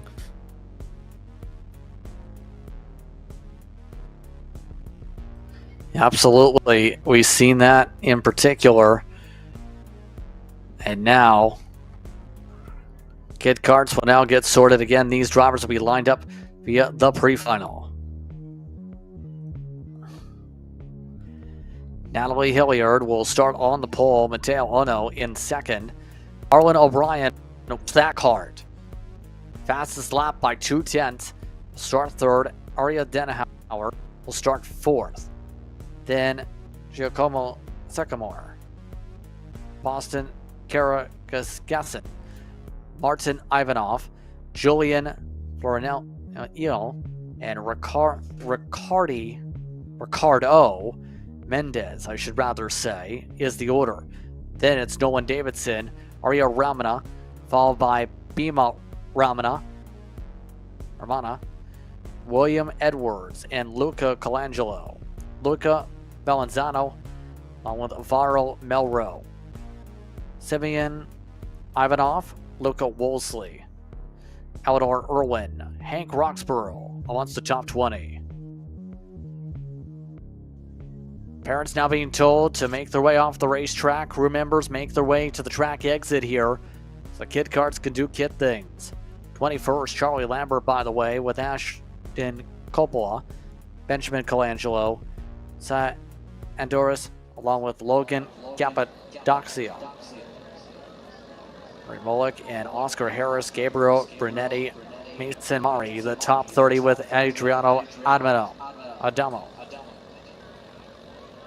Crew members and parents getting the last thumbs up check with all the drivers to make sure they are comfortable and ready to go for 8 laps. It's Kid Kart. Are you excited to see some? Let's find out. The 4 to 7-year-olds ready to battle to see who gets themselves a win. We're underway, and the field quickly zips its way around.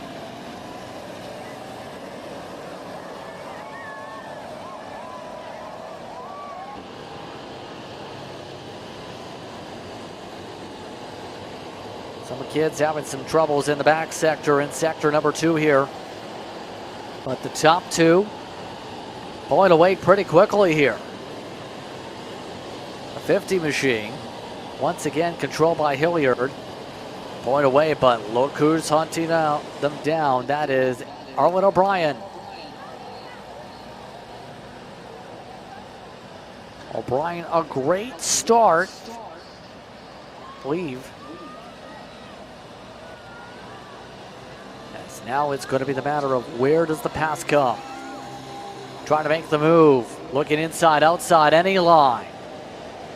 Now looking to the inside to full throttle it, try and see if it sticks. Back to the outside, back to single file.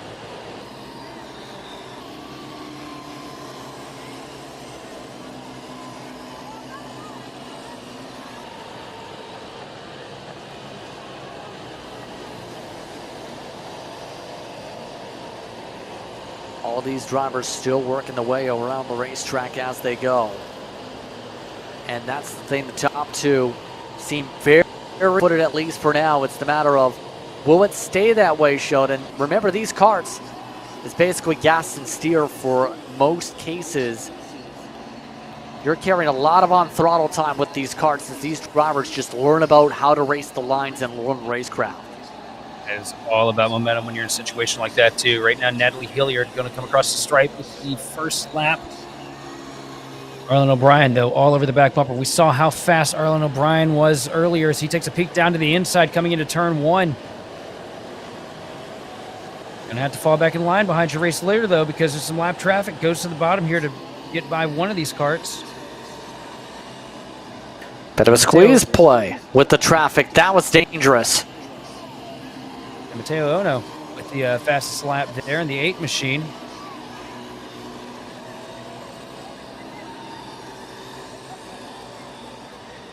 Yeah, right now the 50 is still controlling this field. And that's the thing about when it's a hornet's nest like this. It's so difficult to make sure you get your way through cleanly. Here comes O'Brien's run to the outside. O'Brien now trying to squeeze with lap traffic. Lap traffic moves. O'Brien tries to go deeper into the corner. Hilliard still parks it. Natalie trying to hold firm on the inside line. O'Brien, no space to dive to the inside quite yet. 6 laps to go in this Kid Kart Final.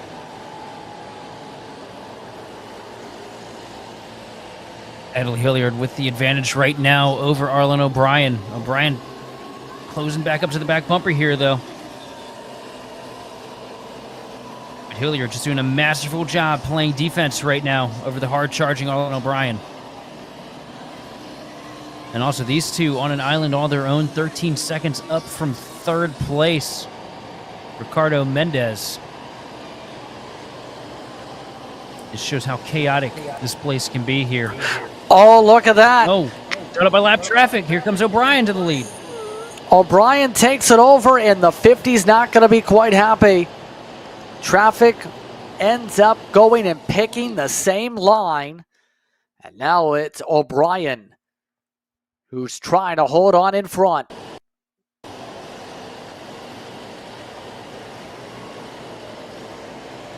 Working the way through the opening corners here. Down loss for Natalie Hilliard on the racetrack here. Which scoring is up top right now? I wonder what happened to Arlen there. 12 to Natalie Hilliard's 103. That lap by. Missed something, maybe caught up in lap traffic too. Something weird going on there. Ono as well on the scoring. Things get sorted out here. 5 laps to go.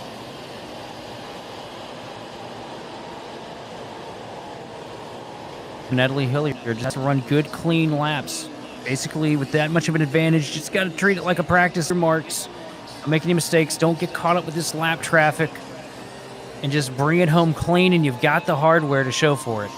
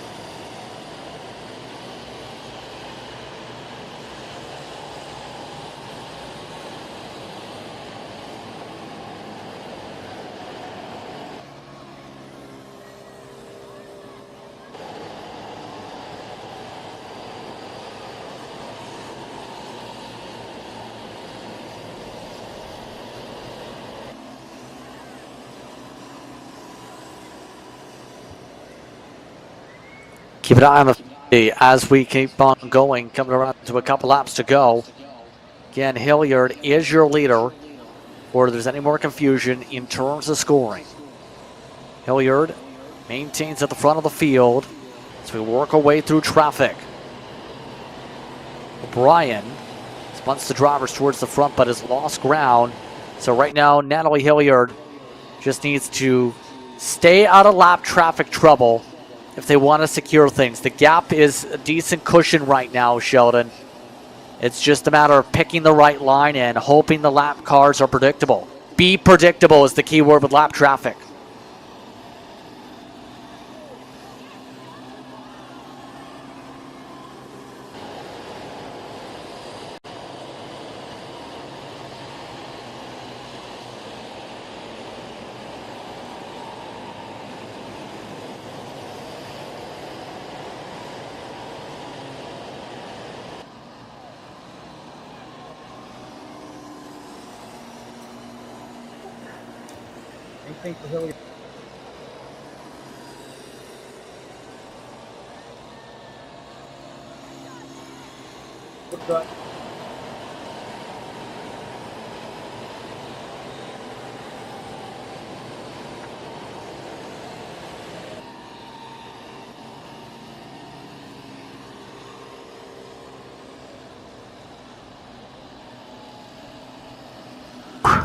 Just has worked her way quickly. She controls things up at the front of the field. Natalie Hilliard, one of the regulars when it comes to this type of racing. She's also a part of the club that wants to be a race car driver when she grows up. Lots of drivers off the racetrack to Dodge. Made it clear that one of her favorite things to do is drive the kart, as well as playing hockey and riding her bike. And right now she's ready to ride off to a top step of the podium. The Scarborough, Ontario-based driver Natalie Hilliard makes her way through the final corners. Natalie Hilliard keeps it clean on last lap and takes the Kid Kart Final. What a great run for Natalie Hilliard. Cross the line to take the checkered flag here. And just tremendous racecraft out of such a young driver. That right there, that's what, won her this race. Just really methodical, working through the lap traffic, working through all the chaos. That combined with, good enough pace, that's how you get the job done. Didn't put a tire the wrong way from the drop of the green flag.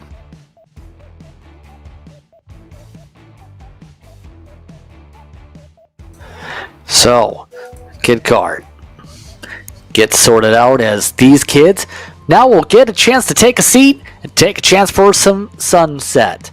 We'll take the sunset break now. When we come back, more coverage. You're watching the Uxbridge Hospital Charity Race presented by Green Infrastructure Partners. Under break here from Goodwood.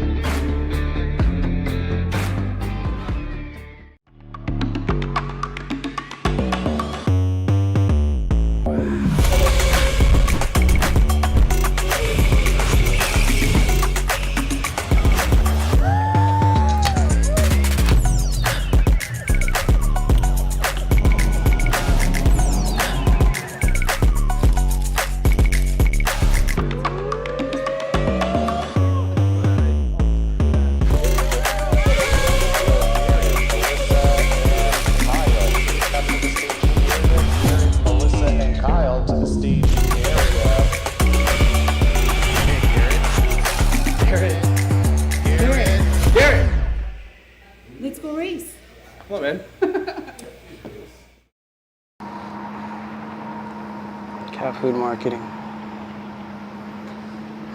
$9.99 a month. Dude, Caleb, wake up. Dude, we're live in 5 minutes. Let's go. Come on. What are you doing? Dude, I'm so sorry. Xander had me in a cat food marketing meeting till like 2 a.m. last night. Come on, man. Do you have anything I can drink? Dude, I got the perfect thing for you. Perico. It's a healthy energy drink alternative. Perico, non-GMO, gluten-free, kosher, magnesium, B12, B6, Yeah, it's good. B5, biotin, and zero sugar? Pericazo! Try Perico, made with natural ingredients, organic caffeine, and supports your metabolism. Try the new official energy drink of Kart Chaser.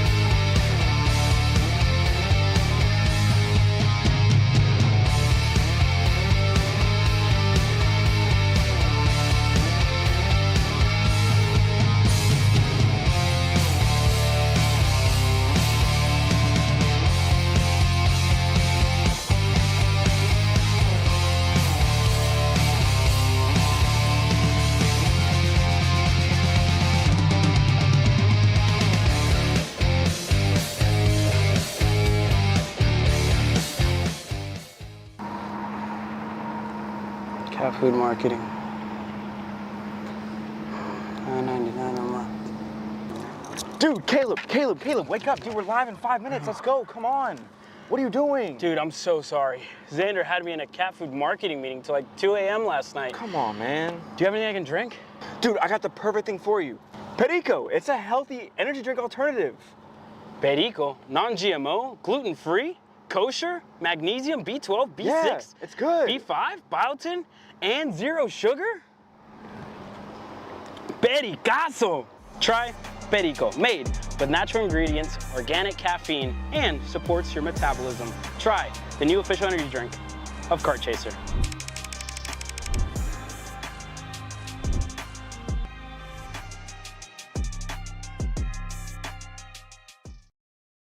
This is Henry. Henry feels sad.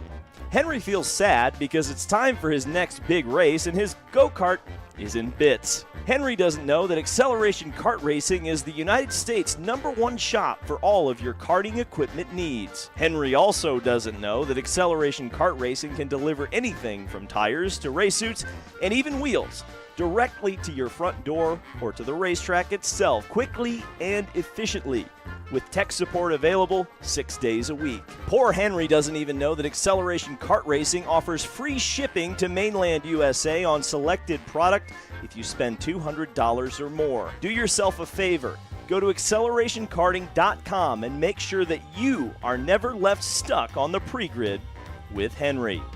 Be smart and don't be like Henry.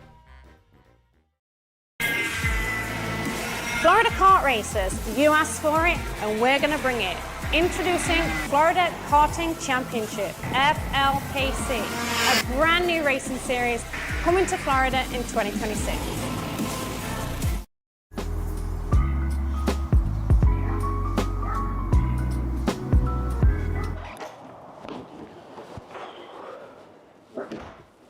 Hey, what's up, Caleb? What's up, Brandon? You sound defeated. A long day at the office? Yeah, got stuck at a cat food marketing meeting for like 3 hours. I don't know a thing about cat food, and I don't even work in marketing. And then I got sent on a coffee run like I was some sort of intern. Then at the end of the day, when I want to go get gas, I just realized everything is so darn expensive nowadays, man. Yeah, you got that right. Like, do you have any idea how much we're spending on Netflix? It's like 20 bucks a month. Do you know how much we're spending on cable? That's like 50 bucks a month. You know what isn't expensive? Tell me. Kart Chaser Premium. For only $9.99 a month, you can watch all the American karting action live from coast to coast. Subscribe and become a member today.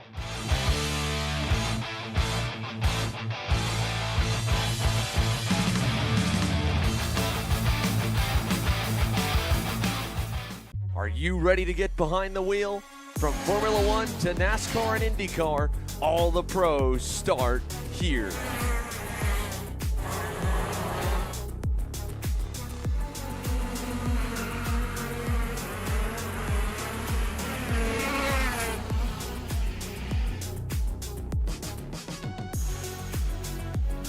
For more information, check us out online at mcckarting.com or call us and go racing today. Are you stuck with your kart racing? Not sure the ideal kart setup? Or going to a track for the first time? Well, Kart Class has the answers for you. Our online portal has a wealth of experience and knowledge to help your kart racing. From kart setup advice to track guides that are targeted specifically to your circuit, or the driver coaching aspect with mindset, racecraft and driving techniques. If you want to take your karting to the next level, visit us at kartclass.com.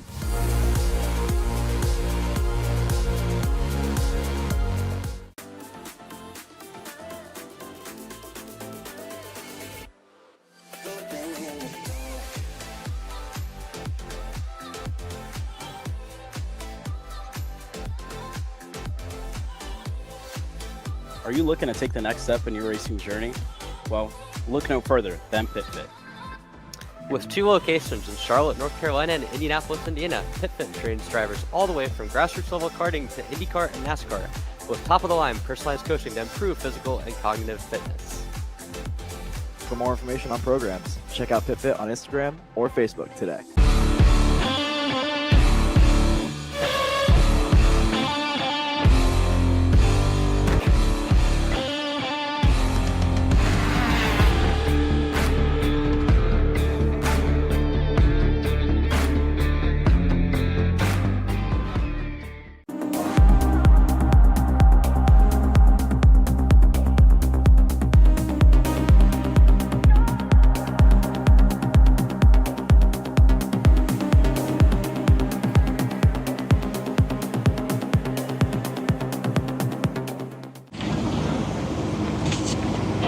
What are you doing? It's got my new Greyhound seat. You don't even have a cart.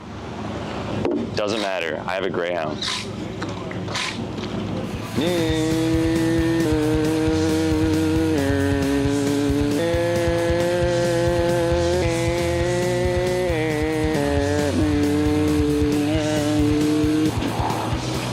Is Kyle Kyle Cuthbertson doesn't even have a go-kart.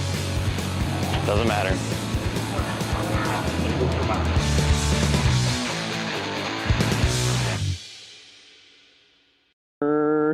Cuthbertson through on Turney. Turney in the dirt. Cat food marketing. $9.99 a month. Dude, Caleb, wake up. Dude, we're live in 5 minutes. Let's go. Come on.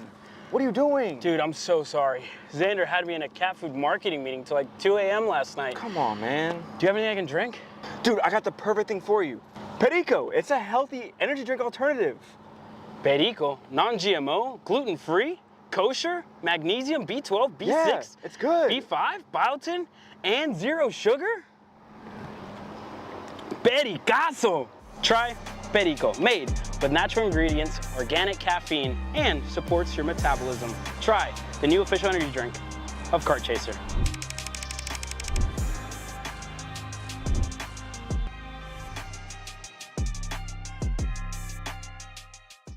Looking to save the memories from this race weekend? CKN Photo Packages offer a minimum of 15 professional level shots of your favorite driver on and off the track, and a complimentary 13x19 official event print. Head to CanadianKartingNews.com/store to order yours today.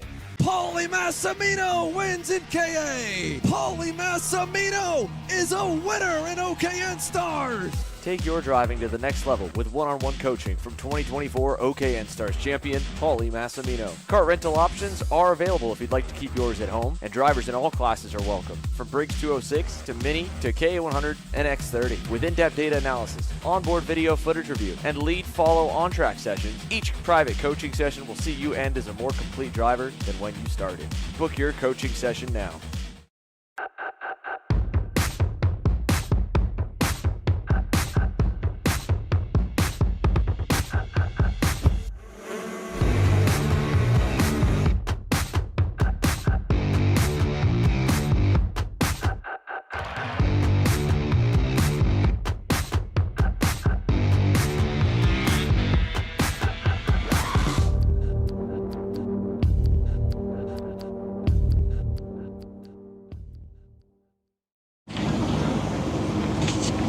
Kyle, what are you doing? It's got my new Greyhound seat. You don't even have a cart. Doesn't matter. I have a Greyhound.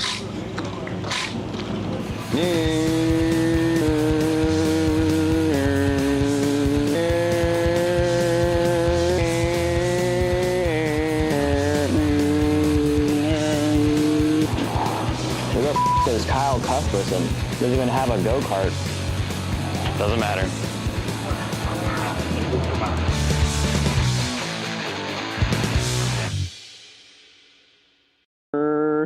Cuthbertson through on Turney. Turney in the dirt. Paulie Massimino wins the Wisconsin Grand Prix. James Overbeck on start number 2 gets win number 1 in OKN Stars. On track or off, Brandon Jarsekrak Racing delivers elite performance. Led by 4-time Pro National Champion Brandon Jarsekrak, our team masters driver coaching, data-driven analysis, and mechanical precision at every national event. Contact us today at BrandonJarsekrakRacing.com. Florida kart racers, you asked for it and we're going to bring it. Introducing Florida Karting Championship, FLKC, a brand new racing series coming to Florida in 2026. You know, I'm really starting to like this go-karting thing. Yeah, me too. Oh my gosh, can I show you this cute dress I just got? Yes, of course.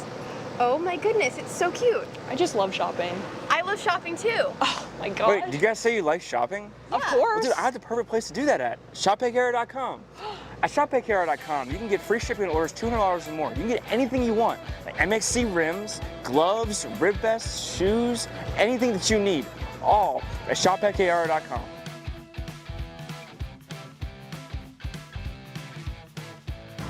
Who is he talking to? No idea. But we're gonna have to check it out. Sounds like a great deal. Sure does.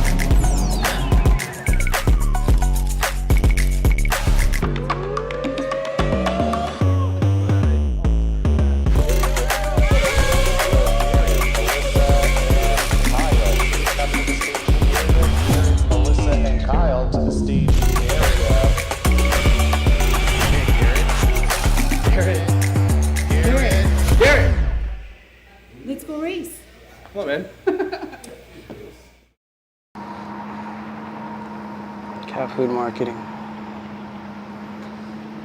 $9.99 a month. Dude, Caleb, wake up. Dude, we're live in 5 minutes. Let's go, come on. What are you doing? Dude, I'm so sorry. Xander had me in a cat food marketing meeting till like 2 a.m. last night. Come on, man. Do you have anything I can drink? Dude, I got the perfect thing for you. Perico, it's a healthy energy drink alternative. Perico, non-GMO, gluten-free, kosher, magnesium, B12, B6, Yeah, it's good. B5, biotin, and 0 sugar? Pericazo! Try Perico, made with natural ingredients, organic caffeine, and supports your metabolism. Try the new official energy drink of Kart Chaser.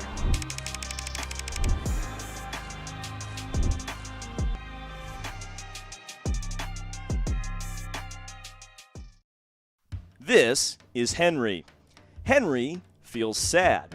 Henry feels sad because it's time for his next big race and his go-kart is in bits. Henry doesn't know that Acceleration Kart Racing is the United States' #1 shop for all of your karting equipment needs. Henry also doesn't know that Acceleration Kart Racing can deliver anything from tires to race suits and even wheels directly to your front door or to the racetrack itself quickly and efficiently, with tech support available 6 days a week. Poor Henry doesn't even know that Acceleration Kart Racing offers free shipping to mainland USA on selected product if you spend $200 or more. Do yourself a favor. Go to accelerationkarting.com and make sure that you are never left stuck on the pre-grid with Henry.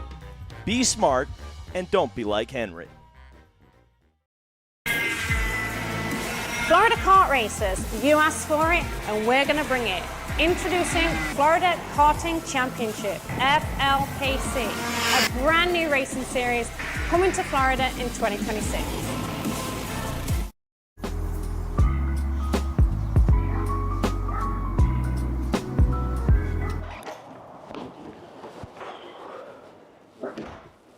Hey, what's up, Caleb? What's up, Brandon? You sound defeated. A long day at the office? Yeah, got stuck at a cat food marketing meeting for like 3 hours. I don't know a thing about cat food, and I don't even work in marketing. And then I got sent on a coffee run like I was some sort of intern. Then at the end of the day, when I want to go get gas, I just realized everything is so darn expensive nowadays, man. Yeah, you got that right. Like, do you have any idea how much we're spending on Netflix? It's like 20 bucks a month. Do you know how much we're spending on cable? That's like 50 bucks a month. But you know what isn't expensive? Tell me. Kart Chaser Premium. For only $9.99 a month, you can watch all the American karting action live from coast to coast. Subscribe and become a member today.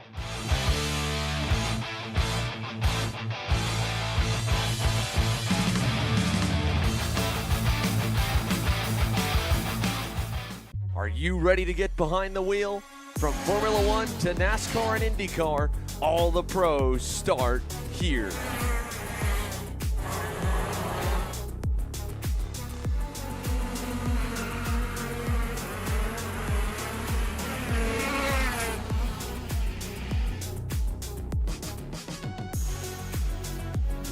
For more information, check us out online at mcckarting.com or call us and go racing today. Are you stuck with your kart racing? Not sure the ideal kart setup? Or going to a track for the first time? Well, Kart Class has the answers for you. Our online portal has a wealth of experience and knowledge to help your kart racing. From kart setup advice to track guides that are targeted specifically to your circuit, or the driver coaching aspect with mindset, racecraft and driving techniques. If you want to take your karting to the next level, visit us at kartclass.com.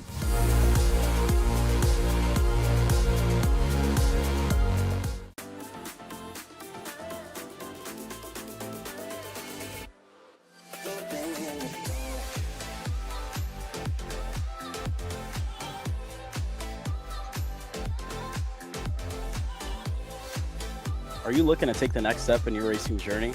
Well, look no further than PitFit. With 2 locations in Charlotte, North Carolina and Indianapolis, Indiana, PitFit trains drivers all the way from grassroots level karting to IndyCar and NASCAR, with top-of-the-line personalized coaching to improve physical and cognitive fitness. For more information on programs, check out PitFit on Instagram or Facebook today.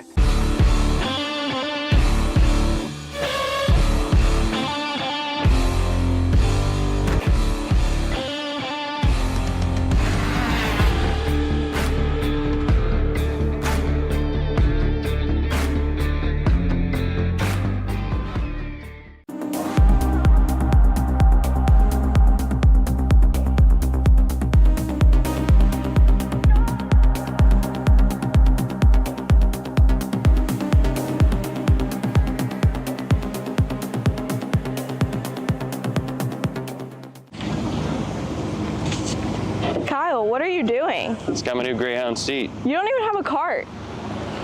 Doesn't matter. I have a Greyhound.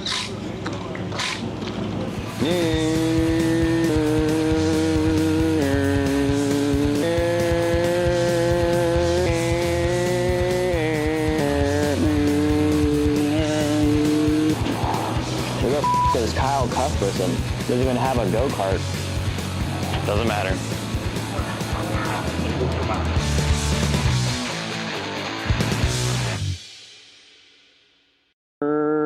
Cuthbertson through on Turney. Turney in the dirt. Cat food marketing. $9.99 a month. Dude, Caleb, wake up. Dude, we're live in 5 minutes. Let's go.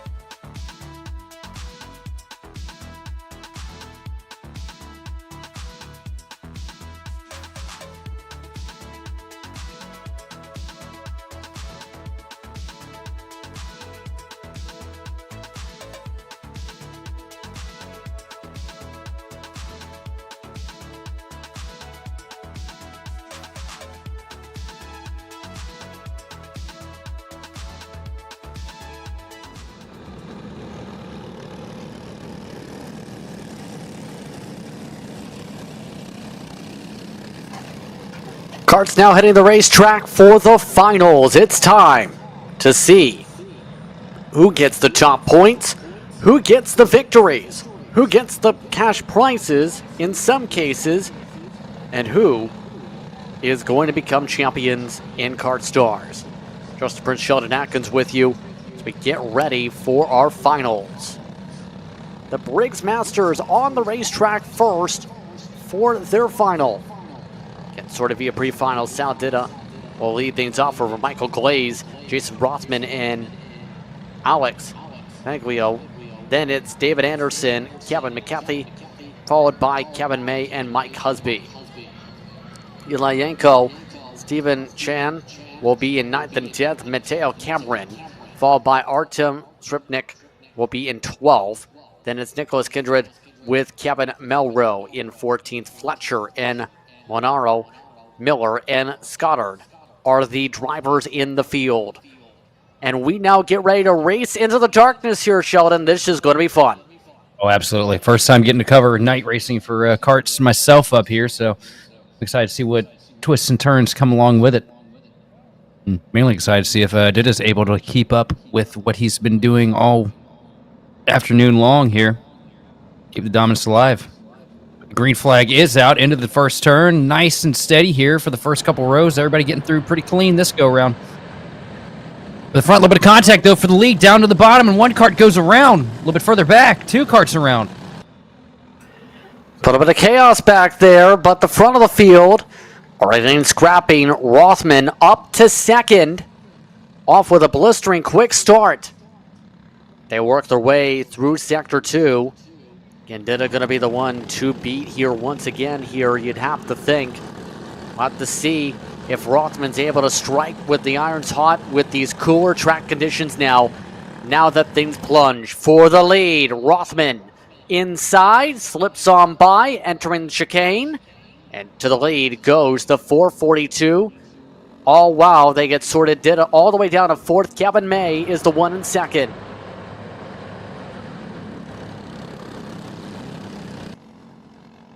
Great initial start there for Rothman to be able to take the lead away from Dida. Anderson hanging on in 3rd place right now over May. And McCarthy rounds out the top 5 right now. And everybody up here at the front just under a second apart from each other.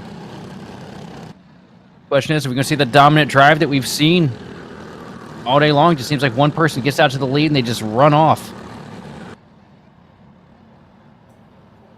Seen that all throughout this event, but there have been some challengers for race leads off and on throughout the day. And who knows, these conditions now going to be a little bit different compared to earlier where it was a little bit hotter out. Now, that darkness going to cool down this racetrack. Lights are turning on here at the racetrack also. Right now, they get themselves sorted out on track. As they zip around. Rothman, Dida, Anderson, May zip forward here.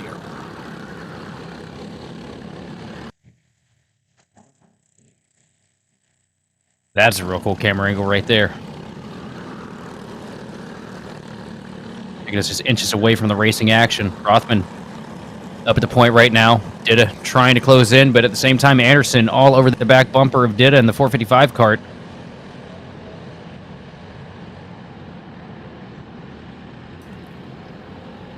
Yeah, nothing doing in terms of the changes yet, but you'd have to think that's going to happen. Maglio, by the way, shuffled all the way down to 6th from the launch, set the fastest lap that time by at speed. So there's still pace in the 471, just no track position to take advantage here. These Briggs Masters. Keep in mind, the championship also going to be something to think about for some of the battles. Lyanko is at the moment in position to lose points to May still again. And if my math would be right here, depending on how things fare out, Kevin May end up becoming the champion here. It's going to be important for the 470 to find something, anything. And down to the inside here for the lead. Here comes Dida. And it's going to be 3 wide almost. A little bit of contact and a huge block from Rothman to try and hold on to the lead. Gets a little bit of a punt into the first turn. Dead sideways, but keeps the kart pointed in the right direction. Rothman going to hold on strong here. But it is far from over. 5 laps out of 12 completed. And I don't think that's going to be the last time you're going to see these bumpers thrown like that. I don't think so either, especially with what's at stake for some of these drivers. Yanko, by the way, has moved up the ike. Michael Glaze was the one who got spun around early on in the run, all the way down to 10th position. All of them having some contact again. Dida Losing some ground, now hits the back end of Anderson, squeezing off the racetrack. Zavaglio, I believe, was the one off there. Did a shuffle to third. David Anderson able to squeak through to third. Second, rather. The gloves are off here. Now Anderson trying to make a move for the lead. All over the back bumper of Rothman here through the first sector. Pretty much pushing that kart around the track right now. Yeah, this has been some of the more aggressive battling for the race lead we've seen all day today. After Dida basically dominated things much of the day, things have definitely changed here. It has been shuffled all the way down into the heart of the pack. Rothman holds on, coming to the halfway point this time through. Zavaglio is on the charge. Keep an eye on the green 471. Fastest kart on the track at the moment, setting another purple lap time. And the 46.9s. These times going down a fair bit compared to earlier. Keep getting that too as the track starts to cool more and more. Down to the inside for second place. Here comes Zavaglio. Door to door with David Anderson. Not going to work out though. Anderson's going to hold on to second. Didn't work out at all, in fact, as a result there with that move. Looking low as these drivers ride their way through the hairpin. Dida, at the very least, is back up to third spot, back in the podium positions. On a huge side bomb down into the corner. Yeah, he took it to the inside. Dida wants the spots all back. Just one more spot to go for Dida to try and get this thing away, but Rothman putting together great laps up here at the front and just doing a great job being defensive. It's going to be hard for him to get by. Yeah, that's the tough thing right now. Rothman has been the hunter all race. Now he's the huntee, the hunted rather, to be able to try and move forward here.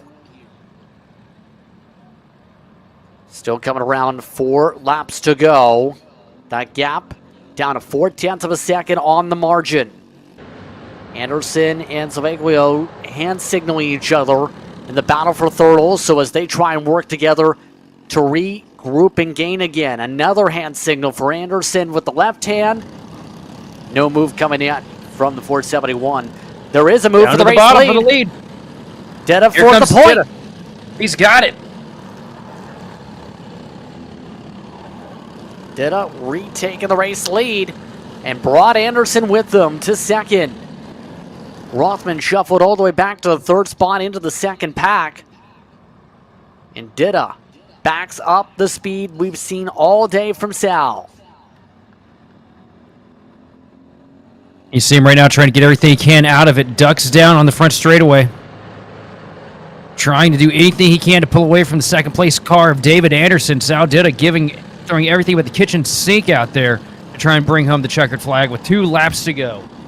Sorry, 3. Still a lot of time for something to change here. Rothman at the very least wanting to get on the podium. At least hold on to it. Keep in mind, May, who is in this pack, could very well be driving to the championship if things hold. 44 has outscored Yanko all day. And Yanko is not even in the top 10. It would be heartbreak to lose the championship on the final day here, Sheldon. Oh, absolutely it would. Just 2 laps to figure it all out, though. Not much time at all.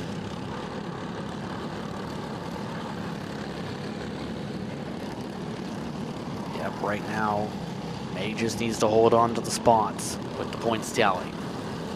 Just has to maintain. That's the important thing. Maintain, maintain, and more maintain. Dida starts to walk away now. 0.6 of a second separating him from second place. David Anderson last time across the line. This time, 0.5 though. Anderson reeling it back in ever so slightly. But this is the last chance.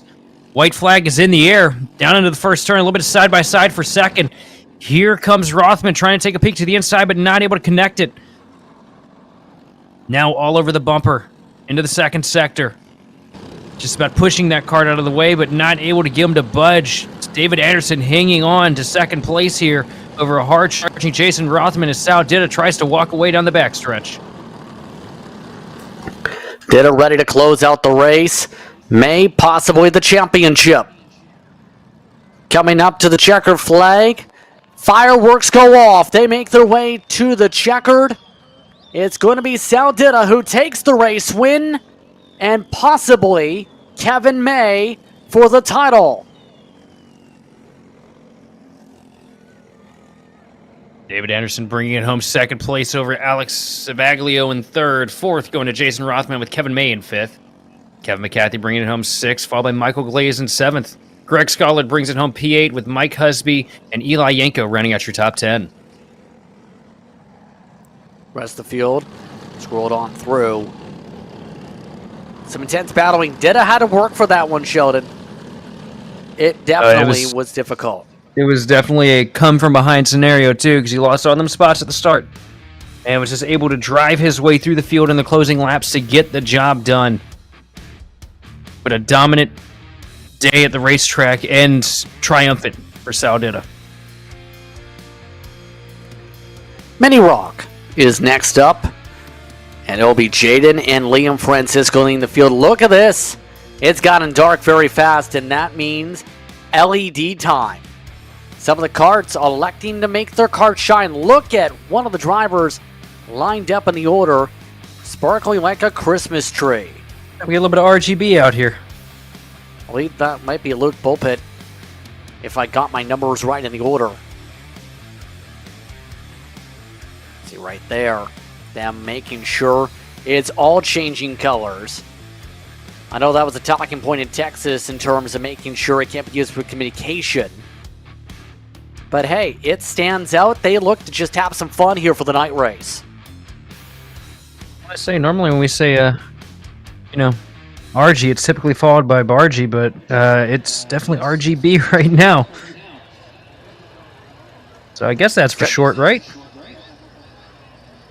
Yes, indeed, and check that is George Ho with that lineup if the order is correct. But it's Jaden and Liam Francisco, Thomas Dew, Christian, Damian Idis.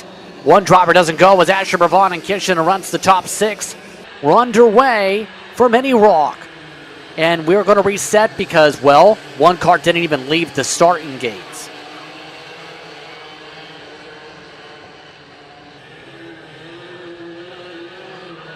That did not go to plan to start things off there for this field. Question I have coming into this one is, anybody have anything for Jaden and Liam Francisco as we see the kart that wasn't able to get rolling here? Trying to get a quick assist here to get back up to speed.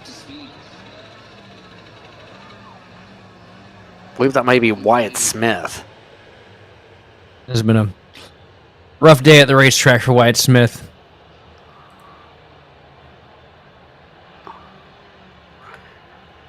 So we'll do this again. Down to 10 on the racetrack as a result of that issue. Lap 2 underway. Field zips its way through. Liam Francisco is getting swarmed all the way down to 4th, 5th spot in the opening corners. A disastrous start for the 14. All while Asher Bavon trying to go to second, instead will settle for third to start.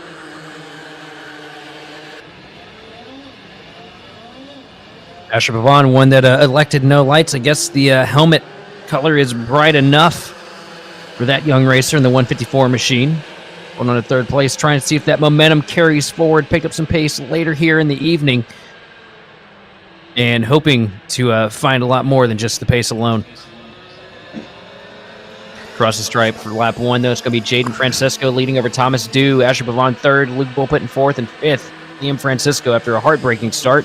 Asher Bavon now sliding into second place, taking the spot away from Thomas Dew.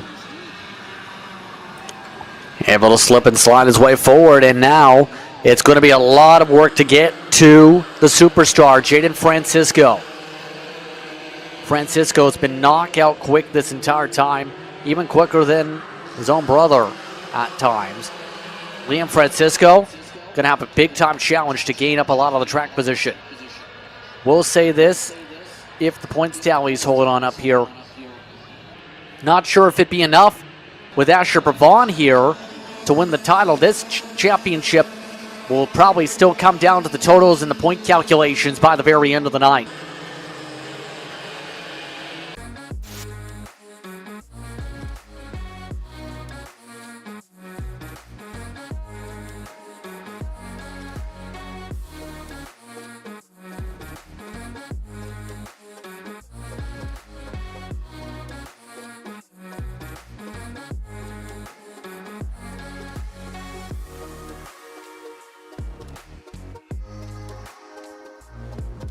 Again, we significantly apologize for the technical difficulties. An internet outage had just hit the racetrack, hence the reason for the delay here for our coverage. VLR Masters is underway just about here as the field gets sorted out and ready to go for their battle for the championship. Full darkness on the racetrack. We're ready to go for what will be a busy 12 laps to battle. Green flag is out. We're underway. Mark Pavon trying to lead the charge on the outside, but not working out so well as Falenko takes the lead down into turn 1. Right jogging precision. Pavon all over the back bumper. Falenko just about sends him into the corner, but not able to make it connect. Loses a little bit of momentum, but gets right back to the bumper again down the back straightaway. But Falenko is starting to pull away. Give an update on the situation with the previous races that just previously occurred. Mini Rok, the championship, was secured by Christian Damien. It is unofficially, at least, that difference being about 31 points despite the charge shown by Asher Pavon.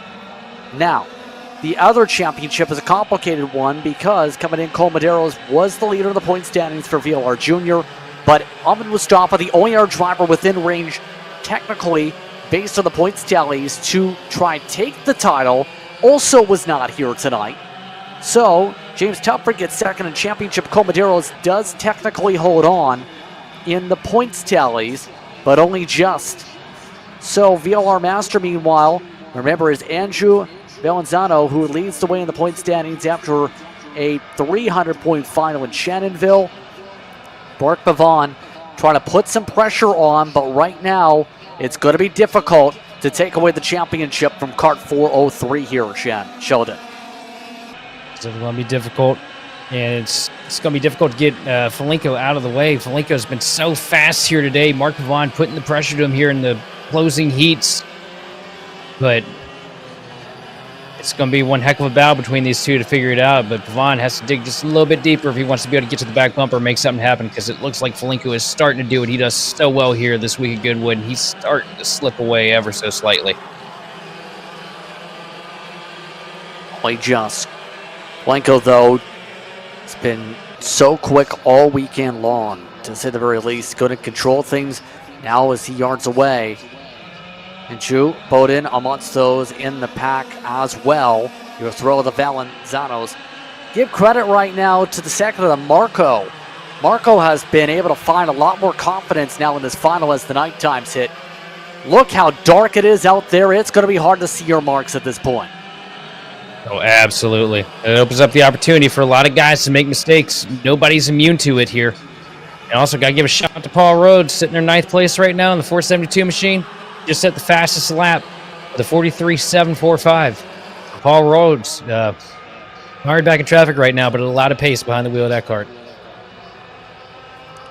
And the official points tallies just got the unofficial totals based on the tallies, so it's unofficial, I should rather say. So, 1,268 points is the tally for Andrew Valenzuela for tonight so far, coming in to this final. 1,143 is Mark Pavon's total for the points tally. So in our words, for the championship to swing over, it will have to be a drastic difference. We're talking about having to have the 403 in theory to be outside the top 10 in points, and that is easier said than done. You see some of the drivers battling up once again in amongst this pack, but right now it's looking good if you're the 403, even if you just maintain in your respective pack here. Meanwhile, Andre Folenko's starting to slip away now. Up to a second. For second place, Mark Pavon. You see battle intensifying right now for what looks like third place with Ivan Hiku. So we're looking at right now. We might be looking a little further We're back. looking at the 6th on backpack to specifically look at things. In fact, 7th on back. You have Hannah, you have Cariati who's back here. Rhodes, Garant is in the next pack over. It's just some of the drivers that are all grouped up in this respective pack on the racetrack, should say, as we go around. Mark Pavon, 1 second back of the leader, as pulled away from Hinshu and company. So a lot of separation and a bit of lap traffic, believe, also mixed in here, which is going to cause a little bit of a spar up here at halfway.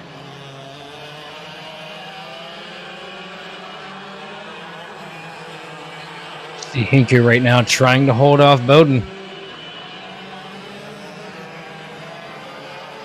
And Mark Pavon starting to close in a little bit on Folenko here. He's just slowly starting to work his way back into the picture. Has Mark been saving his stuff here to try and make a stab at it at the end? That's the huge question on some people's minds here. Right now, Bowden trying to see if they can work together here also. And right now, we've seen a good recovery from the start of the day where he was marred in traffic. Vaughn has been getting better and better. That kart seems to be really dialed in for the nighttime conditions. They've seemed to nail the setup of the 490 at least to be battling for the podium. Absolutely. Bowden picking up a lot of pace here when it matters most.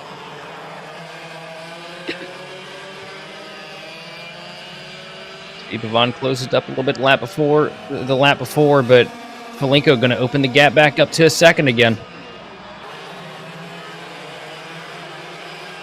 Coming up These to two 3. just go ahead. Swapping lap times here on who's the top dog on the sheet. If you're Pavon, you need to just find that little bit extra if you really want to solidify this and start reeling them in.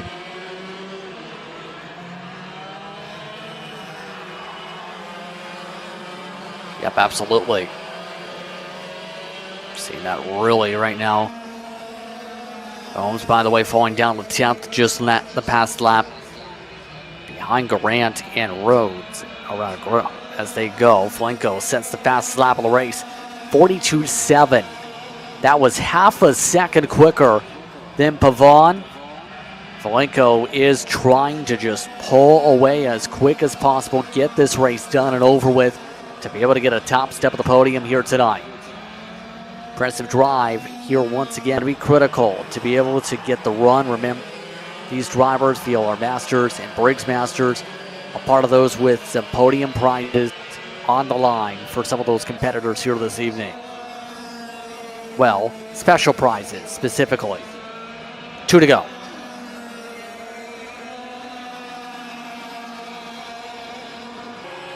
A great lap, 42.747 for the 483 machine. Making the right time here to walk away from it. 2 laps to go. 2 seconds. Mark Pavon has to find a way to whittle down if he wants to get to the back of the 483 machine, but Pavon's starting to fall into the clutches here of Ivan Hiku and Levon Bowden.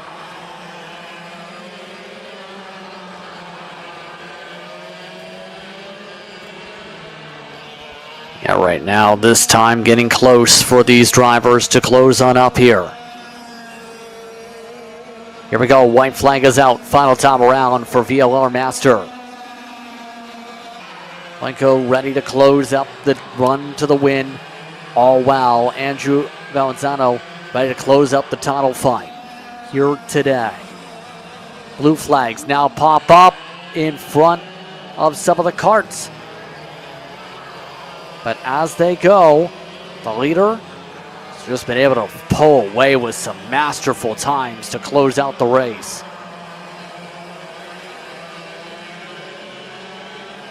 Coming on through, checker flag coming up. That is not the leader on screen.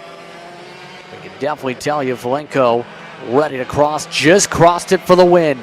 Mark Pavon second, and Inchu in third. Bowden in fourth. Andrew Valenzuela in the top 5. Stephen Hanna, Marco Valenzuela with John Cariotti, Jason Tomlinson, Jesse Garant, the top 10, Paulo Gomes, and Paul Rhodes, the 12 karts as they run here. And again, unofficially, Andrew might have just won himself a title in Kart 403. Let's not overlook how dominant of a run Andrew Falenko put together here for the VLR Masters to be able to bring home the trophy tonight. Just perfect every stage of the race this weekend. Whether it was practice, qualifying, heats, semifinals, finals, brings it all home in that 483 kart. Absolutely. And now our next class ready to go. Jordan DeLeo has dominated here today. There's no other way to put it in VLR Sr as they look to try and secure themselves some cash prize tonight. Again, remember, Briggs and VLR Sr, $1,000 cash for each of those class winners this evening. Jordan is in a prime position as long as he doesn't have trouble. Secure championship already with a pole point. That's 25. You throw Ethan Pollock right on behind, keeping things close though. Going to provide a lot of pressure here. In fact, Pollock, at this point, is going to need a really good run. He's going to need to outscore by about, I'd say, 3-4 positions maybe in front of Jordan DeLeo on roughly to try and take away this championship from the 319. We will start on the pole with Roman Doria, Ethan Pollock, and Aiden Shimbashi, the top 4. Marquez in the 5th position, Loberg in the 6th spot, Rhodes along with Capolongo. Then you follow that with Peg Nairoli, Franco Cariotti, followed by Rocco Tarani and Georgopoulos amongst the running order here.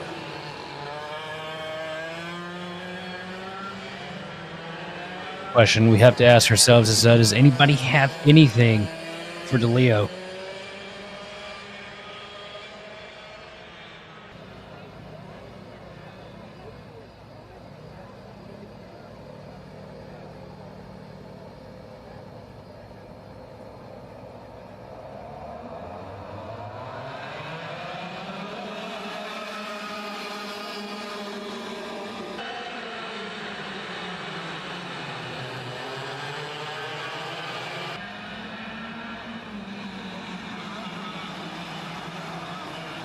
They make their way through the opening corners.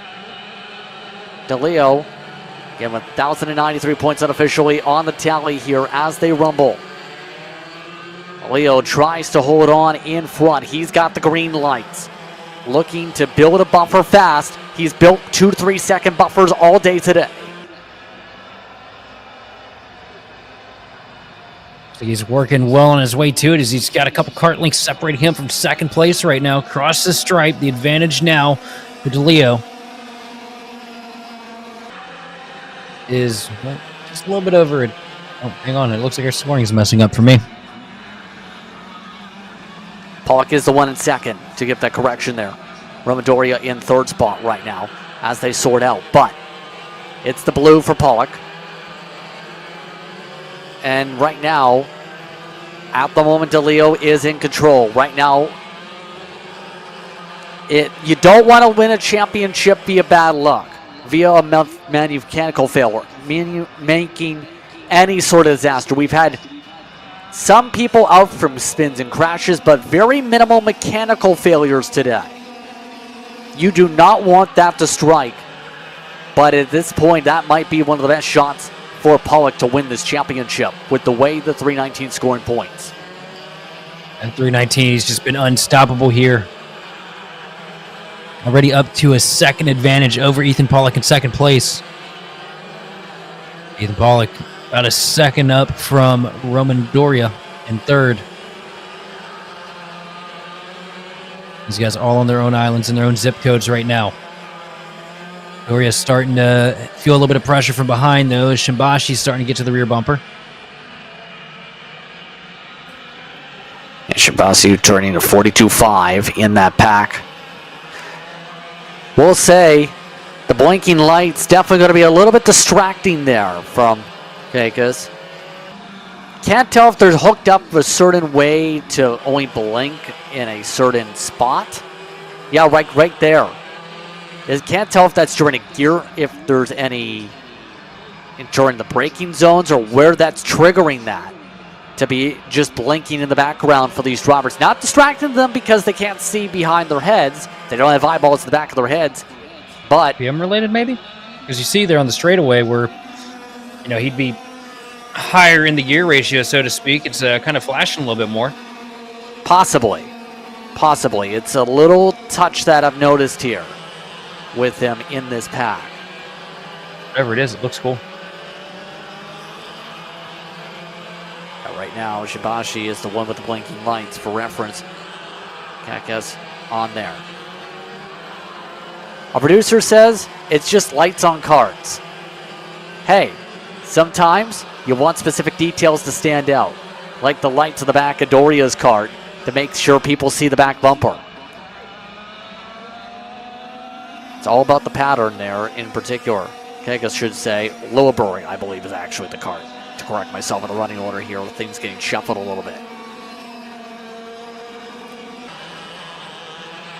So, quickly, 7 to go. This race is 12 laps, by the way. In terms of the lap distance, rather than 10 on the pylon you see on screen. But, right now, DeLeo is controlling things comfortably. Still maintaining. And this is the major thing. Can he keep it up? Can he get himself a championship here in Kart Stars? 0.3 second advantage right now. And pretty good. Lap's starting to wind down, though, pretty quick.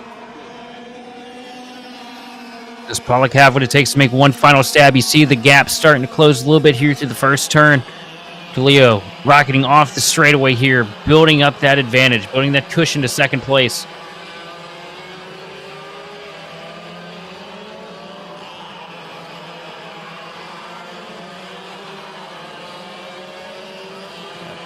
Continue to sort out what they can do to close up here.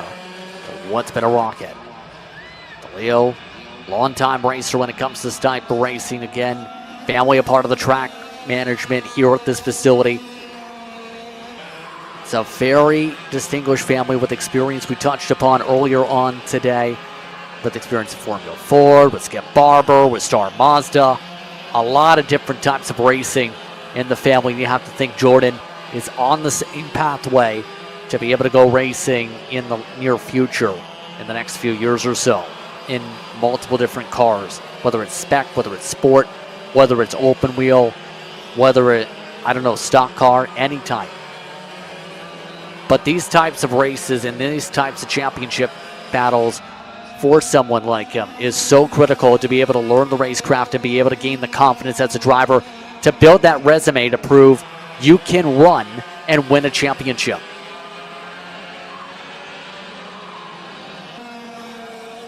If you go out there and, run like what we're seeing out of DeLeo, the opportunities just present themselves pretty quick so long as you can keep it up. I mean, we've got quite a few drivers that we've seen come through, the Kart Chaser pipeline over the years, just karting in general. Most notable, or most recently, Connor Zilich, and look at the things he's doing. These are names, these are stars that you may hear of 10 years from now, and you'd be like sitting there thinking, hey, I remember when he was out here at Goodwood tearing it up. I don't know if Connor made his way over to Canada. Someone will have to correct me on that total. Oh, certainly not Canada, but, through the realm of things that we've covered here on Kart Chaser, at least people prior to me. Yes, I get what you mean. So, we'll say that gap has been slowly shrinking a little bit. Pollock has been slowly chipping away some lap time to the 3:19 as this race is going on. Although it might be a little bit too little too late, unless they start gaining with the fastest laps by far of the day.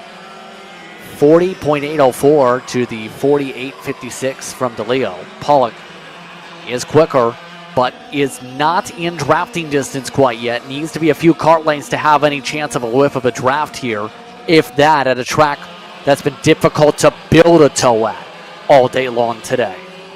under 2 laps to go for DeLeo for a championship and a $1,000 payday.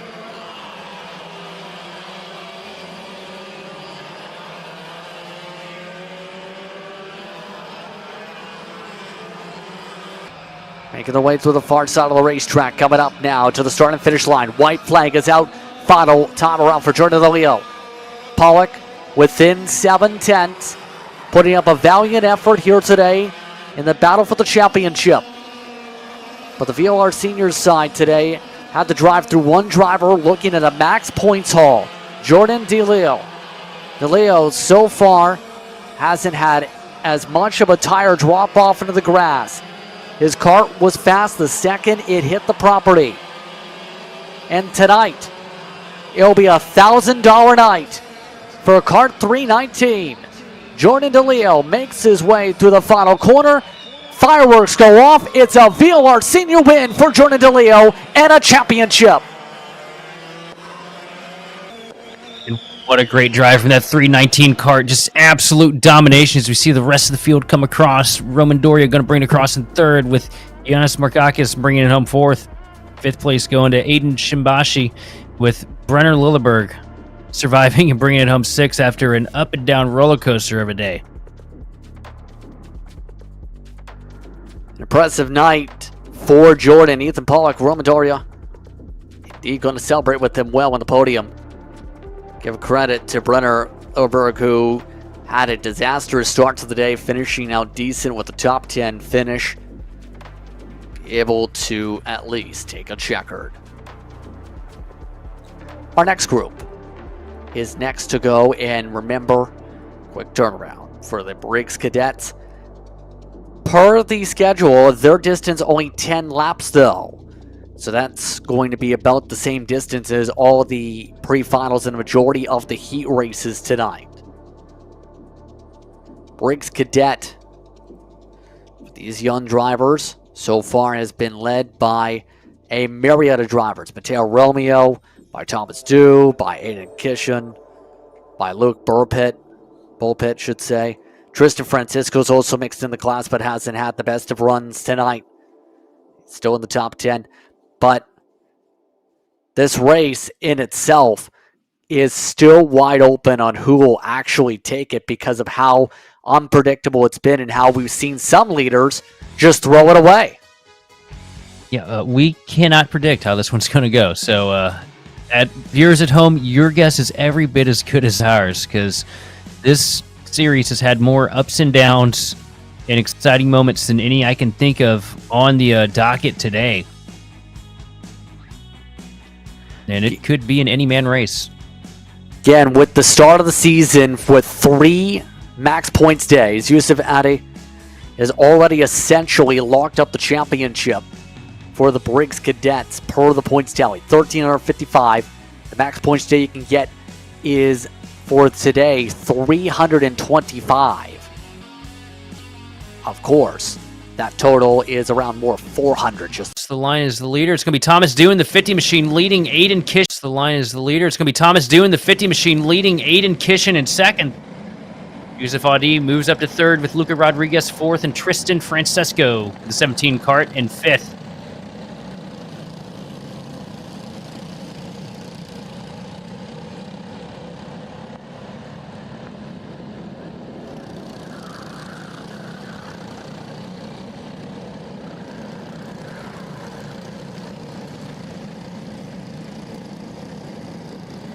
Thomas Dew leads them down into the back straightaway here. Aiden Kishin trying to close in the gap to the 50 machine.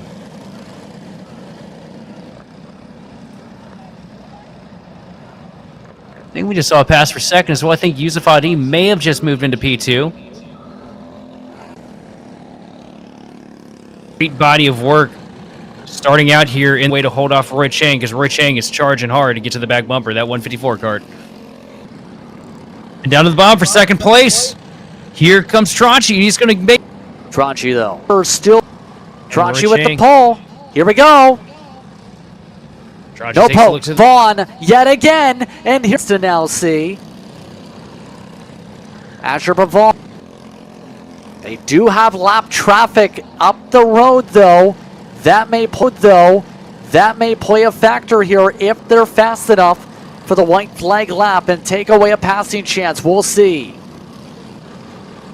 Tranchi will stay lined up, coming to the white flag here, Sheldon. Now trying to peek to the bottom, but not going to be able to do it as we come into the final corner before the back straightaway. Play to Y Pavon. Really choose that.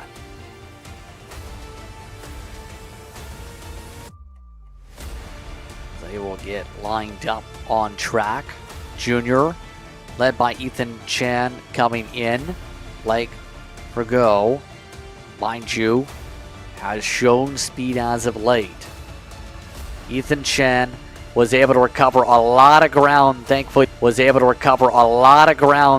For his championship hopes here, Sheldon, in the pre-final to get to 7th. He's going to need to score higher just to make sure he's comfortable for the championship to get those totals right.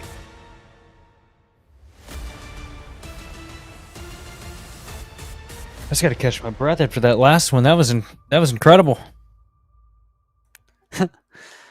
Well, we can tell you Ethan Tyres and James Stewin up in the front row. Rago and Bazan. Evans and Lee. Chan and Saldana. Polano and Vervitas. Rebets in the 11th spot. Swinderski. Followed by Rhea and Krupi. Ray Bullet and Bowden. Ramzarin and Piquerno. Pickler and Sadel. Martin and Gallo. Nitzkotolis and Borelli are the 24. What are your keys to be able to do well in this junior race? We're expecting things to go wild. We already have that because of driver race fun coming out of the access road. Try not to do that. Keep the cart pointed in the right direction. Try not to make any mistakes. And just go for all you got.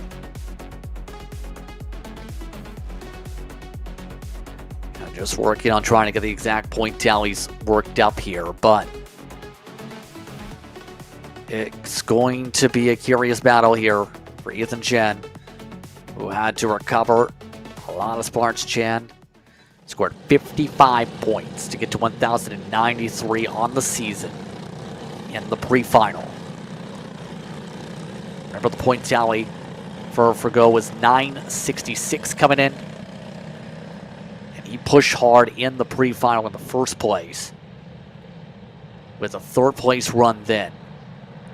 That was only a 75, 1,041.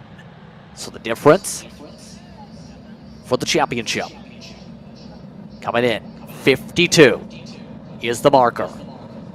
It has to be a +3 in spots likely. Green flag is out. We're underway for the final for the Briggs Juniors.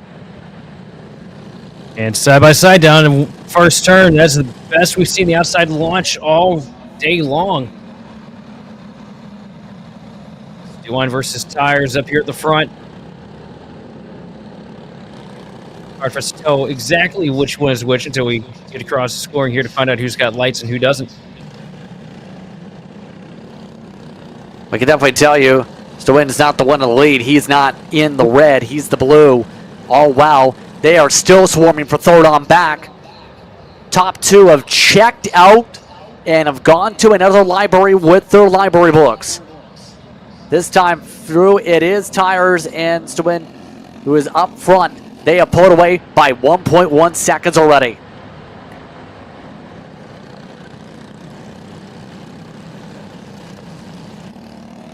Awesome. Where did Marco Bazan come from? We haven't mentioned him all day long. I mean, he waltzed into some of the battles earlier on in the day, so he's been in the conversation. Just now, starting to get into total grips with things at the right time possible. Needs to fight hard if he wants to get any sort of momentum built up to get to the next pack, though. Right now, Tires and Stewine still going at it. Stewine looks down to the inside of Tires here. Oh, sorry, it's a little bit further back. Old eyes are getting the better of me. Pass for fourth, though. Ethan Chan was what we were looking at there, getting past Saldana. Ethan Chan right now in fourth Fourth place would get you 140. And here's the difference between him and Fergo. It's right now a big swing back in the way of Chen, the exact direction that he needs to go, because Fergo did not get the good start. The 2:6:32 needs to stay in front of the 2:08 to make their championship quest that much simpler. They can grow the gap if it was to end right here. Still lots of racing to go. And with the pace that Ethan Chan is running right now, I think it's possible. The 46.5 fastest lap on the race for anybody right now to the 232 kart. As we look at the leaders still going at it here. Tires following directly in tow to Jamie Stewine. And we think the tires might be setting up for a last second stab at the win. Has to be.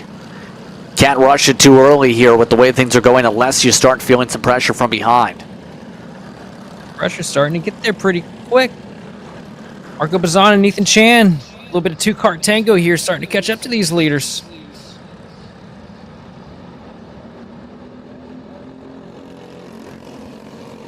Yeah, they are working very well together right now. Third and fourth place, Bazan and Chen.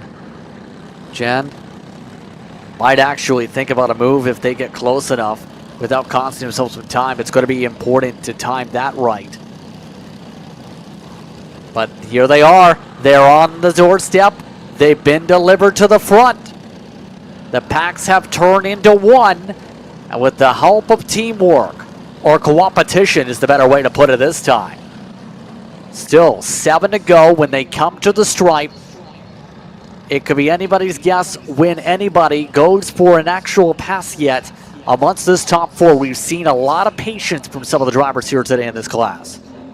Is that a Darryl Waltripism I just heard out of you? Oh, co-opetition? Or was that Larry Mack? I can't remember. Up here at the front, though, starting to heat. I don't know what to tell you on that answer.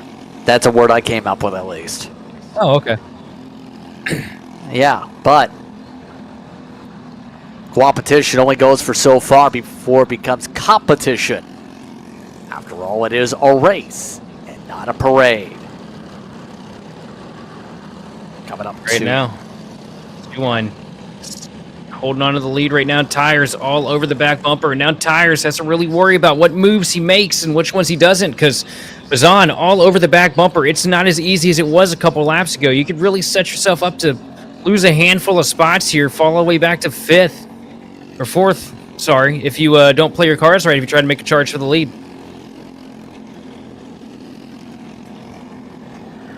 Yep, right now, this has been a difficult deck to be able to shuffle your way through and settle out here.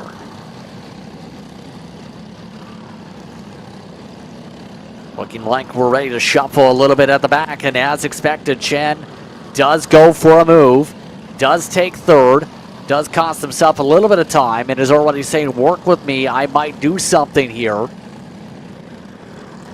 And we know they both have the speed to be able to keep up here. They've already closed up that gap just about just like that. That was near immediate.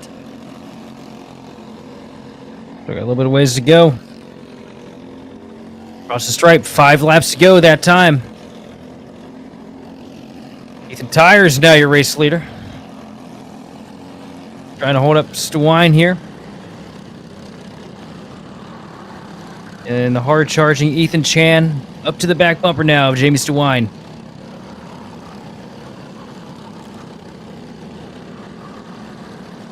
Yeah. Will there be any changes though? Interesting, Bazan is losing ground after being in a spot. Here we go for the lead. Stewine for the point. Takes it up the inside, going into the chicane. It takes it away from Ethan Tires for now. Still 4 to go. 4 laps to go. Will there be an immediate push for Tires? We've seen drivers that feel like they can control for the win have been antsy to make the push back. No change yet as Tires tries to reset with all the lights.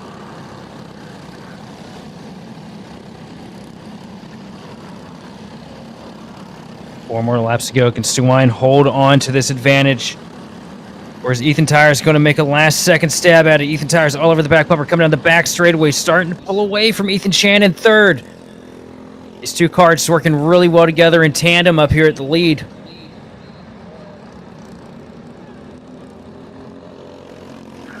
Start that time. Jamie Spline setting the purple lap on the race. Ethan Tires right there behind, though. Yep, and right now, talked about some of the family connections. The Tires have been fast drivers whenever they've raced in their respective classes. Here today, Ethan here has been a contender for the win.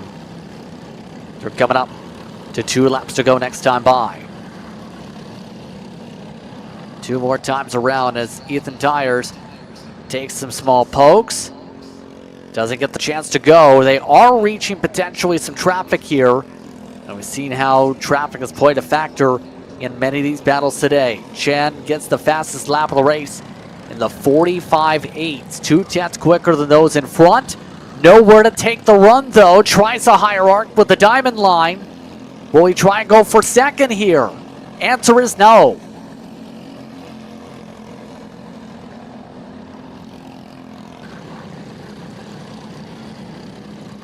The race far from over right now. Swine leading over Ethan Tires. Tires over the back bumper here, coming into the back straightaway. 2 laps remaining on the board. Now the back stretch, a little bit of a peek to the inside for Tires, but nothing to run with. Going to stay in line behind Stewine through the final chicane.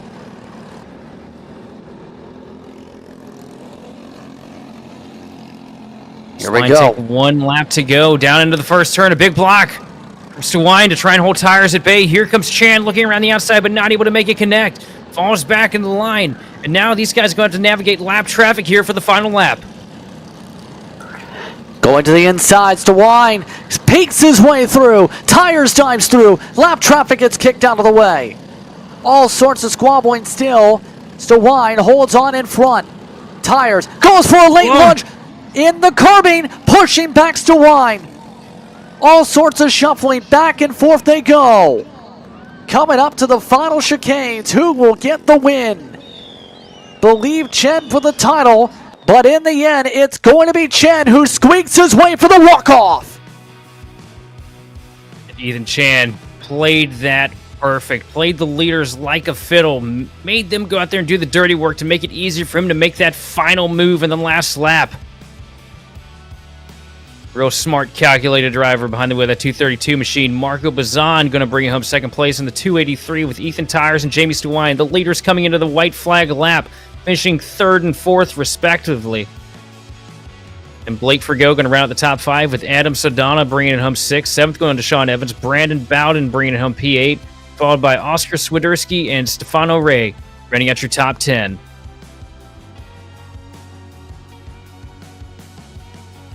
Have you ever, Justin? Yes, I have a couple times, but man, it still takes precision to cut through. Ethan Chen able to cut by them both in the last stretch. But now it's time for the $1,000 again on the line. One final race. Championship again. Be the points tally for Briggs Sr is secure for Logan Paxa, but you still want the prize money to add to your tallies. David Barnes, Eric Moore, Maddox Hickok, Mitchell Morrow, the top 5. Logan Floater, Jacob Hill, Jaden Harry, Michael Ig, Elijah Josie, Declan Black. It's followed by Anthony Bossia, Pellegrini of Alex, Nathan Wilkie, Sloan Sterling, Lily Flintoff, Ben Lawrence, Oliver Raynoff Pierce, Nicholas Hawley, Owen McCarthy, the top 20. Chad Webster back to Patrick Lazzuti with Joshua Mason, Major Makotovics. Then Jacob Underhill Steves with Santillo Krupi. Zach Ten Hoop with Lucas Dean along with Alex Chun and Sebastian Espinoza in the top 30. Then Julius Batari along with Adrian Abidjan, Jackson White, Caitlin Freer, should say, with Tyden Shook in the top 35. Michael Beck. Then it's Sergio Rodriguez, Hudson, and Tyler Freer. The 39 entries ready to go.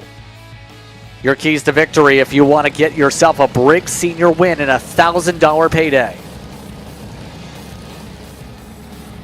Oh, just play it smart. I mean, we've seen tonight, you know, it's not always about being the fastest. It's just about being there at the finish. And so we saw last race. We saw it earlier with Kid Kart as well. And I feel like Briggs Sr. being a really large field. I mean, the only thing you really do is just try to make it through this thing without making any big mistakes and losing a bunch of track position, because you won't get it back if you lose it.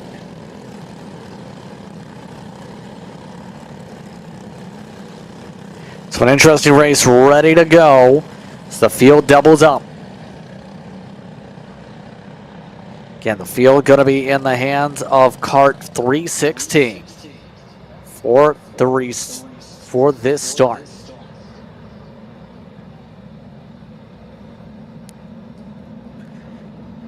And they'll take it a very slow roll up to the tram lines. Green flag is out. We're underway for Briggs Sr. And a good start up front for Paxa. They work their way to the opening. Hairpin, and we have contact from second. Heart of the field getting stacked up. Absolute calamity. And huge clog up here into the first turn. Believe that might have been David Barnes who was clipped there from the outside, going up to the front. And a chaotic beginning to this race all of a sudden, as this field has been splintered apart. Get the confirmation if it was Paxa or Barnes to make sure, but I believe Paxa up front as we go. Can't confirm. Yes, Access. Still your race leader, Eric Moore, in second, with Maddox Heacock in third and Jacob Hill in fourth place.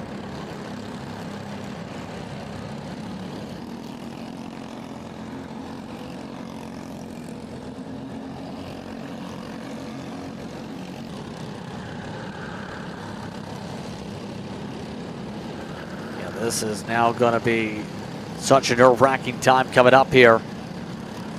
Top three on the breakaway, yes, from the chaos. Eric Moore and Maddox Heacock in the conversation here. But the 316 going to be so difficult to try and counter here. That orange machine of Heacock, though, has been able to spread its wings like a peacock and fly its way up front with the fastest lap here. The 313 might be a dark horse to try and take this win as they work their way through. Everybody else 3 seconds back. Maddox has been sneaking his way up into the picture all night. You know, didn't talk about him any this morning, any this afternoon. You know, briefly touched on him during the semifinals, and here we are where it matters the most, where that pay window is opening up, and that 313 cart is up here where it's supposed to be, up in P3, and closing on your race leaders.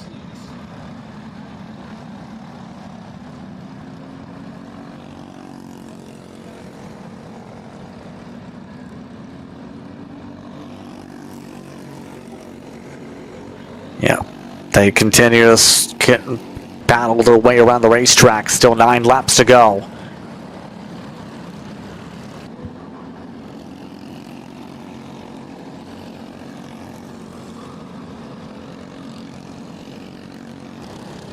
All the drivers still are in a position to try and see what they can do right now. That second pack, Jacob Hill, Michael Ain, Declan Black. We haven't mentioned Declan Black's name all day. That machine is in the conversation for a top 5 to finish out the season. Some of these drivers looking to have a loud end to the day here, Sheldon, if they're able to prevent any problems from themselves in this pack. They were the ones able to squeak through cleanly through the chaos.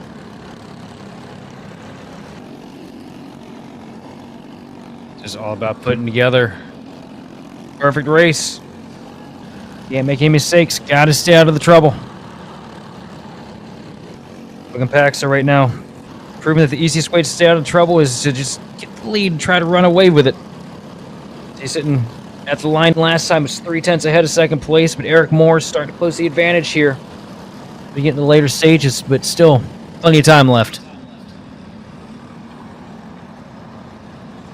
Time in, time out, we keep mentioning time, but that's just been the major focal point for a lot of these drivers here. They do have traffic coming up for some. Paxa Holds on by 3/10. No other family members watching along here today with the racing action for Logan.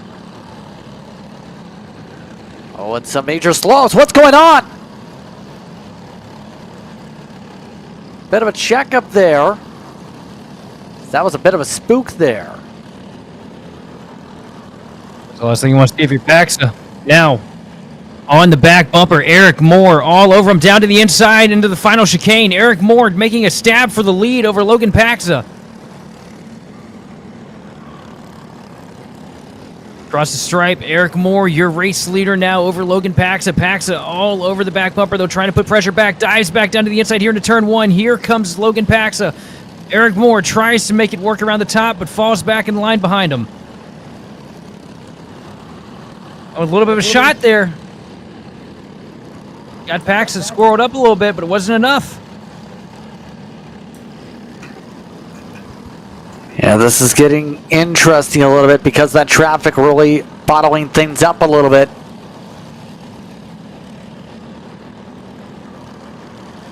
Still, though, halfway through the race to go. Coming up here, Eric Moore. Again, scored your current leader. Logan Paxa now getting updated as the leader. Pardon me, correct myself. By 0.4 of a second as they rumble. Michael Ing, as we were looking away, was able to lead the whole choo-choo train. And that's the thing. One slip up in this main pack and you're dropping at least 4 or 5 spots right now. There is no room for error if you want to be able to hold on. These drivers have to be battling with their tire pressures as much as possible to make sure there's no fall off. Absolutely, and that right there, that pack, that's the last place you want to be.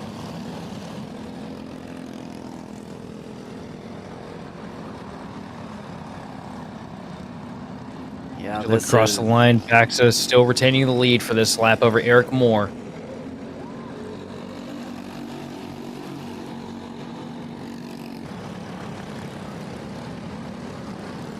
Some of the drivers in the pack are trying to make some moves there. David Barnes is the one who's trying for the outside alongside those with the purple lights. Jacob Hill, hold serve for now. That's for 6th. Barnes. Barnes is lucky to still be in 7th after the chaotic start there with the contact. You have to give him credit. You at least get fired up. It just shows how many people were stacked up and losing ground as a result of all those in the off track in the first air pit.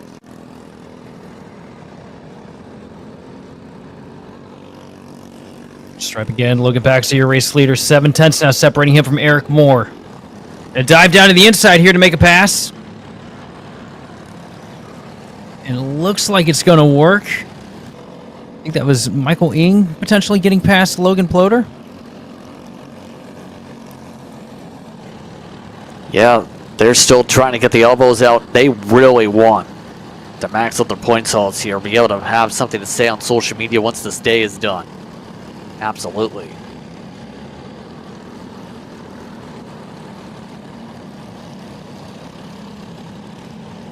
So, we'll come up to 2 laps to go on the night. Remember, there's podiums after this. There's fireworks after this, right after the final. So those drivers will have to stay tuned and immediately get to the celebration. But right now, for Logan Paxa, he's ready to try and bring the Prime Power team a prime end of the day.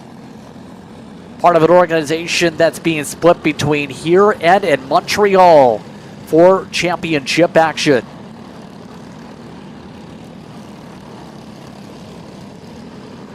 Coming up to the white flag, this time by Sheldon.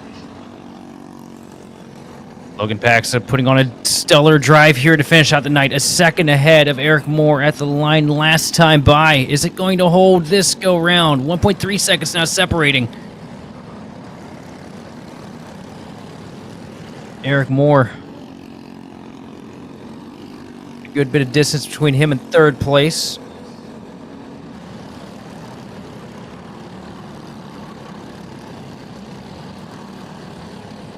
All this is with Logan Paxa ready to close out the night.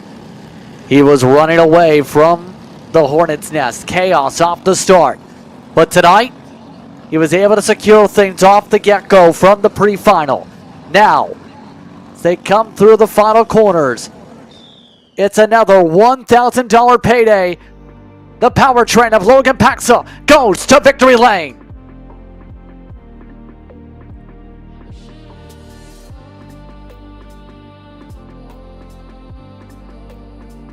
The fireworks go off with Eric Moore and Maddox Heacock in the top 3, Floater and Ing the top 5, Harry, Hill, Barnes, Wilkie, and Black in the top 10. And remember, for those here at the racetrack, podium and fireworks, more of the fireworks rather, coming up right after this final.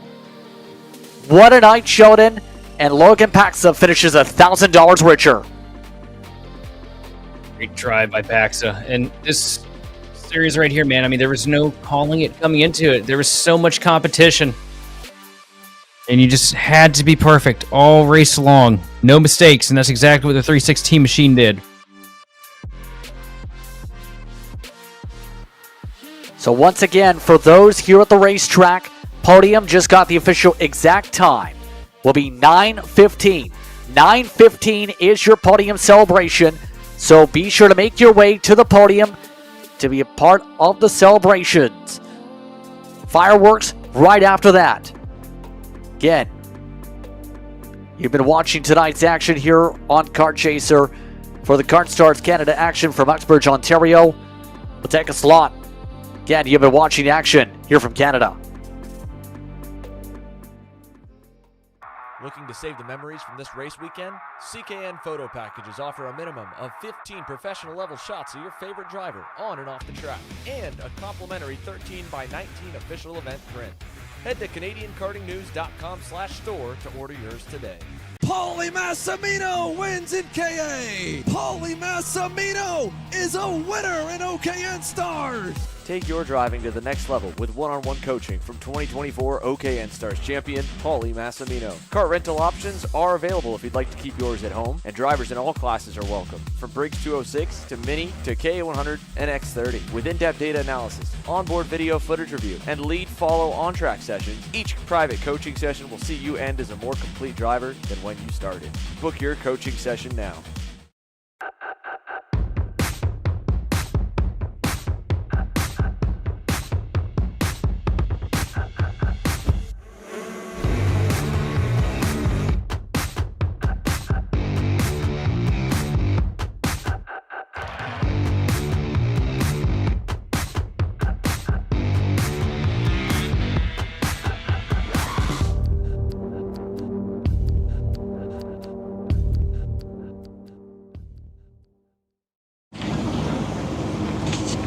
Kyle, what are you doing? It's got my new Greyhound seat. You don't even have a cart. Doesn't matter. I have a Greyhound.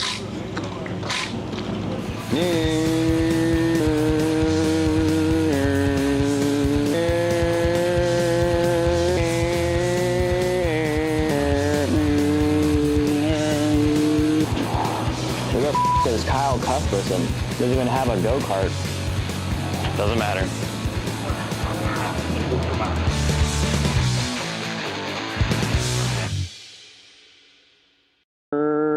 Cuthbertson through on Turney. Turney in the dirt. Paulie Massimino wins the Wisconsin Grand Prix. James Overbeck on start number 2 gets win number 1 in OKN Stars. On track or off, Brandon Jarsekrak Racing delivers elite performance. Led by 4-time Pro National Champion Brandon Jarsekrak, our team masters driver coaching, data-driven analysis, and mechanical precision at every national event. Contact us today at BrandonJarsekrakRacing.com. Florida kart racers, you asked for it and we're going to bring it. Introducing Florida Karting Championship, FLKC, a brand new racing series coming to Florida in 2026. You know, I'm really starting to like this go-karting thing. Yeah, me too. Oh my gosh, can I show you this cute dress I just got? Yes, of course. Oh my goodness, it's so cute. I just love shopping. I love shopping too. Oh my gosh. Wait, did you guys say you like shopping? Of course. Well, dude, I have the perfect place to do that at. ShopPayGarrett.com. At ShopPayKR.com, you can get free shipping on orders $200 or more. You can get anything you want, like MXC rims, gloves, rib vests, shoes, anything that you need, all at ShopPayKR.com.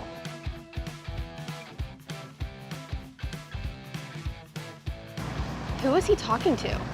No idea. But we're gonna have to check it out. Sounds like a great deal. Sure does.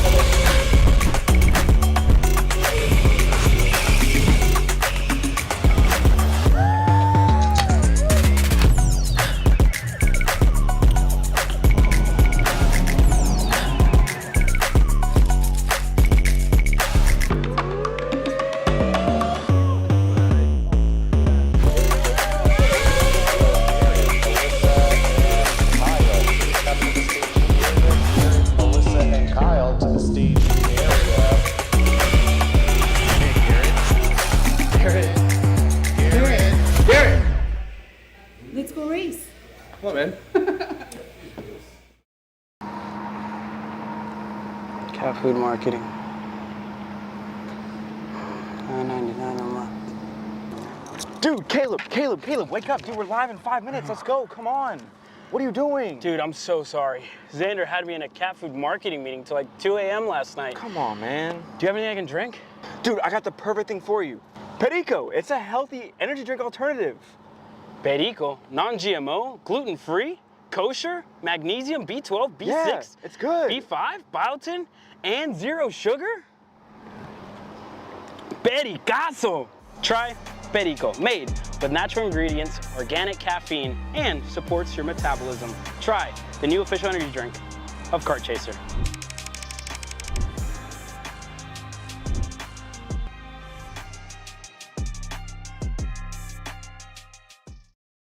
This is Henry. Henry feels sad. Henry feels sad because it's time for his next big race and his go-kart is in bits. Henry doesn't know that Acceleration Kart Racing is the United States' #1 shop for all of your karting equipment needs. Henry also doesn't know that Acceleration Kart Racing can deliver anything from tires to race suits and even wheels directly to your front door or to the racetrack itself quickly and efficiently, with tech support available 6 days a week. Poor Henry doesn't even know that Acceleration Kart Racing offers free shipping to mainland USA on selected product if you spend $200 or more. Do yourself a favor. Go to accelerationkarting.com and make sure that you are never left stuck on the pre-grid with Henry. Be smart and don't be like Henry. Florida kart racers, you asked for it and we're going to bring it. Introducing Florida Karting Championship, FLKC, a brand new racing series coming to Florida in 2026.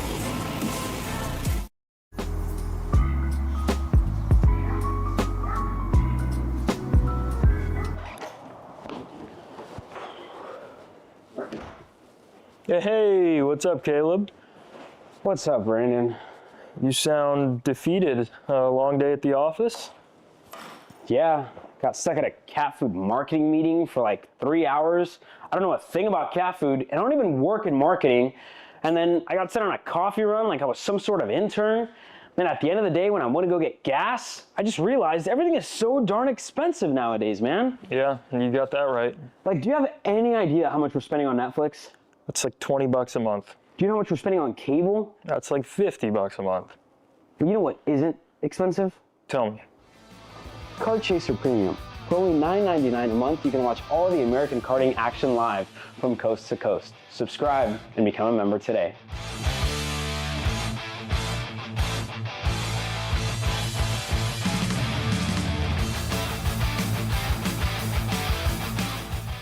Are you ready to get behind the wheel?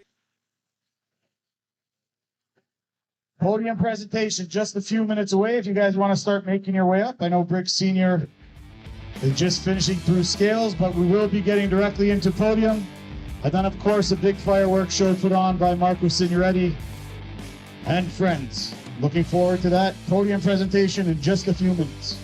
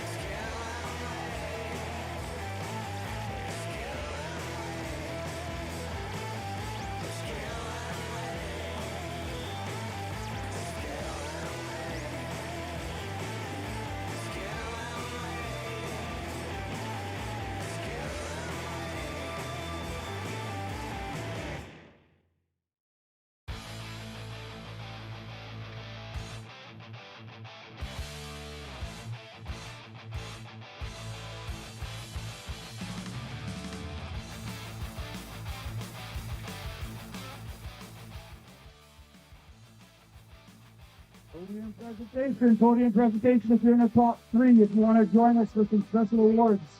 If you were a junior driver that went out and pledged and raised some money for the Uxbridge Hospital Foundation, you probably want to be here. Podium presentation starting in just a few minutes. I'm hearing there's a list of pledges for the Duncan.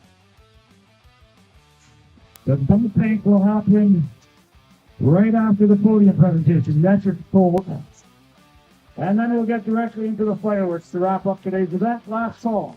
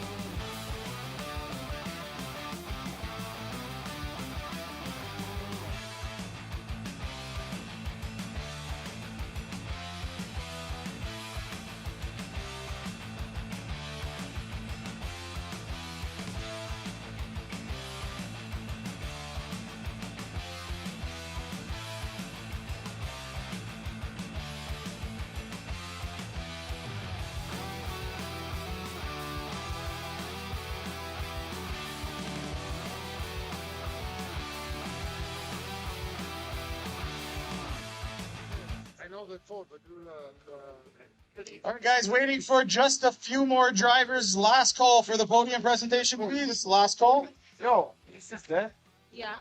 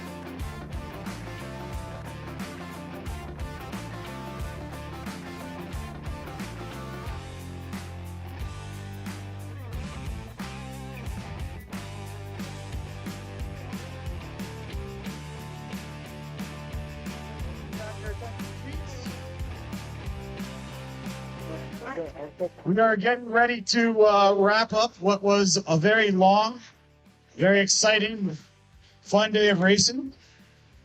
It's not over yet. We got some things to go through. So first off, I want to start off by thanking everybody. That's the participants, that's the spectators, the fans, the sponsors, for your support this weekend.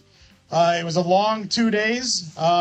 This is something that we want to do annually. And we think that the first year went off and exceeded our expectations. So a big round of applause to our title sponsor, GIP.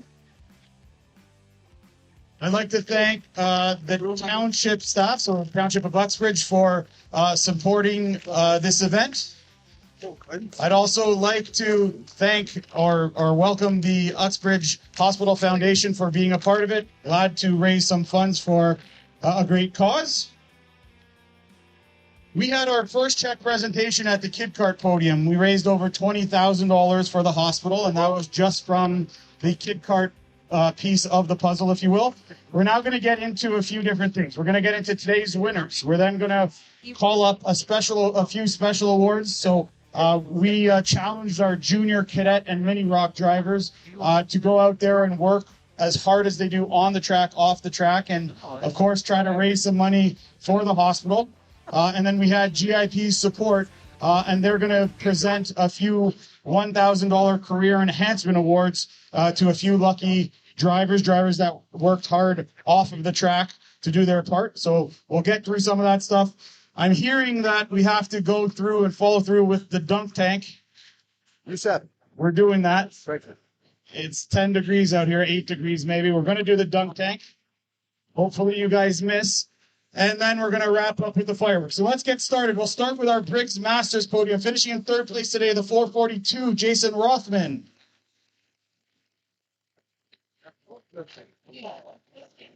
In second place, the 440, David Anderson.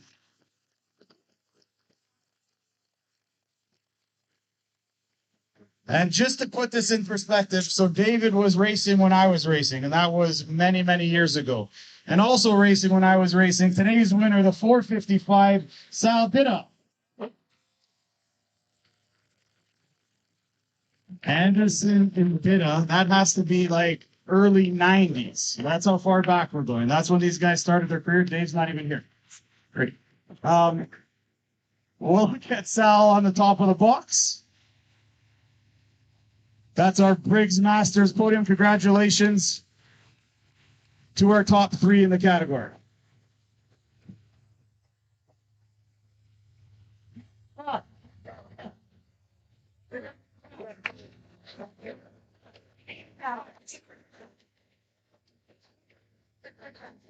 Next up, we're going to move into the mini rock category. Some great racing in this one. Finishing in third place today, kart number 150, Thomas Dew.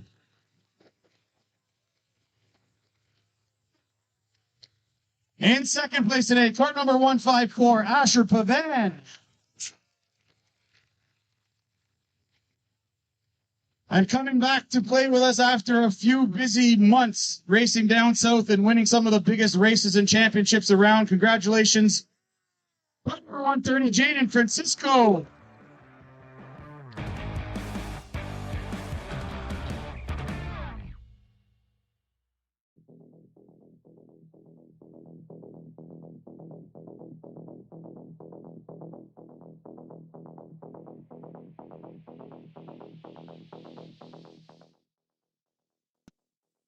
He'll be representing Canada at the World Finals in Italy. Ethan Tyers. In the second spot, the 236, Robert Tronky. And confirmed also going to the Super Final with his brother, the Tyers boys will be there. Congratulations to the today's winner, the 205, Quinn Tyers.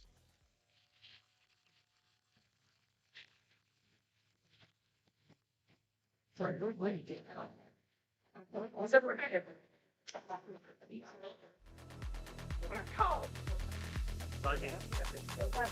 job, guys. Moving right along, VLR Masters. Some great racing in this one. Finishing in third place, Ivan Hinsu. And second place, the 454, Mark Pavan.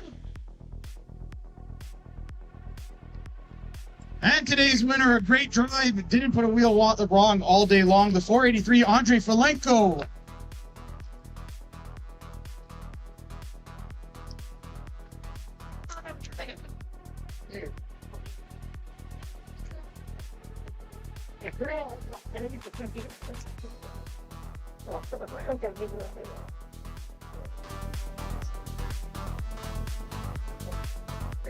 Stop and we move into the VLR Sr category. This driver's been racing in the series all year long. He was a junior, decided to make the jump up into senior, and right away was at the top of the charts, fighting with some of the top seniors in the program. Finishing in third place today, the 218, Roman Doria. In second place, the 304, Ethan Pollock. And today's winner, the 319, Jordan DeLeo.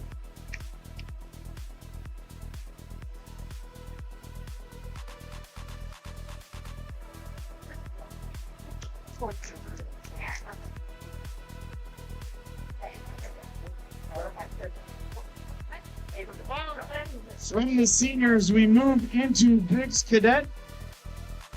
One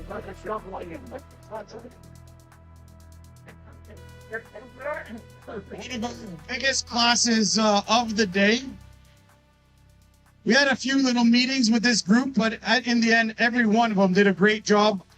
If you've raced with us before at the Kart Stars level, you know that when we run Briggs Cadet, we also have a secondary category called Mini Briggs that's racing within it. So Briggs Cadet usually sees drivers from the 7 to 11-year-old mark. We go one step further and we have a 9 and under category that we call Mini Briggs, just to recognize some of our younger drivers that are doing well out there. We'll go ahead and start with our Mini Briggs category, finishing in 3rd place today, kart number 39, Daniel Hinsu. Daniel, where's your suit? He didn't know. It's okay, Daniel, get up there. In 2nd place today, kart number 93, Mateo Romeo. Mateo's trying to work his way up here. There he is. Get up there, Mateo. And today's winner in the Mini Briggs category, kart number 17, Tristan Francisco.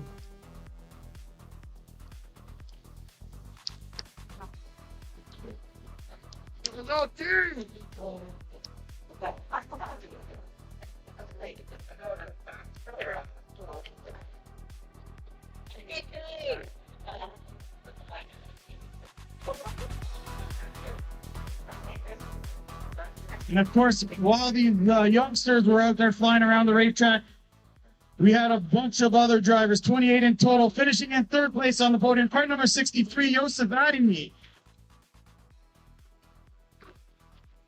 In 2nd place, we just heard from him. Get back up there, bud. Put in 2nd place overall, kart number 17, Tristan Francisco. And today's winner was racing hard all week long, got a little bit lucky with lap traffic. Sometimes they say it's better to be lucky. Congratulations, kart number 50, Thomas Dew.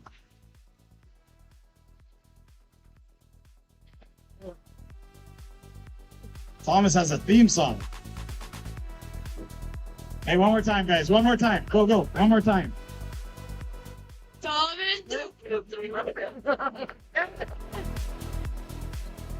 Congratulations to our Briggs Cadet podium. Hold them up for the camera.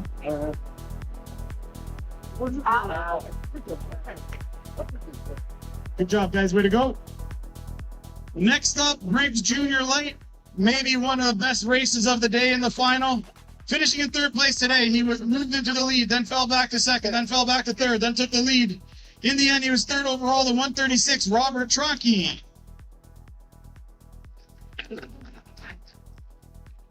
In 2nd place today, kart number 163, Roy Chang.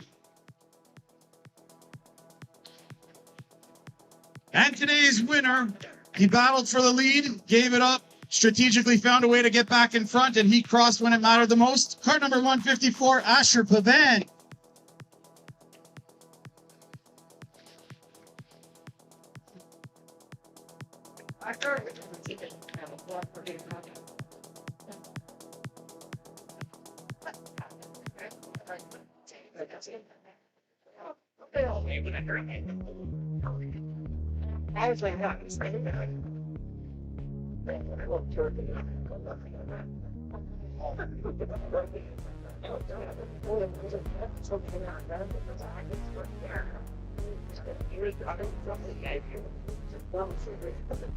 Moving on, we move to Briggs Jr. finishing in 3rd place. He was up on the box in VLR Jr. Back on the steps here, the 222, Ethan Tyers, 3rd place.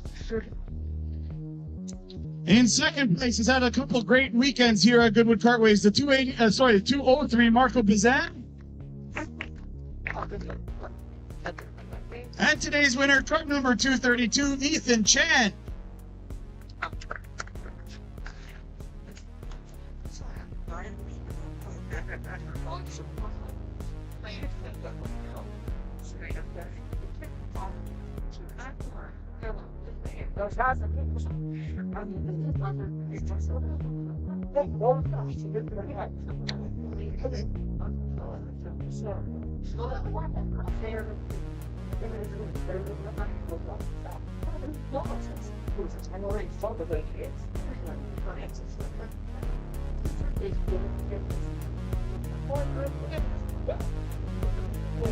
Next up, last but not least, Briggs Sr 39 strong. These guys did a great job all day long.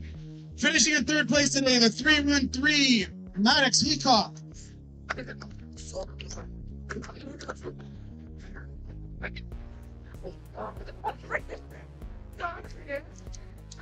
Finishing in second place today, the 311 Eric Moore. And today's winner, a great job today, a great job all year long, the 316 Logan Paxa.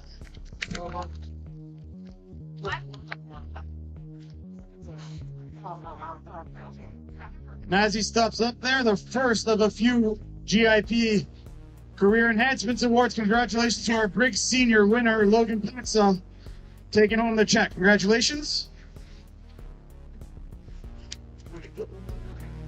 It's nothing going out.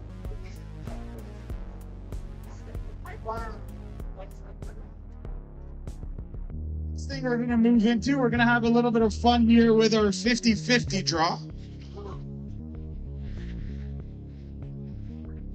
$635 going to the winner, so just over $1,250 in total.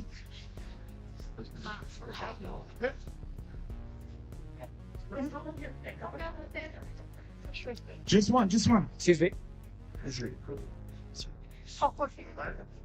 We'll start with a ticket number. Ticket number 181. Does everyone have their tickets out? How are you going to know if you won? 181702.